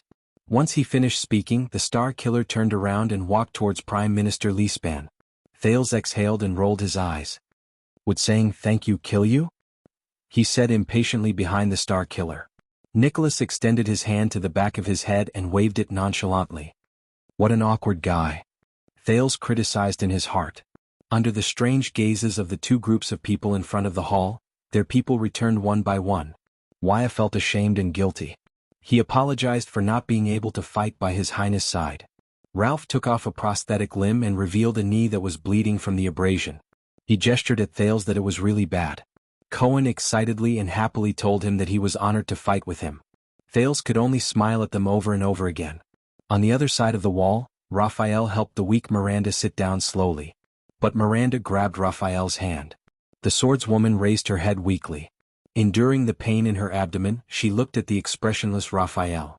A second later, Miranda, whose eyes were slightly red, reached out and wrapped her arms around the man's neck. She exerted a little force trying to pull him toward her. Raphael was slightly shocked and his heart tightened. Oh.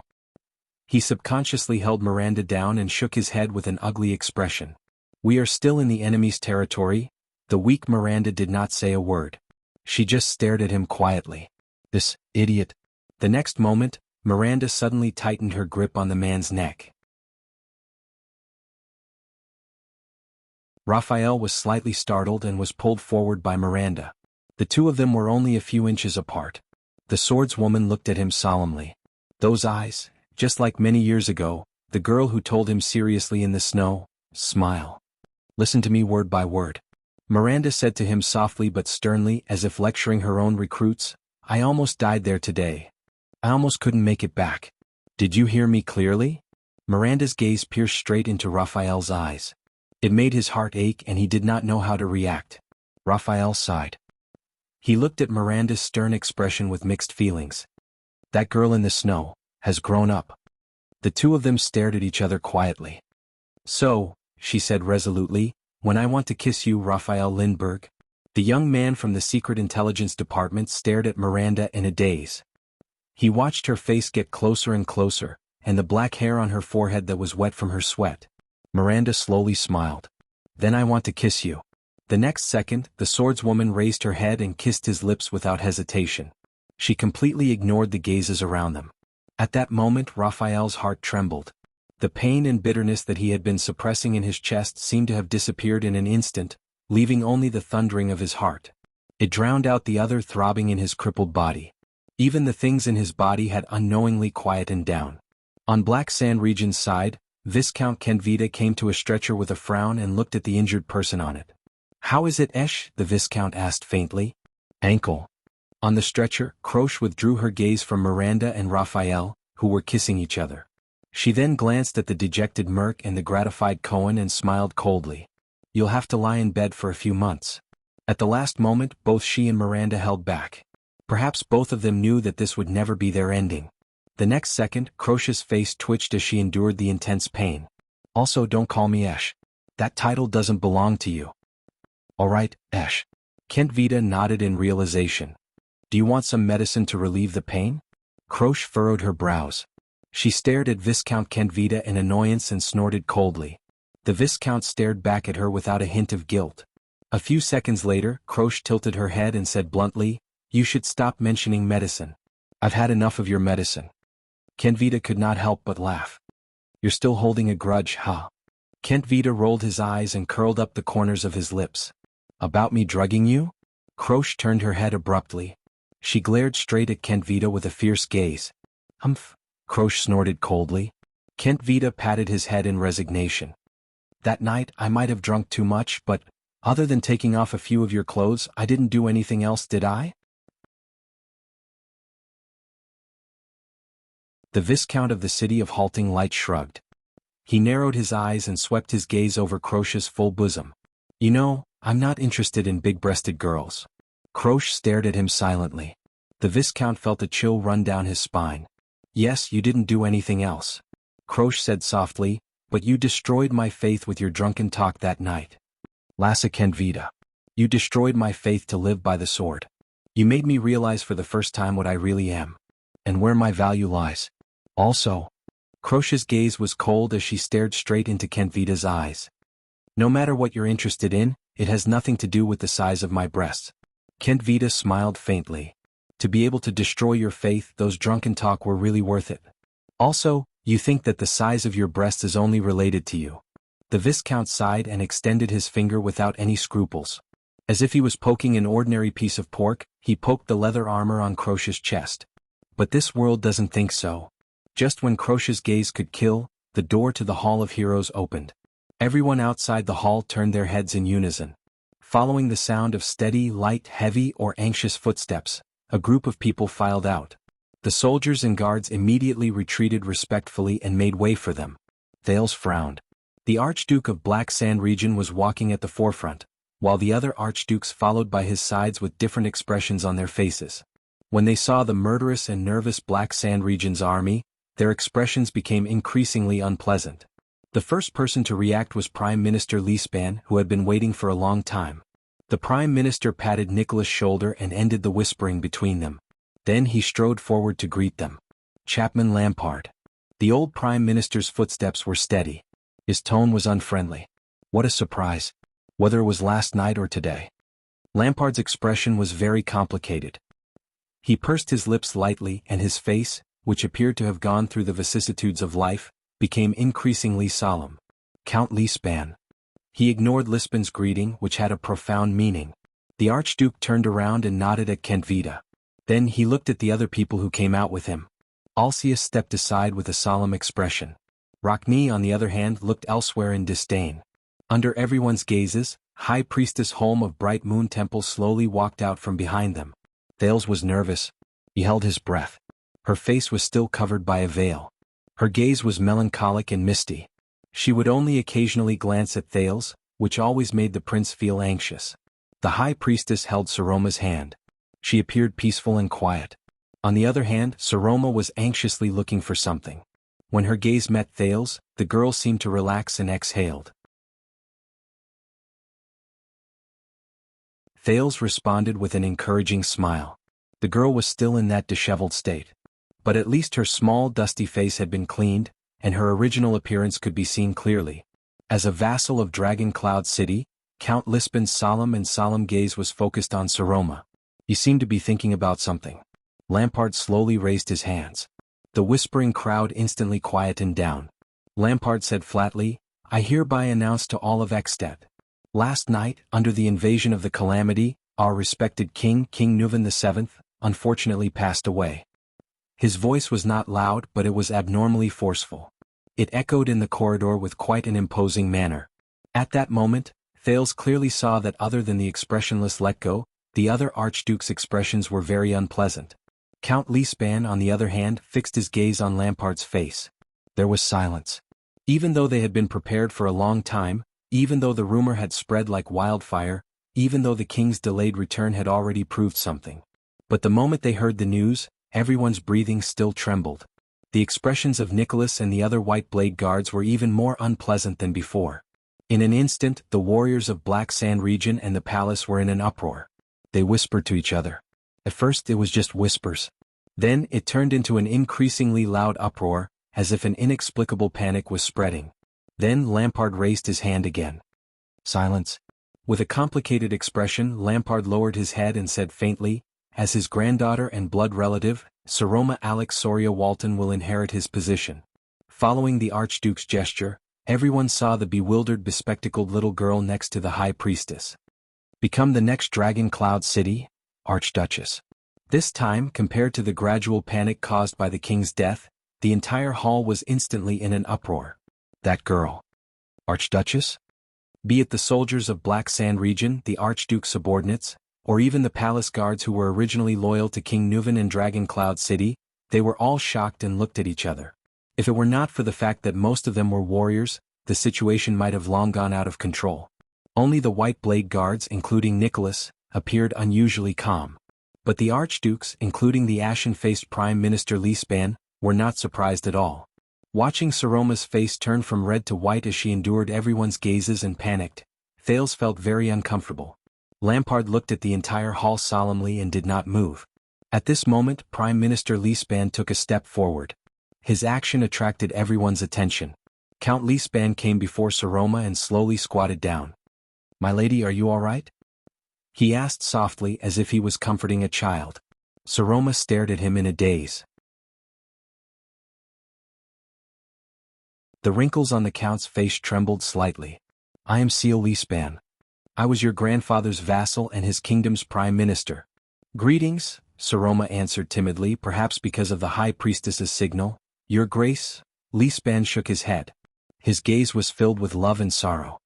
"No, please remember," the count said sternly, "I am your vassal. I am loyal to you." Saroma was stunned. She stared at the count's stern expression. In the noisy corridor, Saroma nodded and pursed her lips. "Greetings." The girl tried hard to put on a firm expression. "Seal." It was only then that a smile appeared on Lispan's wrinkled face. He slowly stood up. In the restless crowd, Croche, who was half sitting on a stretcher, shook her head mockingly. In the end it was our enemy who brought out an archduchess. How ironic." Viscount Kentvita turned his head around. "Do you really think so?" Croche still had a disdainful look on her face. "Am I not?" Kentvita chuckled and quickly poked her head. No, Esh." Under Croche's murderous gaze, the Viscount nimbly withdrew his right hand before the female warrior broke his finger. "Listen carefully with that cute little head of yours." Kentvita's sharp gaze shifted to Saroma, then to the Archduke's silhouettes. He stared at their ashen, calm or insuppressible expressions. He sighed and said, "The reason why Northland had its first archduchess was not a coincidence or some other reason. It was precisely because we swung the hammer for the first time. The first time we smashed the iron rules that have haunted Northland for 1,000 years." Croche paused for a moment. "Because we swung the hammer," the Viscount said meaningfully, the corners of his lips curling up slightly. "Amidst the debris and chaos, the Northlanders and Northlanders who were caught off guard were able to accept the first archduchess. Perhaps it's not just the archduchess. There's something else." Kenvita's eyes burned with a strange flame. He enunciated each word clearly. "Those who do not work, do not reap." Croche lowered her eyes and seemed to be deep in thought. At this moment, High Priestess Holm put down the girl's hand and slowly walked forward. Archduke Lampard stepped back gracefully and made way for her. The High Priestess spoke faintly. The commotion outside the hall had clearly not subsided, and her voice was not loud either. But unexpectedly, the High Priestess' words rang clearly and directly in everyone's ears. "As the spokesperson of the Bright Moon, I hereby solemnly announce to the entire Extet Kingdom." Everyone instantly became solemn. The 35th common elected king of Extet, the Archduke of Dragon Cloud City, Nuvan Rikaru Khan Walton. He has passed away today. There was still silence, but the atmosphere was no longer as oppressive as before. Because everyone knew what was going to happen next. High Priestess Holmes said faintly, according to Rikaru's joint ruling pledge 662 years ago. Since the old king has passed away, a new king shall be elected. The bright moon bears witness. Under the sacred effect of Rikaru's joint ruling pledge, in the Great and Solemn King Selection Congress, one person has obtained the highest number of votes and has been elected as the next common elected king. At that moment, everyone's gaze swept towards the few archdukes present. Almost all of the archdukes had ugly expressions on their faces. Rockne even turned his head away in disdain. In the stifling atmosphere, the expressionless Chapman Lampard flung his cloak and walked forward slowly. He stood under everyone's scrutinizing gaze. 2 more chapters and he would reach the end of the paper. Yesterday he was writing and deleting at the same time. Even when it was very late there was still no result, so he didn't update. The last part is a bit more difficult to write. It is a link between the previous part and the next part. I still need to rewrite the outline of the next volume to continue the previous part. Therefore it will take a bit more time. The next chapter will be published after 12 o'clock.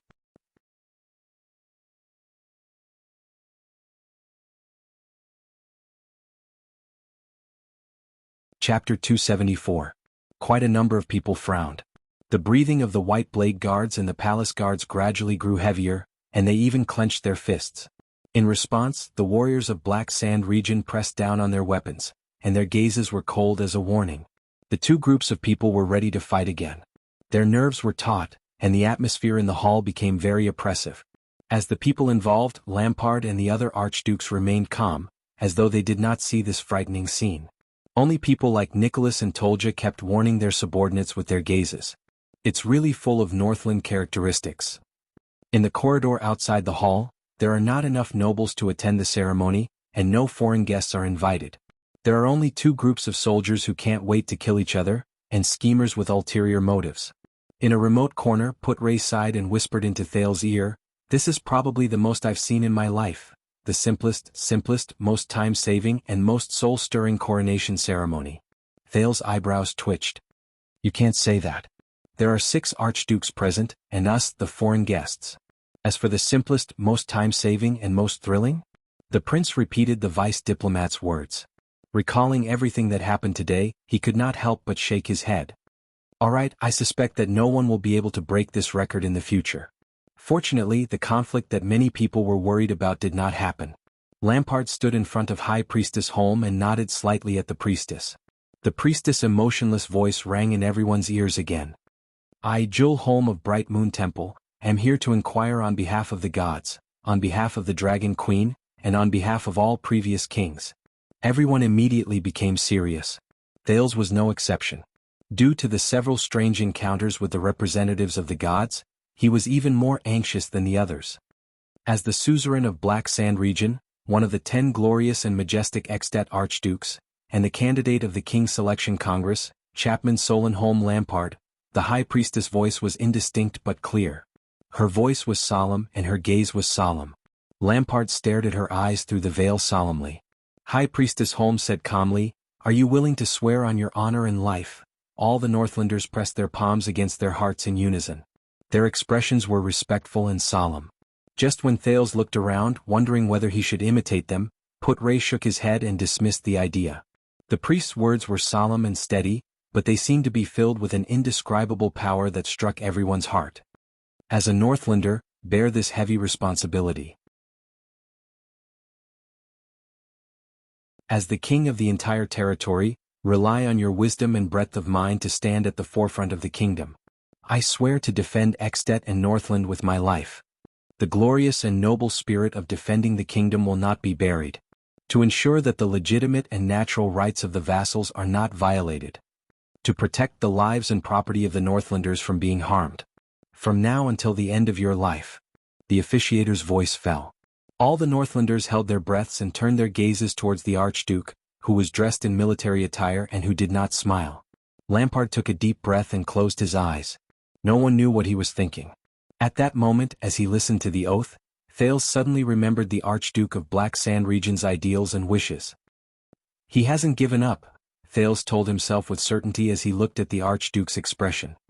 No matter how many restrictions there are, how great the obstacles are, how difficult the road ahead is, he will stick to it and never regret it. For his Extet. In the next second, Lampard suddenly opened his eyes. His gaze was like steel. The Archduke's palm, which was pressed against his heart, suddenly clenched and pressed his fist against it.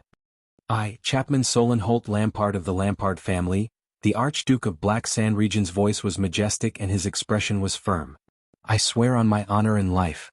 He spoke resolutely, enunciating each word. It was shocking. As a Northlander, I will bear this heavy responsibility. As the king of the entire territory, rely on my wisdom and breadth of mind to stand at the forefront of the kingdom. Thales listened to his oath quietly and frowned slightly. Saroma watched Lampard nervously and did not move. I swear to defend Extet and Northland with my life. Archduke Alcius subconsciously clenched his fists. I will uphold the glorious and noble spirit of defending the kingdom will not be buried. Archduke Rockney gritted his teeth. I will ensure that the legitimate and natural rights of the vassals will not be violated. Archduke Letko sighed. I will protect the safety of the Northlanders' lives and property, and will not be harmed. Archduke Trent Ida rolled his eyes and seemed to be deep in thought. From this moment until the end of my life. After Lampard said the last word, he raised his head resolutely and looked around. He was like the leader of a pride of lions. Wherever his gaze landed, everyone averted their gazes to avoid eye contact. When his gaze swept past Thales, the prince did not know if it was an illusion, but he only saw the Archduke's eyes widen slightly. High Priestess Holm nodded slightly. She turned around again and faced the Archduke's. As one of the 10 glorious and majestic Extet Archdukes, the co-candidate of the King's Selection Congress, the priestess read out each person's name in alphabetical order, causing all the Archdukes to become serious. Archduke of Prestige Orchid, Rabian Alcius. Archduke of Defense City, Rogers Letko. Archduke of the City of Faraway Prayers, Kulgan Rockney. Archduke of Reformation Tower, Porphyus Trentida. Under everyone's gaze, High Priestess Holm turned to the last person.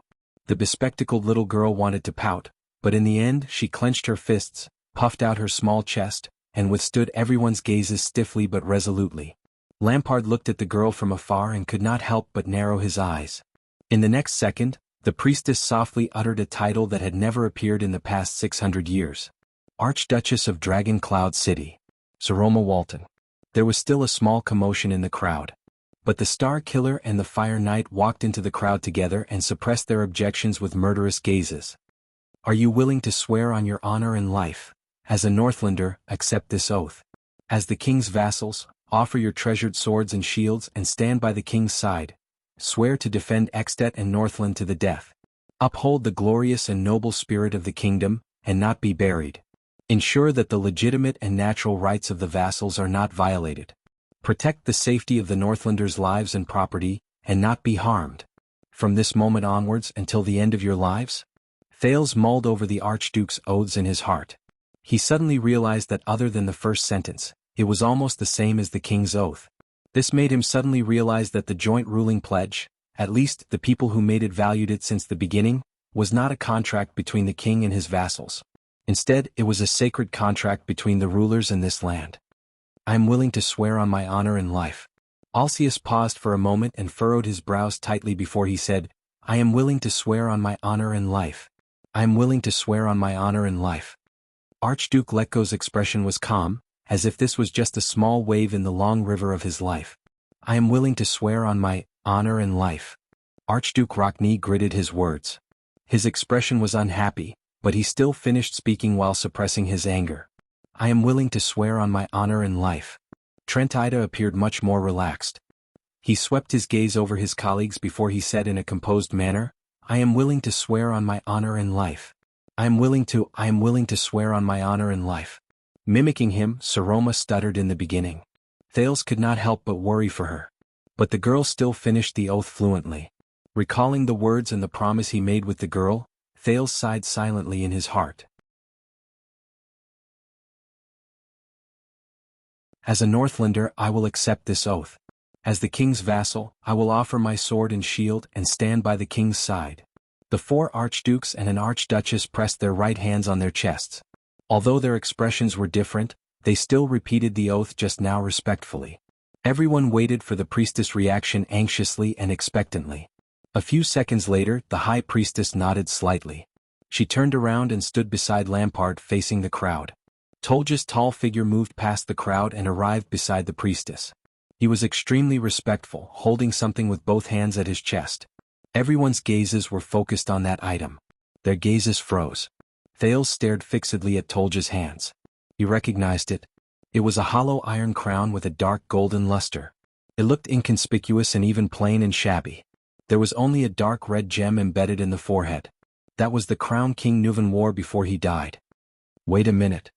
Thales was slightly startled. His gaze focused on the dark red gem. He felt that it was unusually familiar.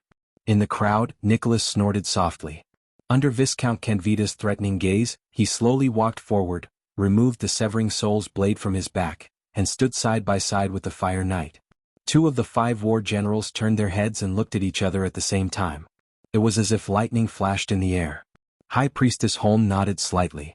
She reached out to take the crown from Tolja's hands and turned to look at Lampard. The other archdukes also looked at him with different expressions. Lampard took a deep breath and knelt on one knee while facing the outside of Heroic Spirit Palace. His gaze was firm. Thales took a deep breath. He could not help but notice that there was an irregular black mark on one side of the crown in the priestess' hands. Thales' heart sank. It was the blood splattered on King Nuvan when he was assassinated. After a few hours, it had already dried and could not be wiped off. Under everyone's breathless gazes, the high priestess raised the crown high. In accordance with this, in the name of the bright moon, I bear the light of the holy sun, Errol, and in accordance with Rikaru's joint ruling pledge, High Priestess Holm moved gently towards Lampard and held out the blood-stained crown. I crown you the Archduke of Black Sand Region, the descendant of the rebellion king Quiso Lampard, Chapman Lampard, for the first Chapman in the genealogy of the common elected kings, for the heir of the king of dragon knights and the hero Rikaru, for the common ruler of the Northlanders in the western peninsula, for the sentinel of the glacier defense line, for the defenders of the humans in the north.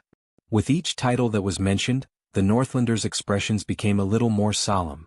For the kingdom of Extet and Queeker Glacier.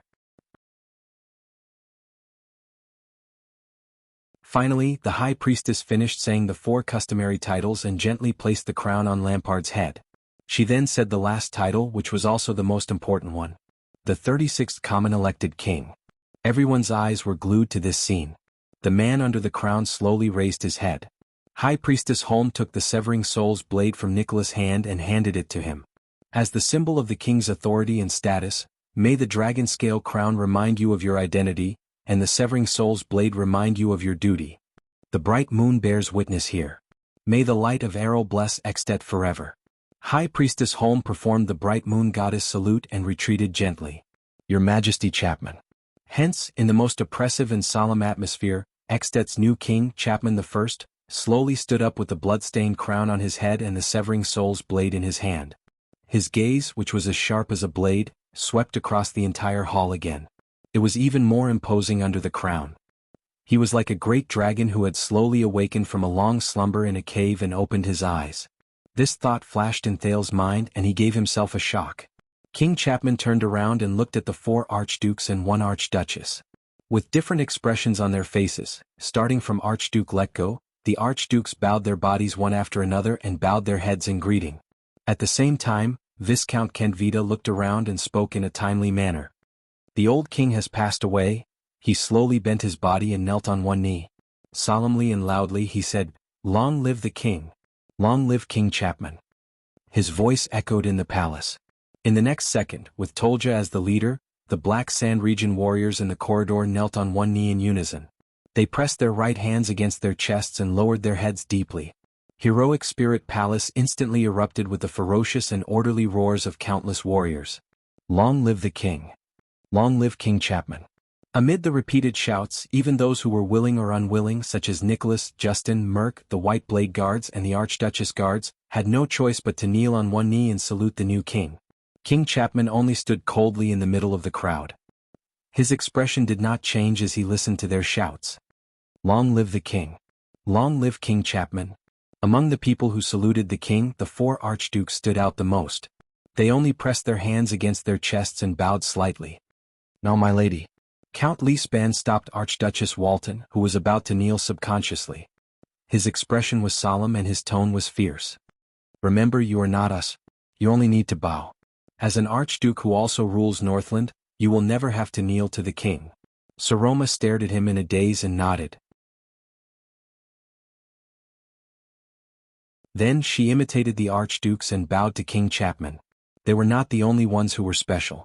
In the corner of the corridor, the people of Constellation stood on the spot with their backs against the wall. They watched the Northlanders who knelt on one knee around them with complicated emotions. They watched this special coronation ceremony with great sorrow. "Tell me, my prince." Putray stared at the overbearing King Chapman and sighed softly. "When you first saw him, did you imagine this scene?" "No," the prince answered without hesitation. "But when I was captured by him for the second time," Thales's gaze stopped on King Chapman amid the shouts that filled his eardrums, and he frowned slightly. "I suddenly thought, perhaps this man." Thales remembered the scene when King Chapman, who was still an archduke, stood outside the carriage and spoke to Stake of Shadow Shield with anger and dignity. This man's face was as calm as water, but his eyes burned with raging flames. The prince said absent-mindedly, "He is the most suitable king of Ekstedt." Putray narrowed his eyes. "What a pity," the vice diplomat said faintly. "Yes." Thales nodded with complicated emotions. "I'm starting to regret it a little." At this moment, while the people saluted and shouted, King Chapman's gaze suddenly swept towards him. It startled Thales. King Chapman slowly raised his left hand. Some people noticed the new king's gesture. They gradually stopped shouting and saluting and stood up one after another. More than 10 seconds later, the corridor became quiet again. Chapman the First looked around and said coldly, "As your new king, I hereby issue my first order." Thales was shocked. "It can't be. What does he want to do the first second he becomes king?" But the other archdukes' gazes were very calm and their expressions were indifferent, as though they had expected it. Only Saroma looked at Thales worriedly. This made the prince feel uneasy. Everyone was solemn as they waited for the king's words. Ekstedt's new common-elected king, Chapman I, slowly turned to the corner of the Constellations and said coldly, "In the name of Ekstedt's common-elected king, I hereby invite the Honorable Second Prince of Constellation, Thales Jadestar, as a witness to the friendship and relationship between the two kingdoms, to live permanently in Dragon Cloud City." At that moment, Thales felt as though he was struck by lightning. The Constellations looked at King Chapman in shock, then at the prince. "Live permanently, Dragon Cloud City?" Just as Thales was about to speak subconsciously, King Chapman said in an unquestionable tone, "And he will accept this kind offer. He will live together with the people of Ekstedt in Northland and bathe in the snow and ice. Until this honorable prince." At that second, Chapman Lampard stared at Thales with a cold gaze. "To be crowned king." Thales stared blankly at the aloof King Chapman. His emotions were in turmoil. A few seconds later, the prince lowered his head subconsciously and sighed softly.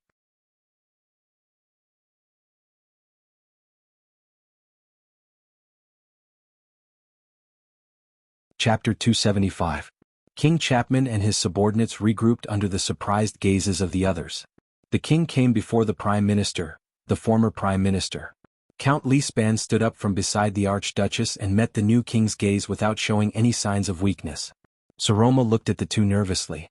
"Now my people and I will leave Heroic Spirit Palace, the First Gatehouse and even Dragon Cloud City." King Chapman's expression was cold. His left hand casually pressed against the saber at his waist, and his right hand tossed the severing soul's blade to Lord Tolja. "Count Leespan, the patrols under your command in the city won't stop us, will they?" Count Leespan flashed a cold smile. His gaze swept past the soldiers of Black Sand region, whose hostility did not diminish. "How would we dare to obstruct His Majesty's journey?" the old count said flatly, "as long as the people of Black Sand region can withdraw from Dragon Cloud City in a friendly manner." Leespan narrowed his eyes. "Except for the most unreasonable lunatics, no one in this country dares to disrespect the king." Chapman I nodded slightly without any expression on his face, as if he did not understand the hidden meaning in the count's words. "Then, I hope that you can provide supplies and a place for my people to stay so that they can face the coming day before the bitter cold winter," the king probed, seemingly unbothered. There should be no problem. This time the Count refused very straightforwardly. Forgive me, but I cannot comply. King Chapman exhaled through his nose. His eyes were filled with coldness. Due to certain reasons, Dragon Cloud City still has a lot of messes to clean up. Count Lispan, who was used to seeing storms, did not change his expression. He said nonchalantly, I apologize for Dragon Cloud City's poor hospitality, but I must first serve my master before I can spare the energy to share the burden of the Northlanders' common lord. You know, I am no longer the kingdom's prime minister who serves the entire territory. Chapman frowned in a barely noticeable manner. He looked at the bespectacled little girl beside Lispan, and at her platinum hair, which was covered in stains. Saroma crossed her arms anxiously. King Chapman nodded slowly. In the end, even a king has to rely on himself, right? Chapman said flatly, we will find our own campsite. Count Lispan moved lightly and stood in front of the Archduchess with an unapproachable expression on his face. Only then did the king retract his gaze. I wish you a smooth reign, girl, King Chapman said meaningfully. After all, we are now bound together. I'll keep an eye on you and I'll keep an eye on the boy. The king said faintly, please remember, he is our bargaining chip against Constellation. And remember your vow to defend Extet and Northland to the death. Saroma's face instantly turned pale. Without waiting for their response, King Chapman, who was wearing the blood-red crown, turned around and walked out of the palace while surrounded by his soldiers. The White Blade Guards and the palace guards watched them leave coldly, but their fingers never left their blades. In the crowd, the Fire Knight Tolja held the Severing Soul's blade and walked past the former commander of the White Blade Guards. His gaze was subtle. Take good care of it. Nicholas bandaged the wound on his arm and said without raising his head, one slash to death. This is a great weapon that saved the Western Peninsula. The Fire Knight furrowed his eyebrows slightly. He stopped and scrutinized the Severing Soul's blade in his hand. I'll send someone to deliver the legend of the White Blade Guards to Black Sand region. Of course, you'll have to pay for the creation of the White Blades. There was no emotion in Nicholas' words, as though he was doing the most boring and rigid job. From now on, the spirit of the White Blade Guards will be passed on by all of you. Don't bring shame to its name. How F*** King ironic. The Star Killer thought coldly in his heart. Tolja stroked the strange arc on the Severing Soul's blade. White Blade Guards. He raised his head. The Fire Knight's words were rather aggressive and provocative. Without this blade, what else can you do? Star Killer? Nicholas stopped what he was doing. His expression changed as well. Let me think. Nicholas clenched his fists tightly and his gaze was cold. For example, suddenly appearing from some unknown dark corner and beheading a king slayer? Tolja stared at him quietly. You know, among those in supreme class, the most effective identity is not that of a warrior, Nicholas said softly. It's that of an assassin. Tolja stared at him silently and allowed his subordinates to leave in droves behind him. His expression was as cold as ice. Nicholas did not seem to notice it. He continued to stare at his enemy without showing any signs of weakness. A few seconds later, the Fire Knight laughed coldly. Ha! Tolja hung the sheathless Severing Soul's blade on his waist and sized up the pale Star Killer with great interest. Nicholas stared at him coldly. But what happened next was beyond the Star Killer's expectations. Without hesitation, Tolja grabbed the other weapon on his waist, pulled it out along with its sheath, and threw it forcefully. Nicholas was shocked and instinctively stretched out his hand. He caught the weapon thrown by the other party from afar. A second later he saw the weapon in his hand clearly, and his mouth fell open in surprise. He turned around and stared at the calm Fire Knight. What is the meaning of this? Nicholas gritted his teeth and stared at the rising sun saber in his hand. His expression was indignant. Tolja stared at his old weapon. There was attachment and nostalgia in his eyes. Take good care of it, the Fire Knight said softly.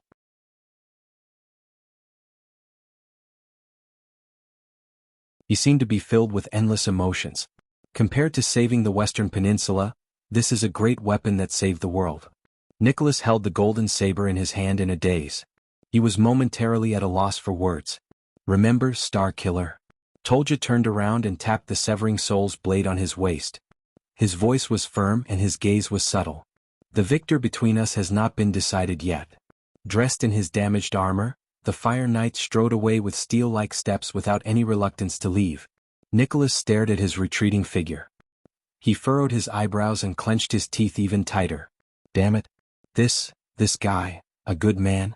Merc came to his side with a walking stick.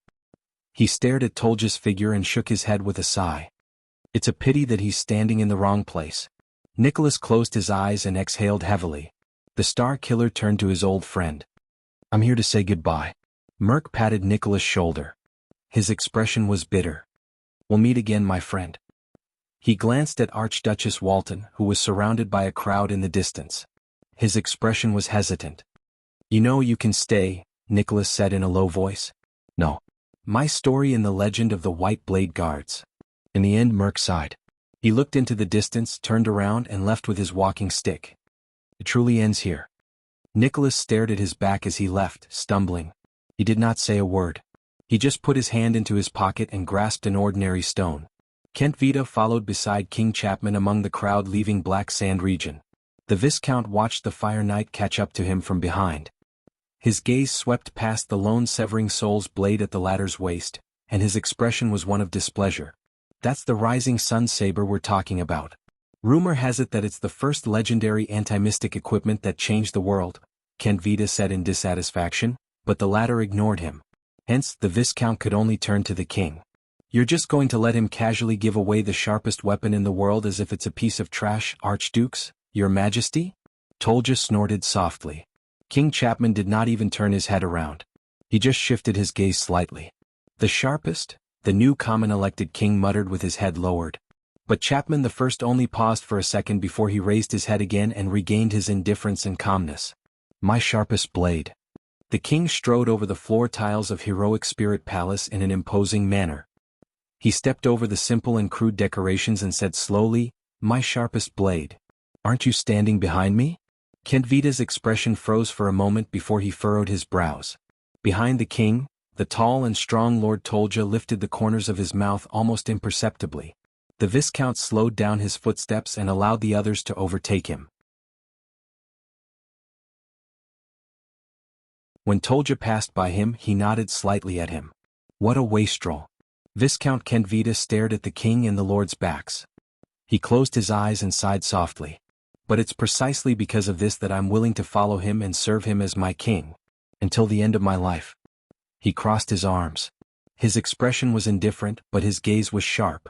The corners of his mouth curled up into an amused arc. You deliberately posed for me when I came, then threw out such a cool sentence. Croche happened to be carried past Kent Vita on the stretcher. The female warrior snorted coldly in disdain. Isn't this too old-fashioned? Kent Vita furrowed his brows. At least cooperate with me a little and say something along the lines of, that's the reason we fight. The Viscount strode forward again and followed Croche's stretcher in dissatisfaction. Stop it. Croche interrupted him coldly. Because of that boy, the joint ruling pledge became even more stable. In the end, we're still back where we started. Nothing has changed. Toiling without gaining anything. Viscount Kent Vita raised his eyebrows and put on an amused expression. Toiling without gaining anything? Returning to where we started? Nothing has changed? The Viscount looked as if he had heard something funny. He turned around and stared at the archdukes who were discussing something in low voices in the distance. Only those who live in the past and are unwilling to wake up would think that way. Croche stared at him, puzzled. Kent Vita turned his head again and chuckled softly. In fact, everyone including King Chapman, the archdukes, and that prince, they have changed everything. The female warrior stared at Kent Vita's profound expression and suddenly felt that this man had become a little scary. Believe me, from today onwards, the harsh cold will arrive. Kent Vita sneered. His gaze swept past the countless decorations and furnishings in the palace that had a long history.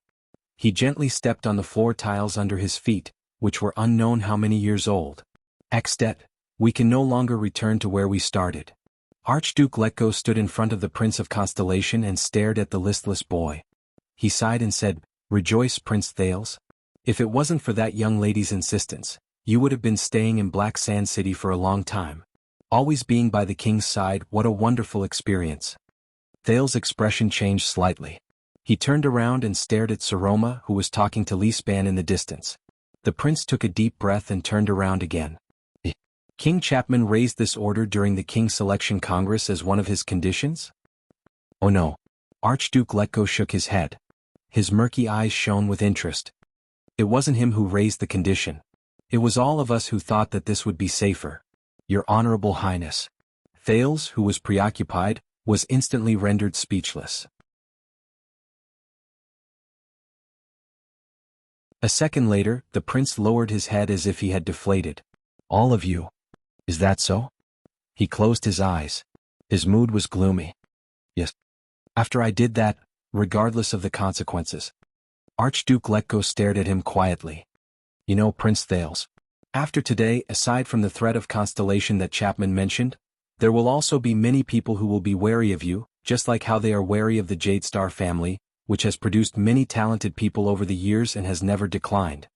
Of course, it's not just talented people who have produced many talented people. Archduke Letko added silently in his heart. And lunatics. The old Archduke's eyes brightened. His expression became lively.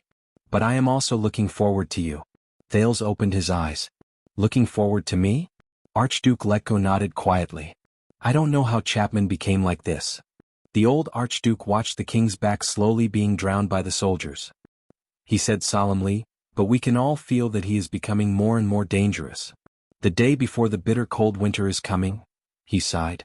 Thales pondered over this sentence. Perhaps one day we will need to borrow your strength to fight against him. Archduke Letko stared at Thales sternly. Just like today. Thales, whose emotions were in turmoil, did not know how to respond. Is it over? Archduke Alcius walked forward coldly and glanced at Thales. I've had enough. I don't want to stay in this damned place for even a moment longer and put my life in someone else's hands. In the distance, Archduke Rockney and Trentida watched them quietly. One was silent, and the other was grinning mischievously. Letko looked at the gradually departing Black Sand Region army and exhaled.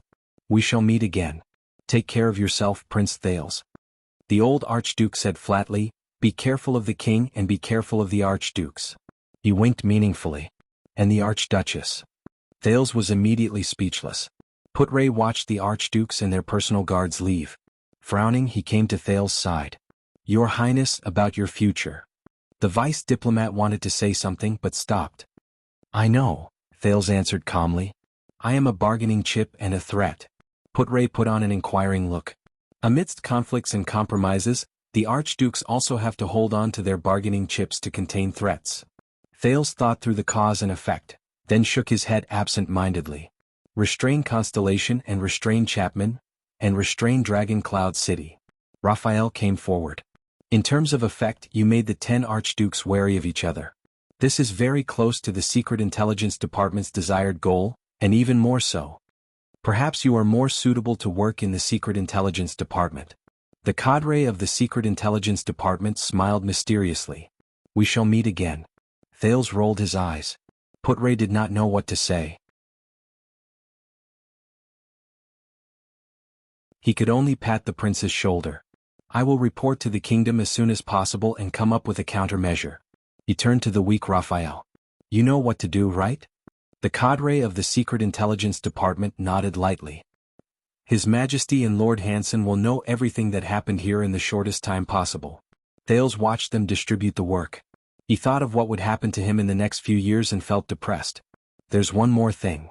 Putre came before Cohen and Miranda with a stern expression.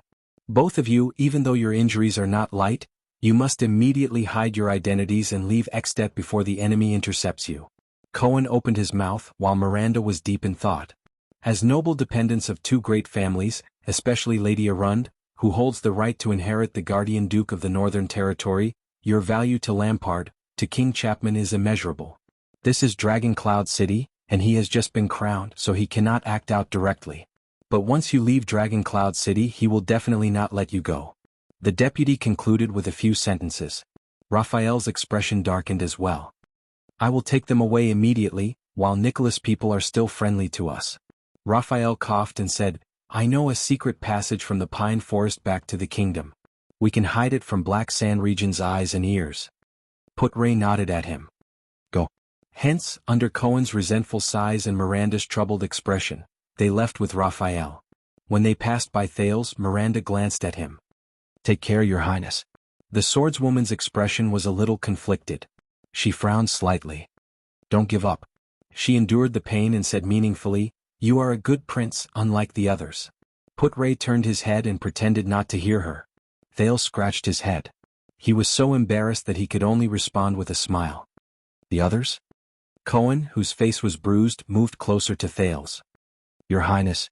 The police officer's robe was burned to the shoulder, and there was a terrible burn mark on his neck. Although he had used the power of eradication to treat it, it still looked very hideous. He seemed to be a little hesitant at first. I just want to say.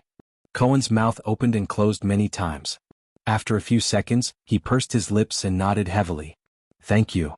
Thales, who was feeling complicated, forced a smile. I should be the one thanking you, Cohen Caribbean. Thank you for fighting endlessly. The police officer blinked. No, Your Highness, we only fought a few times with our lives on the line. Cohen curled up the corners of his mouth and scratched his head. He seemed a little embarrassed. But you? He seemed to be unable to find the right words for a moment.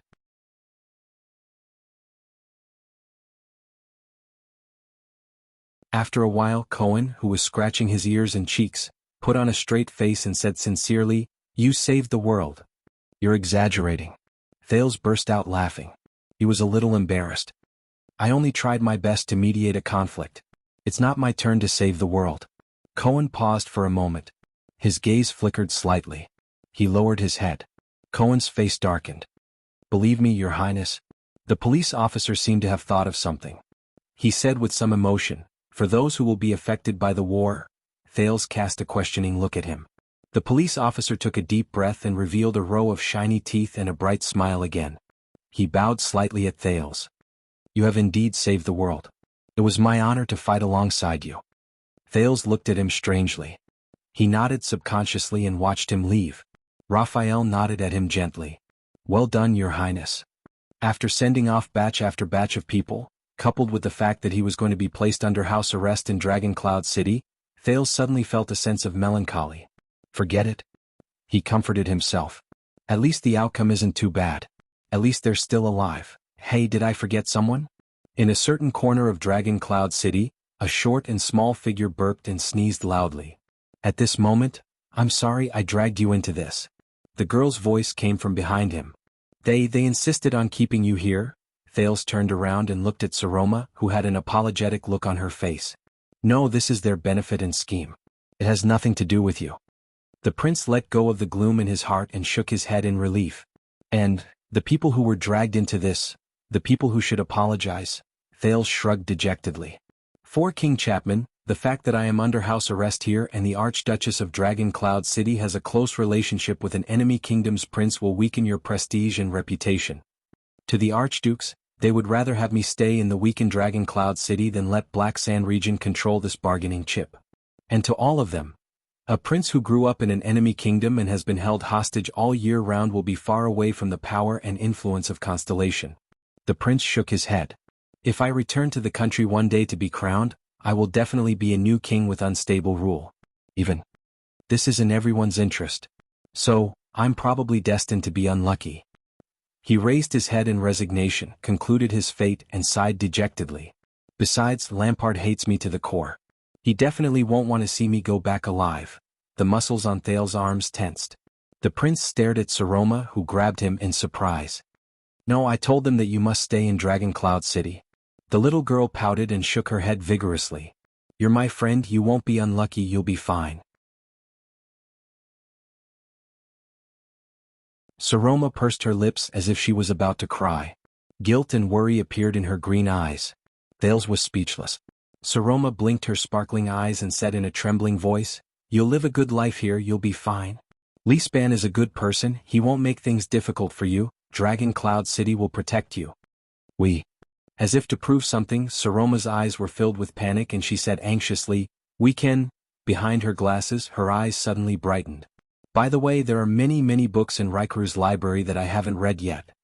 Saroma's breathing quickened as if she was afraid that Thales would be unhappy. I remember that you're very interested in the Battle of Eradication. As he stared at the anxious little girl, Thales' gloomy mood seemed to slowly improve. Yes. The prince scratched his head and chuckled involuntarily. I'm very interested, like magic? Like dragons? So? Saroma seemed to heave a sigh of relief. She asked carefully, You'll be fine, stay in Dragon Cloud City and follow me? Thales exhaled. Yes. With a smile, he placed his hand on his chest and bowed slightly. "My lady." Only then did Saroma slowly curl up the corners of her lips. As Li Span urged her to hurry, she turned around and left, occasionally looking back. The phantom wind follower came before Thales. "How do you feel?" Thales flashed a smile at the dispirited Ralph. "For the past month or so, compared to your career as a gangster?" The eyes on the half of the phantom wind follower's silver mask moved slightly. He gestured laboriously with his right hand, which was in the splint. "Very bad." Thales raised his eyebrows. Ralph shrugged and gestured again. "But it's also very good." Thales chuckled softly. The prince raised his head and looked at the sky of Dragon Cloud City outside the window with complicated emotions. There was a sense of relaxation in his heart that he had not felt for a long time. "Did you see that?" He parted his lips slightly and said faintly in the air in a low voice that no one could hear, "This is my answer." This time there was no sound in his ears. Whoosh. The snowstorm outside the window suddenly intensified. The cold wind howled, mixed with ice crystals, and blew against his face. In his field of vision, Dragon Cloud City seemed to have darkened in an instant, becoming gray and hazy. The day before the bitter cold that enveloped the entire Northland had officially arrived. The next chapter was the end of the book. It could be considered an Easter egg chapter.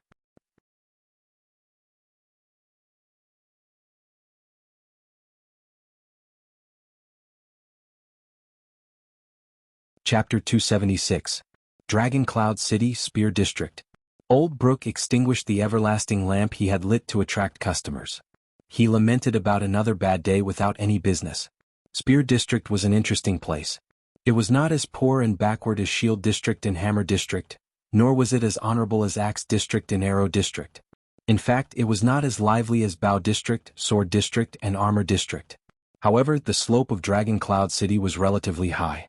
Most of the people who lived here were the family members of the king's loyal servants who held official positions but could not get their titles, or the commoner merchants who were rich but could not live in the nobles' district. Hence, Spear District became an awkward place.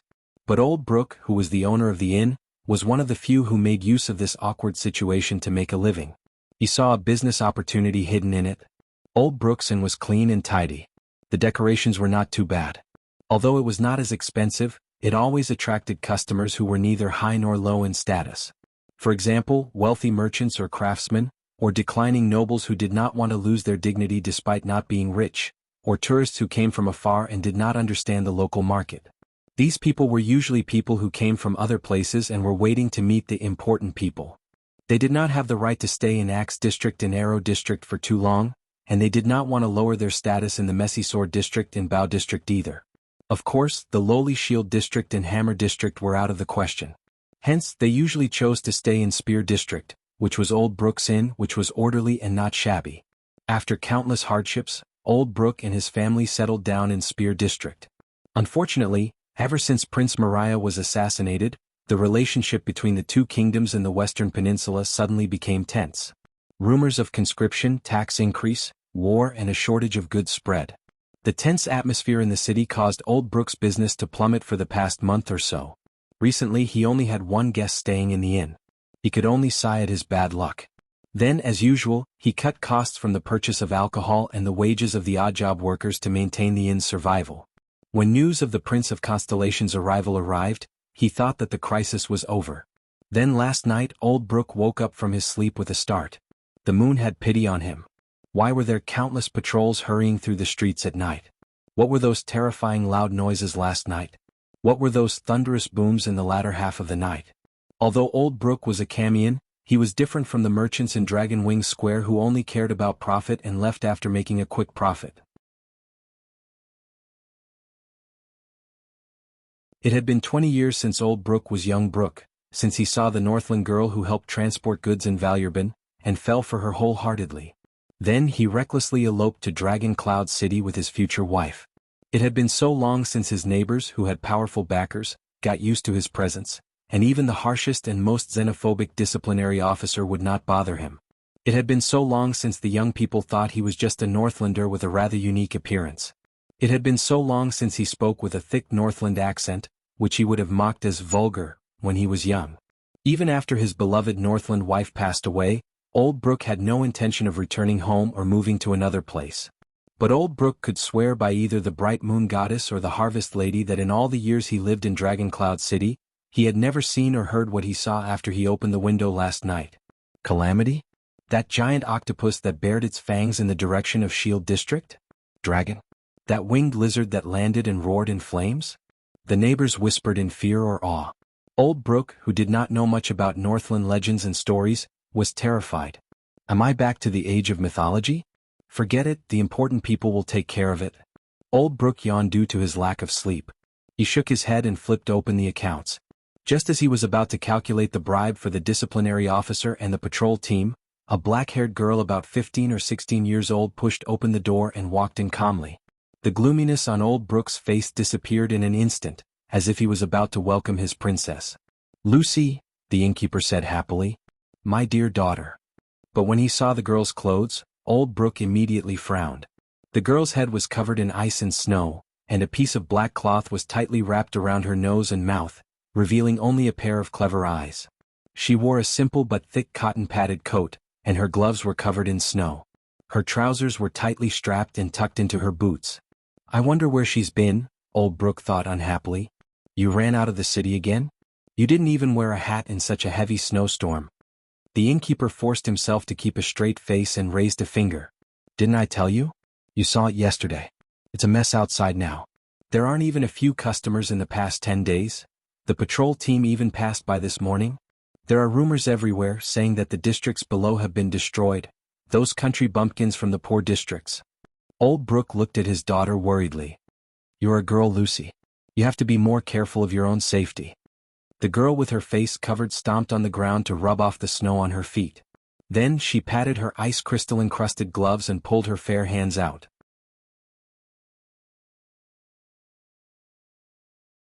Only then did she pull down the black cloth covering her face, revealing its cheeks that were rosy in the cold, playful and adorable. The girl turned to the innkeeper and flashed a bright smile. That stopped old Brook's heart-wrenching lecture. "Yes, yes, yes, my dear father." The girl giggled and waved her hand, holding onto the handle of the wooden ladder. "I understand. If there's nothing else, I'll go upstairs." The girl tilted her head and made a funny face. Then she skipped away from old Brook's sight. All that was left was the sound of her footsteps going up the stairs. Old Brook was immediately exasperated. "You Lucy." The innkeeper leaned half of his body out, suppressed his voice and said to the stairs in exasperation, "Don't disturb the customers." He emphasized on silence. What responded to him was his daughter's drawn-out voice, "No, la." There were also a few mutterings from above. Most of them seemed to be long-winded old man. Old Brook retracted his head from the bottom of the stairs and heaved a long sigh. The people of the Empire, calamities, dragons, curfew, and a daughter who is as troublesome as her mother. The innkeeper walked back to his seat in resignation. He took a sip of his late wife's favorite ale and shook his head. "God knows what's waiting for me, but..." Old Brook rolled his eyes and curled up the corners of his mouth. "As long as Lucy is fine, as long as Lucy is happy, life isn't too bad." Old Brook's originally gloomy mood instantly brightened. But what he did not know was that the moment his daughter disappeared from his sight, the girl's youthful and playful expression suddenly turned cold. It was as if frost had suddenly descended. A faint chill emanated from the bottom of her body. Her light and happy footsteps immediately became silent, like a black cat walking on tiptoes. The girl pushed open the wooden door of a room and coldly walked into the narrow, dark room that smelled of medicine. On the wooden bed in the room, a man sitting against the wall slowly opened his deep eyes. His expression was gloomy. He was wrapped in a close-fitting and tight gray robe, which did not make him feel cold in the cold weather. His sleeves were pulled up to his upper arms, and his left arm and right shoulder were wrapped in thick bandages. The girl closed the door and slowly curled up the corners of her mouth, revealing a cold smile that was completely different from the playful one just now. She spoke softly to the man and respectfully and patiently called out a strange form of address. "Father." The man in gray did not respond. He only looked out the window, which was slightly ajar. The city has begun to lift the martial law. The young girl seemed to be used to the other's silence. She sat down on a stool at the side, grabbed a short knife on the table and said to herself, "It's probably because the important people in the palace have reached an agreement. When are we leaving?" The man in gray still did not respond.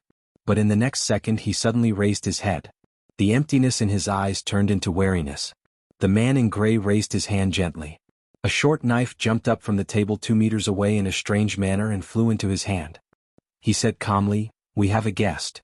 The girl's pupils moved. She stood up and instinctively moved. She stretched out her fair and slender fingers, which were rarely seen among Northlanders, and pulled out the black cloth tied around her neck from her collar. She pulled it all the way to her nose and covered half of her face like before. It was like a professional mask. Not only did it cover her face but it also covered her breathing. She had just pulled up the mask and held the dagger in her arms when a shrill voice came from outside the door. "Long time no see, old friend." A middle-aged man pushed open the door and walked in. His smooth face was full of smiles. This guest wore a thick coat commonly seen among Northlanders. He wore a thick fur hat that covered his ears, but he had a flat face rarely seen in the Western Peninsula. His lips were thin and his skin was yellowish. At first glance he would leave a good impression on anyone. He blew into his hand and ignored the girl beside him. He squinted and adjusted his eyes to the light in the room. The girl frowned, but the man on the bed made a gesture that made her suppress her desire to attack. The guest's smile did not diminish. He looked straight at the man on the bed and walked forward. At this moment, the man in gray suddenly raised his deep eyes. His gaze was cold. "There are 3 traps in front of you." The guest's smile froze on his face, just like the right foot he had just lifted. The man in gray's words were direct and emotionless. 2 of them are fatal." The guest with the flat face took a deep breath, blinked and shrugged. He seemed to have no choice but to put his raised right foot back on the spot. The girl beside him curled up the corner of her mouth and sneered in her heart. But the guest's smile seemed to be plastered on his face. It glowed again amidst the awkwardness. "Now you are truly a regicide family." The guest smiled obsequiously and rubbed his hands together. His accent in the lingua franca was strangely accented. He did not sound like an extension or constellatiate, nor did he sound like a Camian or Southwesterner. "Just thinking about it makes me feel..." The guest suddenly paused. His gaze shifted to the bandages on the man's shoulders. "Oh." His voice sank. He seemed to be a little surprised but also a little enlightened. "You're injured." "Accident?" The girl beside him snorted coldly. But the man in gray on the bed only looked at the guest coldly. "White blade guards, 16 people," the man said softly. A look of interest appeared on the guest's face. 3 cuts, each deeper than the last. The man in gray flexed his bandaged left arm and continued to say nonchalantly, "It's good enough that you came back." The flat-faced guest stopped smiling. He lowered his head and looked at the man quietly with the corner of his eyes. It was as if he was peeping behind the door. "Where's your brother?" The guest grinned and asked softly, "He let you do it alone for such a difficult task?" "He has his own place to go," the man said quietly. The silence lasted for a few seconds. The guest stared at the ground under his feet. He stretched his hands out from behind his back and silently rubbed them in front of him. "How's your injury?" The girl, who felt that something was wrong, frowned. The man in gray's gaze was still calm. He stared at the guest from afar. The man slowly curled up the corners of his mouth and flexed his shoulders. "If you want to kill me, now is a good time. While I can't wield my saber with either of my arms." The guest raised his eyebrows slightly. He leaned his head forward and did not move. He stared straight at the man in front of him. His gaze was gentle and strange. The atmosphere suddenly became strange. The man responded quietly, calm and composed. Finally, just as the girl was about to lose her patience, the guest suddenly grinned. "Ha ha." The guest narrowed his eyes and tilted his head back. He was overjoyed, as if he had encountered something very funny. He raised his finger to eye level and pointed at the man. He had a playful expression on his face that said, "I've caught you, haven't I? You're getting more and more humorous, Bennett." He laughed, his index finger shaking in the air faster and faster. His tone was exaggerated. "I like this about you." The man in gray called Bennett just looked at him coldly and did not say a word for a long time. But the guest did not feel left out at all. He put away his smile and finger and turned to the girl with interest. "Oh girl, you must be the talented Lucy." The guest bowed politely and continued to smile strangely. He said in his strange accent, "My subordinates are indebted to you for your help. As expected of your fathers." But he was obviously not welcome. "Stay away from me," the masked girl said with disgust. "Eccentric Far Easterner." "Oh, that's really cold," the guest from the Far East replied patiently, not at all offended. You break my heart. The gray-robed Bennett snorted coldly and interrupted the guest. You never put yourself in danger. He said coldly, but you're still here. Hearing this, the guest from the Far East closed his mouth awkwardly and sighed in a seemingly helpless manner. The client this time was not easy to deal with. If I didn't come, the young ones would have screwed up. He shrugged. And, the guest from the Far East sighed softly. More importantly, the boy who represents Renaissance Palace. But the man was not moved at all. Why did you come to me? The guest exhaled and chuckled. My friend got some news about Constellation. The guest blinked as if he was about to take out a big treasure. You know, it's not easy for us to get news about that place now. The voice of the man in gray turned cold. Get to the point. You might be interested. The guest from the Far East quickly changed the topic, making what should have been a very stiff turn very smooth. A few population gathering points at the border encountered invaders. Bennett snorted loudly again. Get to the point. Without any hesitation, the Far Easterner said his next sentence. It's very similar to the Charlton family's style, whether it's the style of the blade or the figure. At that moment, the girl beside him held her breath. It was as if she remembered something. The guest from the Far East raised his eyebrows and observed Bennett's expression. The man in gray still did not react. He only suddenly glanced outside the window. The Far Easterner was a little puzzled. But a few seconds later, he also froze slightly and looked outside the window. The Far Easterner's expression became solemn and serious. Do you want me to take care of it for you? The man in gray said flatly. The guest from the Far East sighed softly, but immediately put on a cheerful smile again. I wouldn't dare. He bowed slightly. This is my personal matter. Very well then. The man in gray nodded slightly. Farewell. As soon as he finished speaking, the man named Bennett flipped off the bed. The moment his feet landed on the ground, the 5 short knives on the table jumped up as if they were alive and flew towards Bennett at the same time. Then, they obediently inserted themselves into different scabbards all over his body. Seeing this unbelievable scene, the Far Easterner could not help but frown slightly. The trap is removed. The man in gray put on a loose robe and covered the bandages on his body. As he walked past the Far Easterner, he said softly, You can come in without worry. The guest from the Far East bowed politely. The girl snorted softly and glanced at the Far Easterner with a sly smile. Then she followed her father out of the room. The moment the two of them left behind him, the guest from the Far East raised his head. His gaze became extremely cold. He gently closed the door, looked outside the window and sighed. It's been 15 years, the guest said in a different language that was different from the common language of the Western Peninsula. It was made up of monosyllabic sounds. You still found me. At the window, a hand suddenly appeared and grabbed the windowsill. A second Far Easterner nimbly flipped over and entered the room. It's been a long time. The butcher shop owner who had just flipped over and entered the room, Gu, the man whom Thales had met once before. He stood by the window and patted the snowflakes off his hands. Using the same language, he said flatly, Senior Brother Teng. Chief Teng. On the stairs outside the room, the man in gray and the masked girl quietly went downstairs. He is. The girl turned her head and glanced at the room just now. She could not help but ask, It's him? The man did not answer. He only nodded. The girl's eyes narrowed. Father, the intruder he mentioned just now, the girl asked tentatively, could be mother or my sister. How many? The expressionless man asked abruptly. The girl was slightly startled. Ha! That fellow, the man in gray said coldly, how many lies did he tell in total? Lies. The girl was a little puzzled. 11. From the time he stepped into the room to the time we walked out of the room, he told a total of 11 lies, the man concluded softly.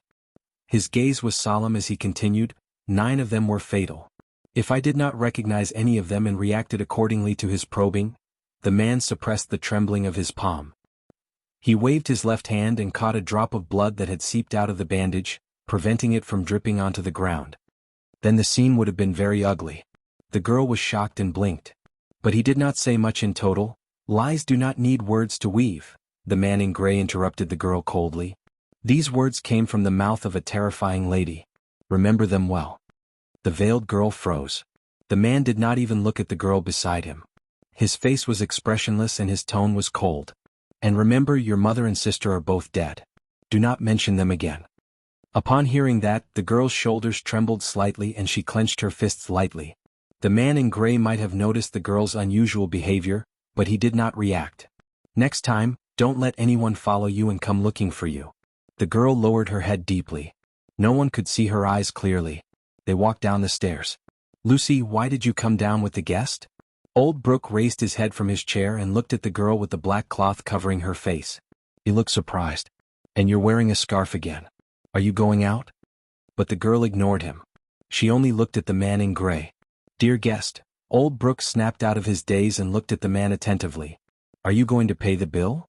The man in gray nodded slightly and said in a low voice, Be clean. Puzzled, Old Brooke watched the interaction between his daughter and the guest, not understanding what was going on. The veiled girl nodded. Under Old Brooke's questioning gaze, she walked up to him, opened her arms and hugged him. Like a daughter hugging her father. What are you doing, Lucy? Old Brooke did not know whether to laugh or cry as he watched his daughter's actions. He hugged her back helplessly and at the same time, gave the cold guest an apologetic look. I still have to entertain, but he did not manage to finish his sentence. Old Brooke's expression changed. Hugging his daughter, he shuddered violently. Old Brooke's teeth began to chatter, his face contorted. With great difficulty and shock, he lowered his head and looked at his daughter in his arms. Lucy, you. Old Brooke's trembling grew stronger as though he was enduring great pain. But nothing could compare to the disbelief, pain and despair in his eyes. Puff. Puff. Puff. Old Brooke shuddered 3 more times, each time more terrifying than the last. His eyebrows were twisted into a bunch, but he could only find coldness and indifference in his daughter's eyes. The girl loosened her arms and gently pushed Old Brooke away. Thud. Old Brooke fell limply to the ground, his face filled with despair. With trembling lips, he looked at the bloody dagger in the girl's right hand. Dampness and warmth spread from the owner's aching back, soaking his robe in the ground. No, Lucy. No. Old Brooke, who was lying in a pool of blood, pursed his lips and stared at the dagger in the girl's hand. Amidst the intense pain that almost blurred his senses, he extended his powerless right hand to his beloved daughter. In a daze he said in a sobbing tone, Lucy? No. Why? But the girl only looked down at him coldly. Her eyes were filled with disdain and disgust. Listen up, my dear father. My name is not Lucy. That's just my working name. The veiled girl squatted down gently and moved closer to Old Brooke's ear. My real name is, using a voice that only the two of them could hear, she said, Jessica Charlton. Old Brooke's gaze froze. But he could no longer say anything. The man in gray stood quietly behind them, not saying a word. Jessica stood up quietly, glanced at her dagger and gently shook off the blood on it. On the dagger, 2 words appeared on the blood-soaked blade. YC? Sorry, the next chapter is the last chapter of the book. P.S. In fact, this chapter is a foreshadowing.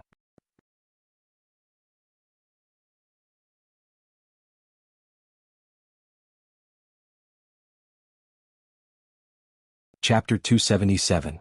3 days later, at the southeastern border of Black Sand region. Cohen Caribbean supported himself with his load-bearer, saber and half knelt on the ground in pain. He glanced at the 2 people in the distance. They were Raphael, whose status was unknown, and Miranda, who was severely injured and unconscious. Damn it. Cohen felt waves of pain in his ribs. His opponent's sword was merciless. Podre was right. It was extremely dangerous for them to stay in Northland. But he missed out on one thing. Black Sand region isn't the only enemy. There's also the day before the bitter cold blizzard, and, Cohen raised his head with difficulty and looked at the enemy in front of him. He saw the sneer on his opponent's lips. And him. That young man.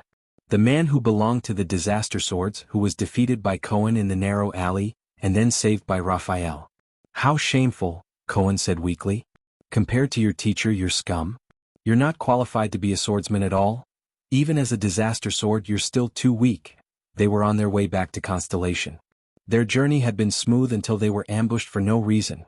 Cohen looked at the smug young man, then at the unconscious Raphael and Miranda. He clenched his fists tightly. In the distance, a horse that had lost its footing was whining in the snow. Ah, who asked me to run into you, and you're both heavily injured. The young Northlander narrowed his eyes. Just like in the alley, he waved the weapon in his hand. Just admit that you're unlucky. As for my teacher, he won't know about this. Cohen stood up with difficulty, but the injury on his hand in Heroic Spirit Palace was far from healed. He could barely hold his sword steadily. No, Raphael's condition is far more serious than I expected. Miranda's injury is not to be underestimated either. The police officer clenched his teeth. I'm the only one left now. Oh. The young man from the Disaster Swords laughed and glanced at Miranda. That girl looks pretty good. Damn it. Cohen punched the snow so hard that he almost crushed his teeth. Ah. In the next second, the police officer roared furiously and activated the remaining glory of the stars, once again launching a series of continuous attacks. In the snow, the young man's and the police officer's shadows separated as soon as they met. Clang. Cohen spat out another mouthful of blood and slumped to the ground. His sword slipped out of his hand. He had reached his limit. This was especially true for his back. Whether it was Caslin's ruthless attack or Tolja's heavy throw, the damage done to him was far more terrifying than expected. He was powerless to retaliate. Oh. Where is your prestige in Dragon Cloud City, big guy? Where's the sudden stab that you're so proud of? I forgot to thank you. The young man glanced at the torn sleeve on his hand and laughed out loud. As a reward for giving me so many gifts in the city?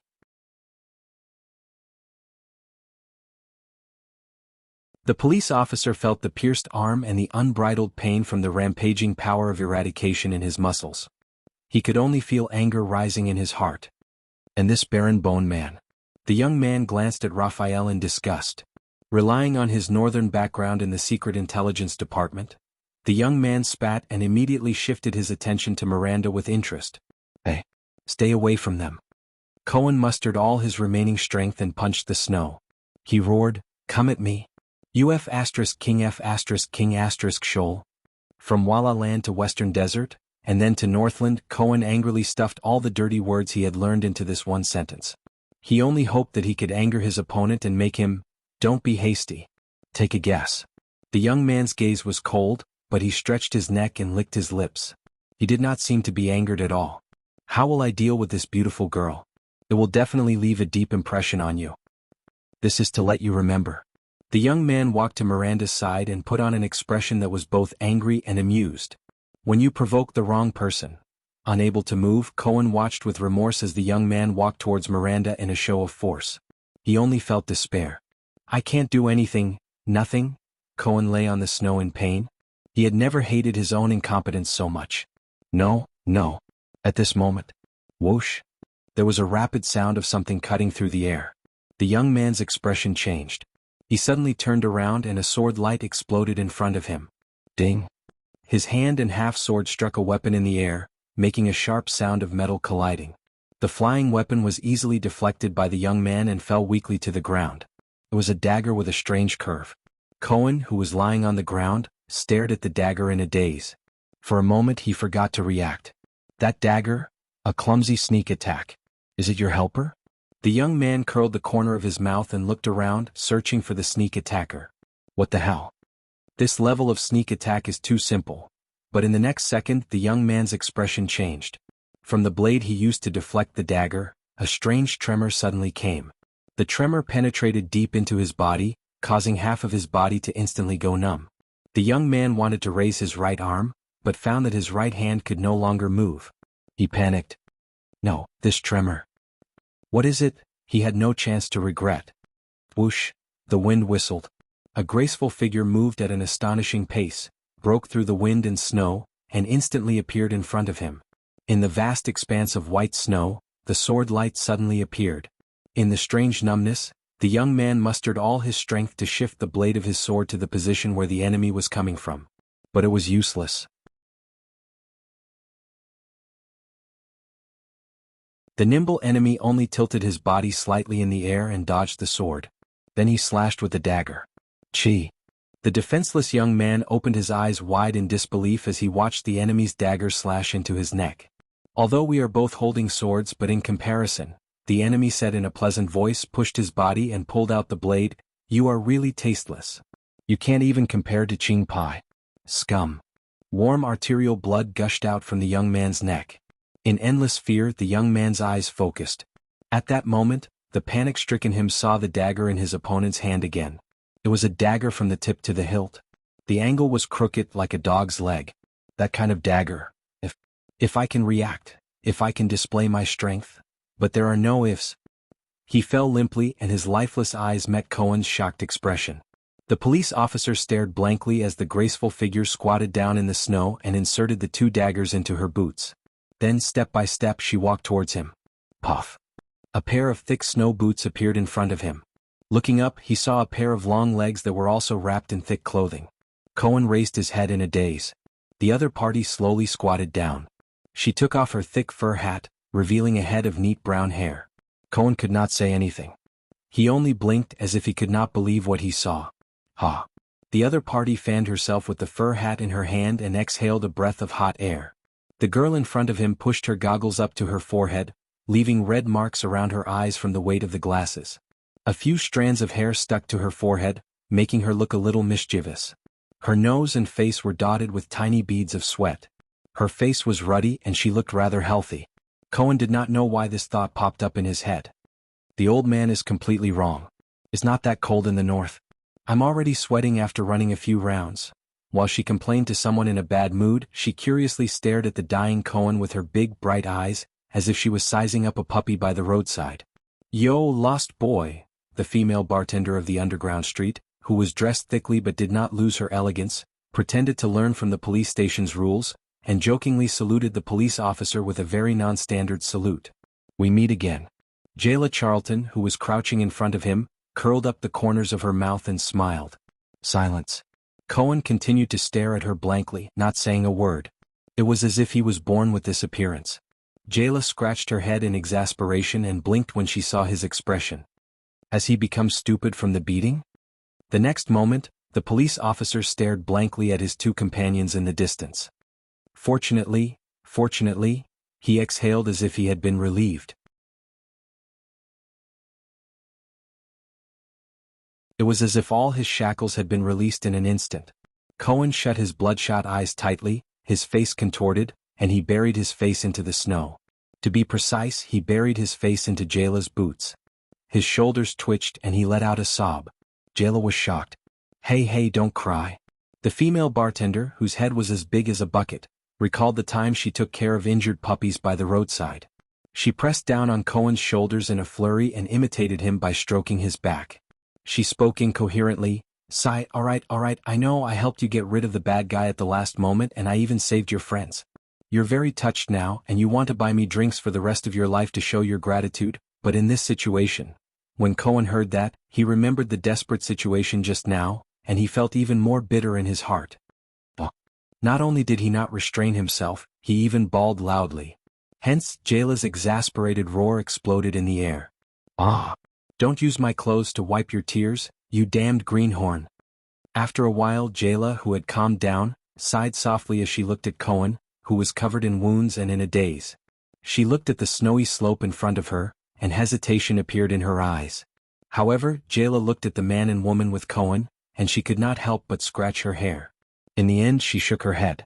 Jayla's face darkened. Forget it. I've already searched many slopes. It seems that this information is also mostly fake. I'll probably end up empty-handed. Besides, if this greenhorn is here, it should be much easier to find people, right? Forget it, if you can still walk, come with me. Thinking of this, Jayla patted Cohen's back in a carefree manner. I know there's a hunter's hut shared by Constellations and Northlanders nearby. There are some supplies there and you can rest for a while. Cohen forced himself to stay awake and looked at the strange girl in a daze. What? Hey, let me make this clear first. The female bartender lowered her head and met the police officer's gaze. I have to charge you. What Cohen and Jayla did not know was that on the other side of the snowy slope, in the pine forest a few hundred meters away, a group of people wrapped in thick clothes were quietly waiting. One of the 13 generals of Blackstreet Brotherhood, Thunder Axe, Oskow, looked at the sky and frowned slightly. It's already half an hour past the scheduled time, Oskow said in dissatisfaction. They haven't appeared, whether it's that old ghost or that arrogant brat. A few of the Brotherhood members who were traveling with him also voiced their impatience and agreed with his words. Maybe they're used to working with Blood Bottle Gang. One of them shook his head in disdain. They probably look down on lowly people like us. At the front of the group, a middle-aged man with a face full of scars turned around.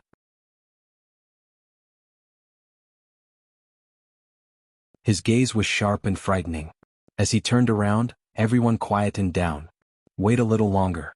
This is one of the secret passages that Prince Horus purposely opened in the pine forest to launch a sneak attack on Extet. Ironheart, Shanda Rhoda, the Brotherhood's leader in arms smuggling, said coldly, "Now it's the day before the bitter cold in Northland. Visibility is not good. They might not be able to find this passage.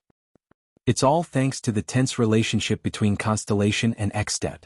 Otherwise, it would not be easy to find such an opportunity." Oskow sighed and looked behind him. There were a dozen or so children tied up with thick ropes. They were curled up in a corner, shivering. Oskow frowned. He saw that one of the cowering children had a broken hand, and a more delicate and pretty young girl even had a scar on her face. These people. Oskow walked to Rhoda's side and glanced at the others, telling them to stay away. Thunder Axe turned around and looked at his boss in dissatisfaction. "Do you really think they're interested in these crippled and leftover child beggars? Why don't we just let that fatty Morris?" Rhoda's lips curled up slightly, making the scar on his face look even more hideous. "This is just the first negotiation. These goods are our sincerity in working together. They don't lack weapons or channels. What they lack is manpower," Rhoda said flatly. "Besides, Morris won't agree to it." Oskow put on a puzzled expression. He looked at the group of children. He found the slightly older boy to be an eyesore. His gaze was rather disrespectful. "Do we have to hide this from the others in the Brotherhood and work together with them?" As a rising star that Rhoda thought highly of, Oskow had a lot of right to speak. The young man asked tentatively, "Including him?" Rhoda glanced at him with a meaningful look. "Don't misunderstand. I still admire Black Sword. Without him we wouldn't be where we are today," the infamous arms boss slowly said, "but their way of thinking is too old-fashioned. Whether it's Lance or Morris, they still treat the Brotherhood, which is getting bigger and has already infiltrated the corners of the city, as a mercenary group." "That's not all," Rhoda said quietly. "They're still living in the past. They're trying to summon the soul of the bloody sword. But we can't live in the past. We have to look further.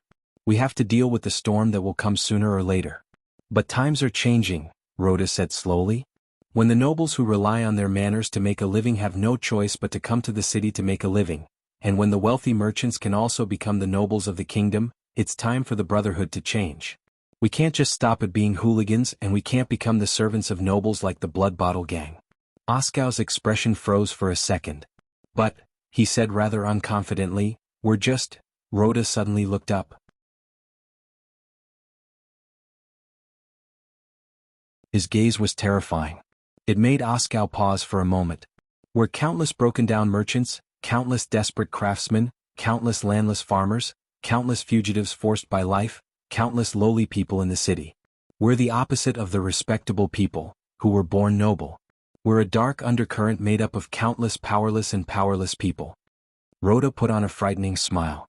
"But since the respectable commoner merchants and the vulgar country nobles can form groups and occupy a seat in the national conference, we can use the king's might to fight against the great nobles. Then why do we have to hide in the gutter and fight for the leftovers left behind by the great people? We have to look further. So, we have to prepare beforehand even if we have to hide it from others. Only then can we seize the opportunity to change our fate." "The opportunity to change our fate?" Oskow lowered his head and suppressed the puzzlement in his heart. "But why them? That group of traitors who were swept away? And they're still unclear about our enemy?" Rhoda's gaze froze. "It's not as simple as they're unclear," Rhoda said faintly. 100 years ago, if there were no disaster swords, there would be no Blood Bottle Gang. Our old enemy, it's not as simple as a gang." He slowly raised his right hand and rubbed the iron glove on it. Oskow looked puzzled. "Before the Bloody Year, I was Prince Horus's messenger. I understood a lot of things that made people uneasy." Rhoda's expression was solemn. "Why do you think the disaster swords are called this, as a group of traitors?" Oskow was slightly stunned. "Named after the calamities who once destroyed the world? I've seen Dark Knight Temples plays before. Perhaps this sounds scarier?" Rhoda laughed coldly. "If..." Rhoda exhaled softly and looked at his student with a profound gaze. "If this name is not just meant to scare people, what if it has a deeper meaning?" Oskow was instantly stunned. After a few more minutes, there was still no one on the snowy slope opposite them. The snowstorm grew stronger. Rhoda's expression became more unpleasant. "Let's go." In the end, the boss of the firearms company exhaled a breath filled with anger. "It seems that they won't come." Oskow looked unhappy. What about our cooperation? Rhoda sneered. It's fine. After all, they're not the only ones, they hold the key to overturn the world. He turned around and walked into the dense coniferous forest. Oskar snorted softly and asked his brothers to drag the group of frozen children back to the warehouse. Next volume, The Betrayers? Opening words. The excuses and reasons of traitors are innumerable, but the most absurd and sorrowful of them all is betrayal for loyalty. P.S. These 2 chapters should have been placed in the Dragon Blood Scroll, but because I'm lousy, I put them in the wrong place. Please change them tomorrow.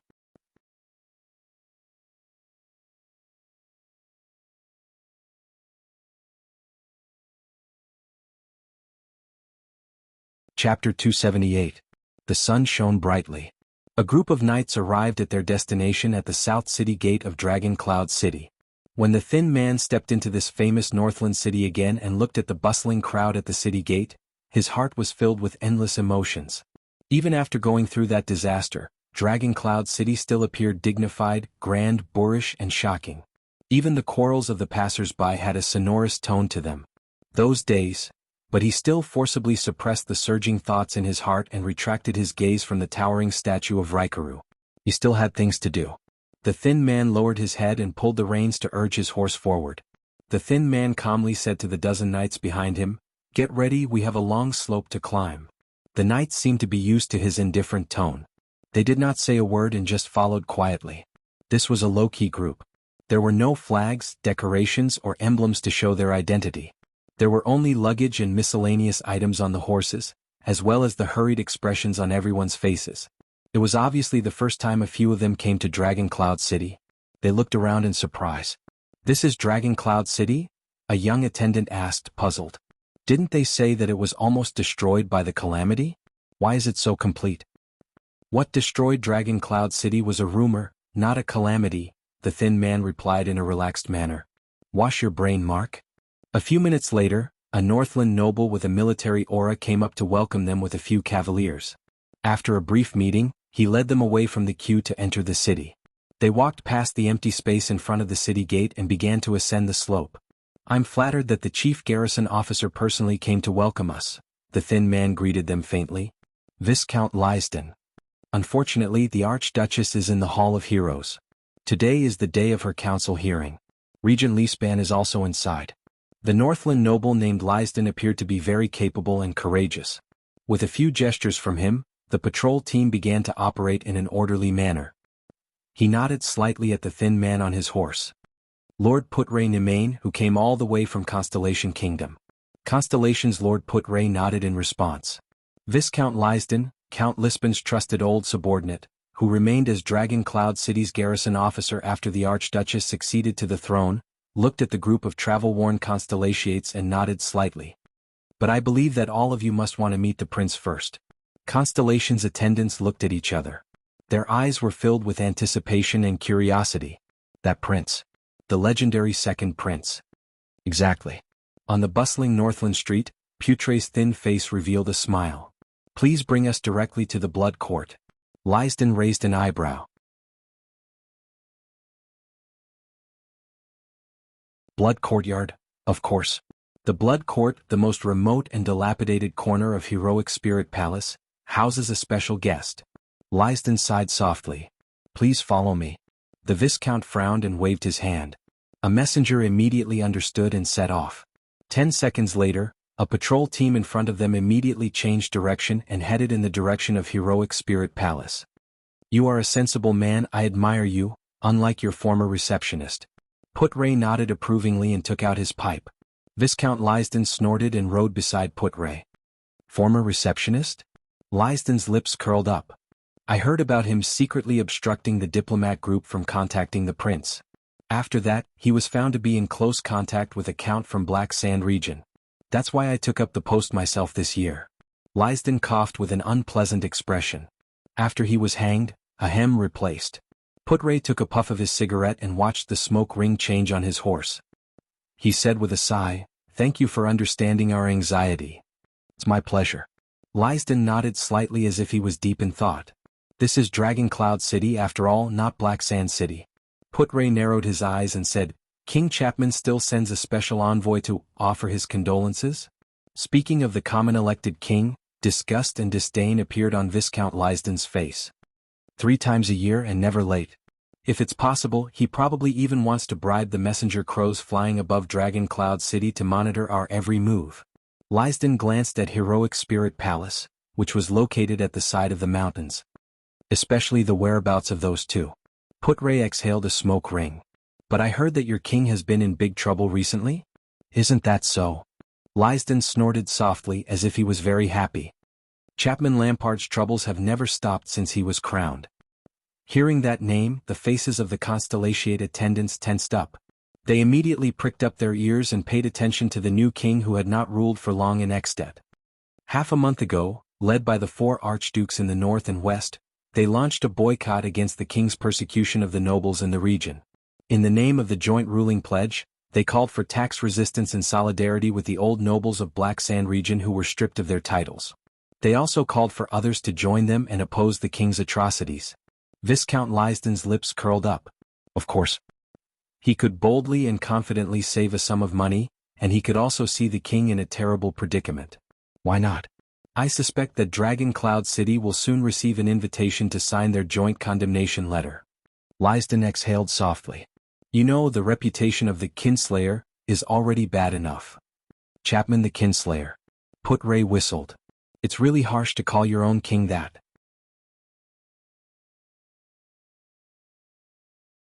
I heard that it was Rockney the Long Hair, from the City of Faraway Prayers who first called him that.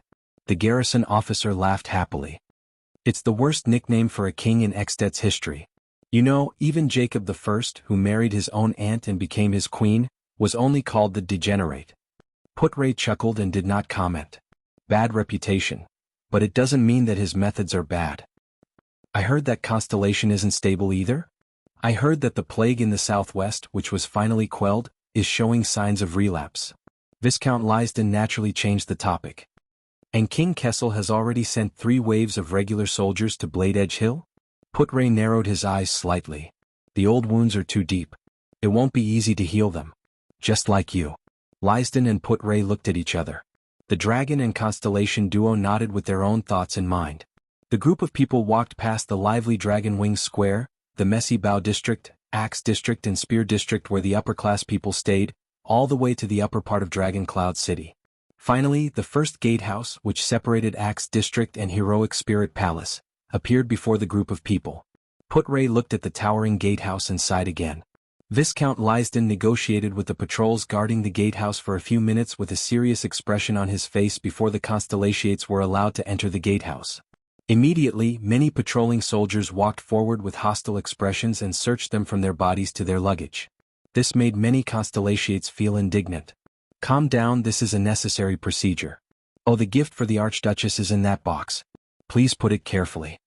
Putray habitually raised his hands and waited for the body search. He comforted the unhappy Constellatiates and asked them to endure the Northlanders' murderous aura and brutality. Then he said to Lysden, who was waiting by the side, "Looks like your security measures have been improved a lot." Lysden's expression tensed. "We added 3 more passwords and built many more sentry posts in front. Even if it's an emergency warrant issued by the Archduchess herself, there are corresponding safety measures. We even tried to recruit psionics, which are rarely seen in the Northlander army. It was said that it was the prince's suggestion." Lysden's tone became very stiff as if he was suppressing something. The gatehouse is always a strong wall that separates danger. The story of being tricked into opening the gatehouse by a reputable high-ranking officer and a traitor among the soldiers will not repeat itself. Putray sighed in response. Finally, after a complicated search, the group of Constellatiates passed through the gatehouse and arrived at the empty space in front of Heroic Spirit Palace.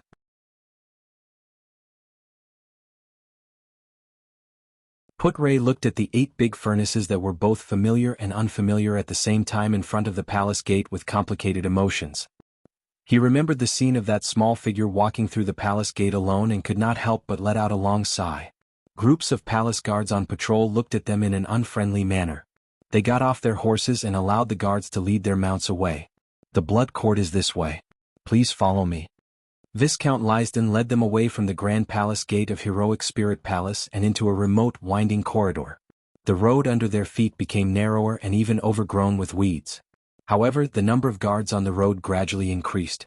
How is he doing? Putray looked at the guards coming and going. His emotions were complicated. The Constellation's attention was attracted by this question.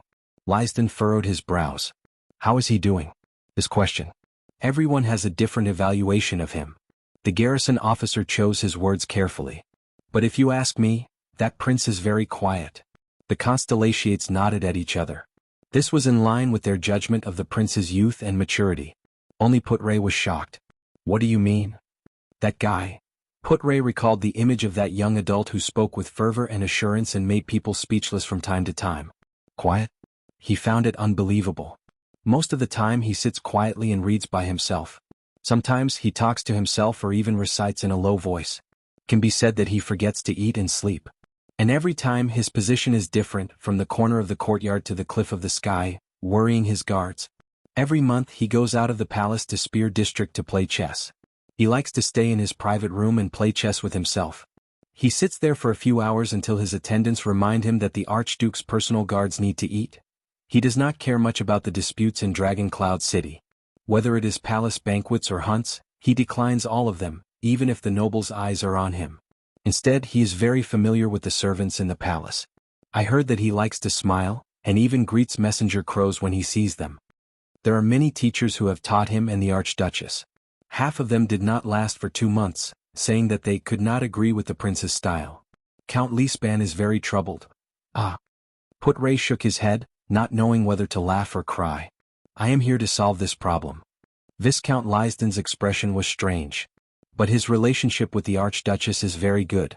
The two of them often stay in the library from morning to afternoon. This has made him many enemies among the nobles in Dragon Cloud City.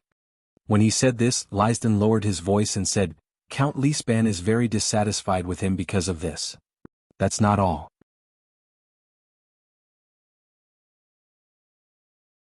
It has also attracted a lot of dissatisfaction and protests from the Archduchess. Lysden said quietly. Putray knew what was going on and nodded slightly. After passing through countless porches and layers of guards, they finally arrived in front of a dilapidated and old 3-story building that almost didn't have a hall. There were still many palace guards standing there, scanning them with vigilant and fierce gazes. It's like being in a prison. You know, there are prison guards everywhere. A Constellation attendant whispered to his companion. A man who was obviously the leader of the palace guards walked out. He was tall and had a sharp gaze. At his waist was a long sword. Viscount Lysden greeted the captain of the guards. Lord Justin. The Viscount nodded politely. He extended his hand to the Constellations behind him and introduced, This is the former deputy commander of the White Blade Guards, Lord Justin, who once defended the palace under Black Sand Region's attack, nodded with a calm expression. His gaze circled the guest.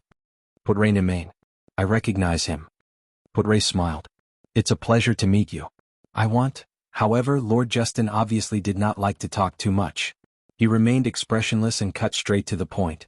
I know why you're here. He's in the backyard. Follow me. Putray smiled slightly, thanking him for his understanding. I will wait for you here. Lysden put his hands behind his back and stood on the spot. He pursed his lips and nodded. The Archduchess' hearing will take a while. With anticipation, the Constellation attendants looked at each other and followed Putray through the first floor of the building to the backyard. Even under the sun, the backyard, which was shrouded by a canopy of trees, still looked gloomy and dilapidated, as if no one had lived there for a long time. The tiles were uneven and the ground was covered in broken tree roots. The pale tree trunks and the cracked walls of the courtyard were almost one. The walls were desolate and shadows were everywhere. There was an ominous atmosphere in the air, making people feel gloomy at first sight. More than 10 Constellation soldiers stood in the dilapidated courtyard, guarding the entrance and exit. A young Constellation man in his 20s saw them from afar. His eyes immediately brightened and he hurried over to welcome them. Oh, what a surprise. The young man was tall and straight. His face was ordinary, but he had a pair of sharp eyes. His Highness said, I thought you would only arrive a week later. The young man came before Putray. The Constellation attendants could not help but notice that there was a long sword without a sheath at his waist. It was single-edged. It's a pleasure to meet you. Putray exhaled a smoke ring without hesitation and raised his eyebrows. Attendant Waya Castle. Hearing this surname, the guests from Constellation cast a strange look at Wuxia.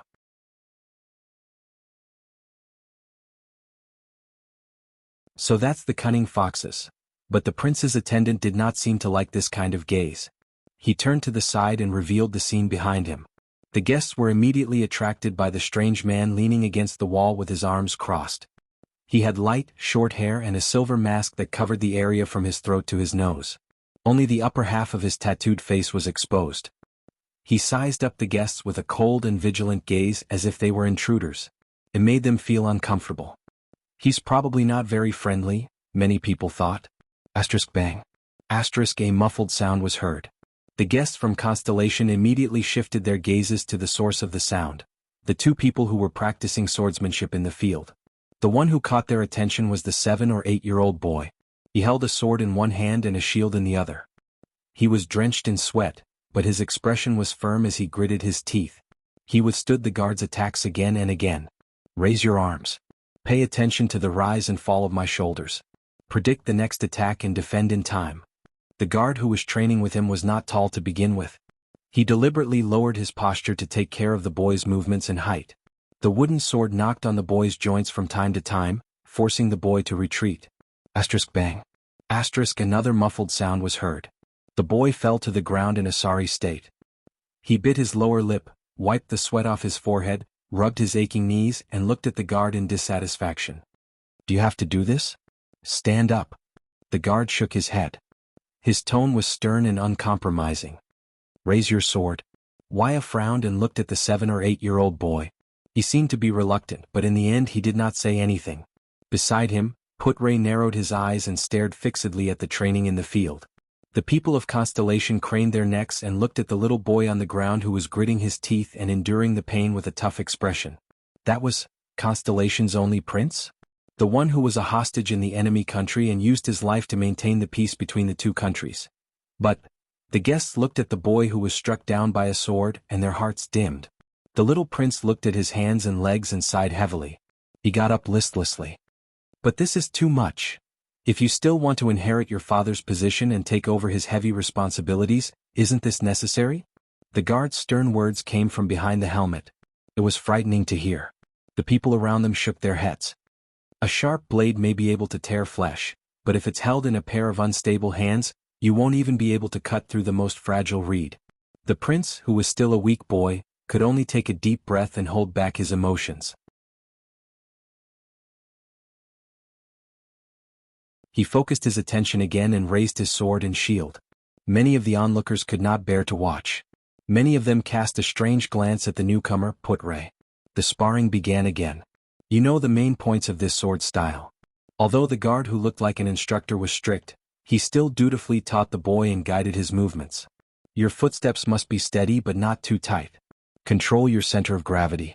This is especially important when you switch between offense and defense. However, bang. The third time, the strong but weak boy fell to the ground violently. The wooden sword fell to the ground. He could not fight back at all. Behind Putray, the attendants of Constellation looked at each other in disappointment and retracted their gazes from the boy. Obviously, the prince was not talented in martial arts, to the point that he did not know anything about it. It made their feelings of anticipation a little complicated. If this is Constellation's future, enough. Wuxia, who was watching from the side, could not stand it anymore. The prince's attendant crossed his arms and said to the boy's instructor in dissatisfaction, "He's only 8 years old." Ralph, who was leaning against the wall, whistled softly and made a gesture that no one else could understand. The little prince on the ground took a deep breath, clenched his fists and punched the ground fiercely. However, he still looked at his instructor, unwilling to admit defeat. 8 years old. The guard snorted coldly. He lowered his head and looked at the boy. When I was his age, the enemies I faced were far less merciful. They even gave you a second, no, a 12th chance to stand up. The little prince's face turned pale as he stood up. You do not need me to tell you how special your identity is. The guard's words were merciless, and it made the boy with the special identity feel a little embarrassed and ashamed. But the boy still refused to admit defeat. But I am smarter than all of them. This is not a matter of whether you are smart or not. The guard's voice became sterner. Every single one of your opponents is much older than you, much stronger and much more experienced. Without a strong will and a strong body, how are you going to climb to the highest position in the future? How are you going to control the entire, at this moment, Your Highness? An extremely loud shout rang through the entire area, even attracting the attention of the palace guards in the distance. The entire area fell silent. Putray took a step forward and patted Waya's shoulder, gesturing for him to step back. The visitors from Constellation looked at the leader of their trip, hoping that he could bring some changes to the seemingly weak prince. After all, he is the future of Constellation.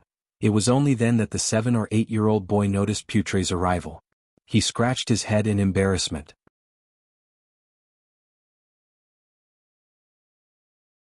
When the onlookers saw this, they all had strange expressions on their faces. The thin lord stared at the scene with a sharp gaze. A second later, he sighed softly. Your Highness, stop fooling around. Putray put away his stern expression. With a profound gaze, he said helplessly, be more mature. You should grow up. The boy blinked and looked around anxiously as if he was a little afraid.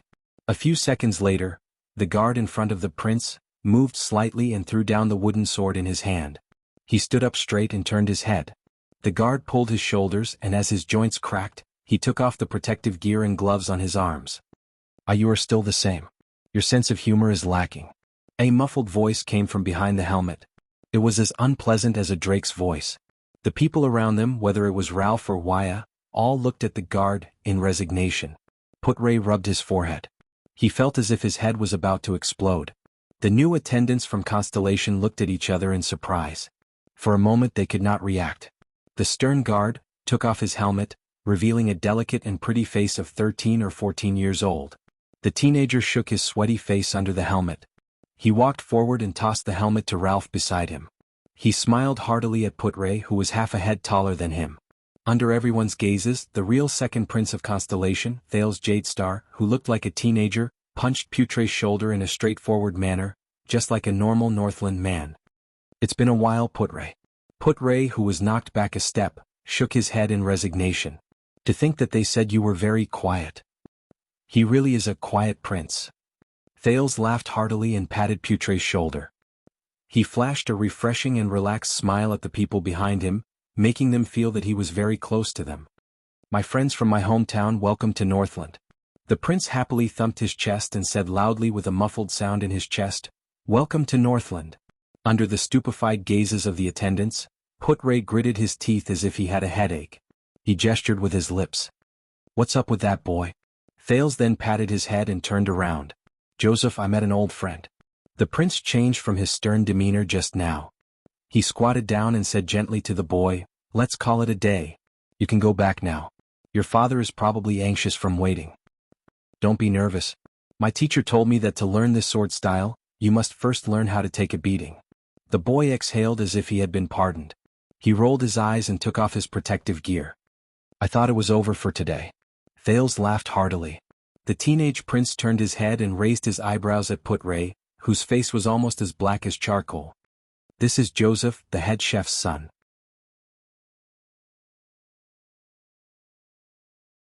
His dream is to take over his father's position, become the head chef of Heroic Spirit Palace, and be in charge of the entire scullery. His identity allowed him to participate in the chef's apprenticeship at the age of 8. But you know, the competition in Heroic Spirit Palace's scullery is fierce, and he's the worst at cutting meat, so he needs special training when it comes to using a knife. All right. Putray sighed helplessly and flicked away the remaining smoke from his pipe. I'm glad to see that you have become more cheerful in the past 6 years. Your Highness. He was no longer the damn child with a stern face in the past. Thales' expression froze for a second. He stood up and stopped smiling. As the prince's expression changed, the atmosphere among the guards and attendants also turned cold. No, he said faintly, it's not 6 years. Putray responded with a puzzled look. I remember it very clearly. The prince raised his head and said with a slightly sentimental tone, today is the 14th of June, year 679. Thales looked at the sun in the sky and sighed with a complicated gaze. It's 6 years and 167 days. I'm already almost 14 years old. Boo. Boo-hoo? Bells. Boo. You've finally grown up. I thought. Boo-hoo? Hurry up, everyone. Those who tipped, those who voted, those who left messages, Swordless, who was sobbing uncontrollably. Otherwise, what if he woke up in the next chapter and realized that he was still 7 years old? You're tuning in to the Han Li's Wuxia Adventures YouTube channel. We're so grateful for your support, and don't forget to subscribe to join us on this incredible journey through captivating stories. Your generosity through donations truly makes a world of difference, as it's the primary source of revenue that allows me to expand and enhance this channel for you. Thank you from the bottom of my heart for being a part of this adventure.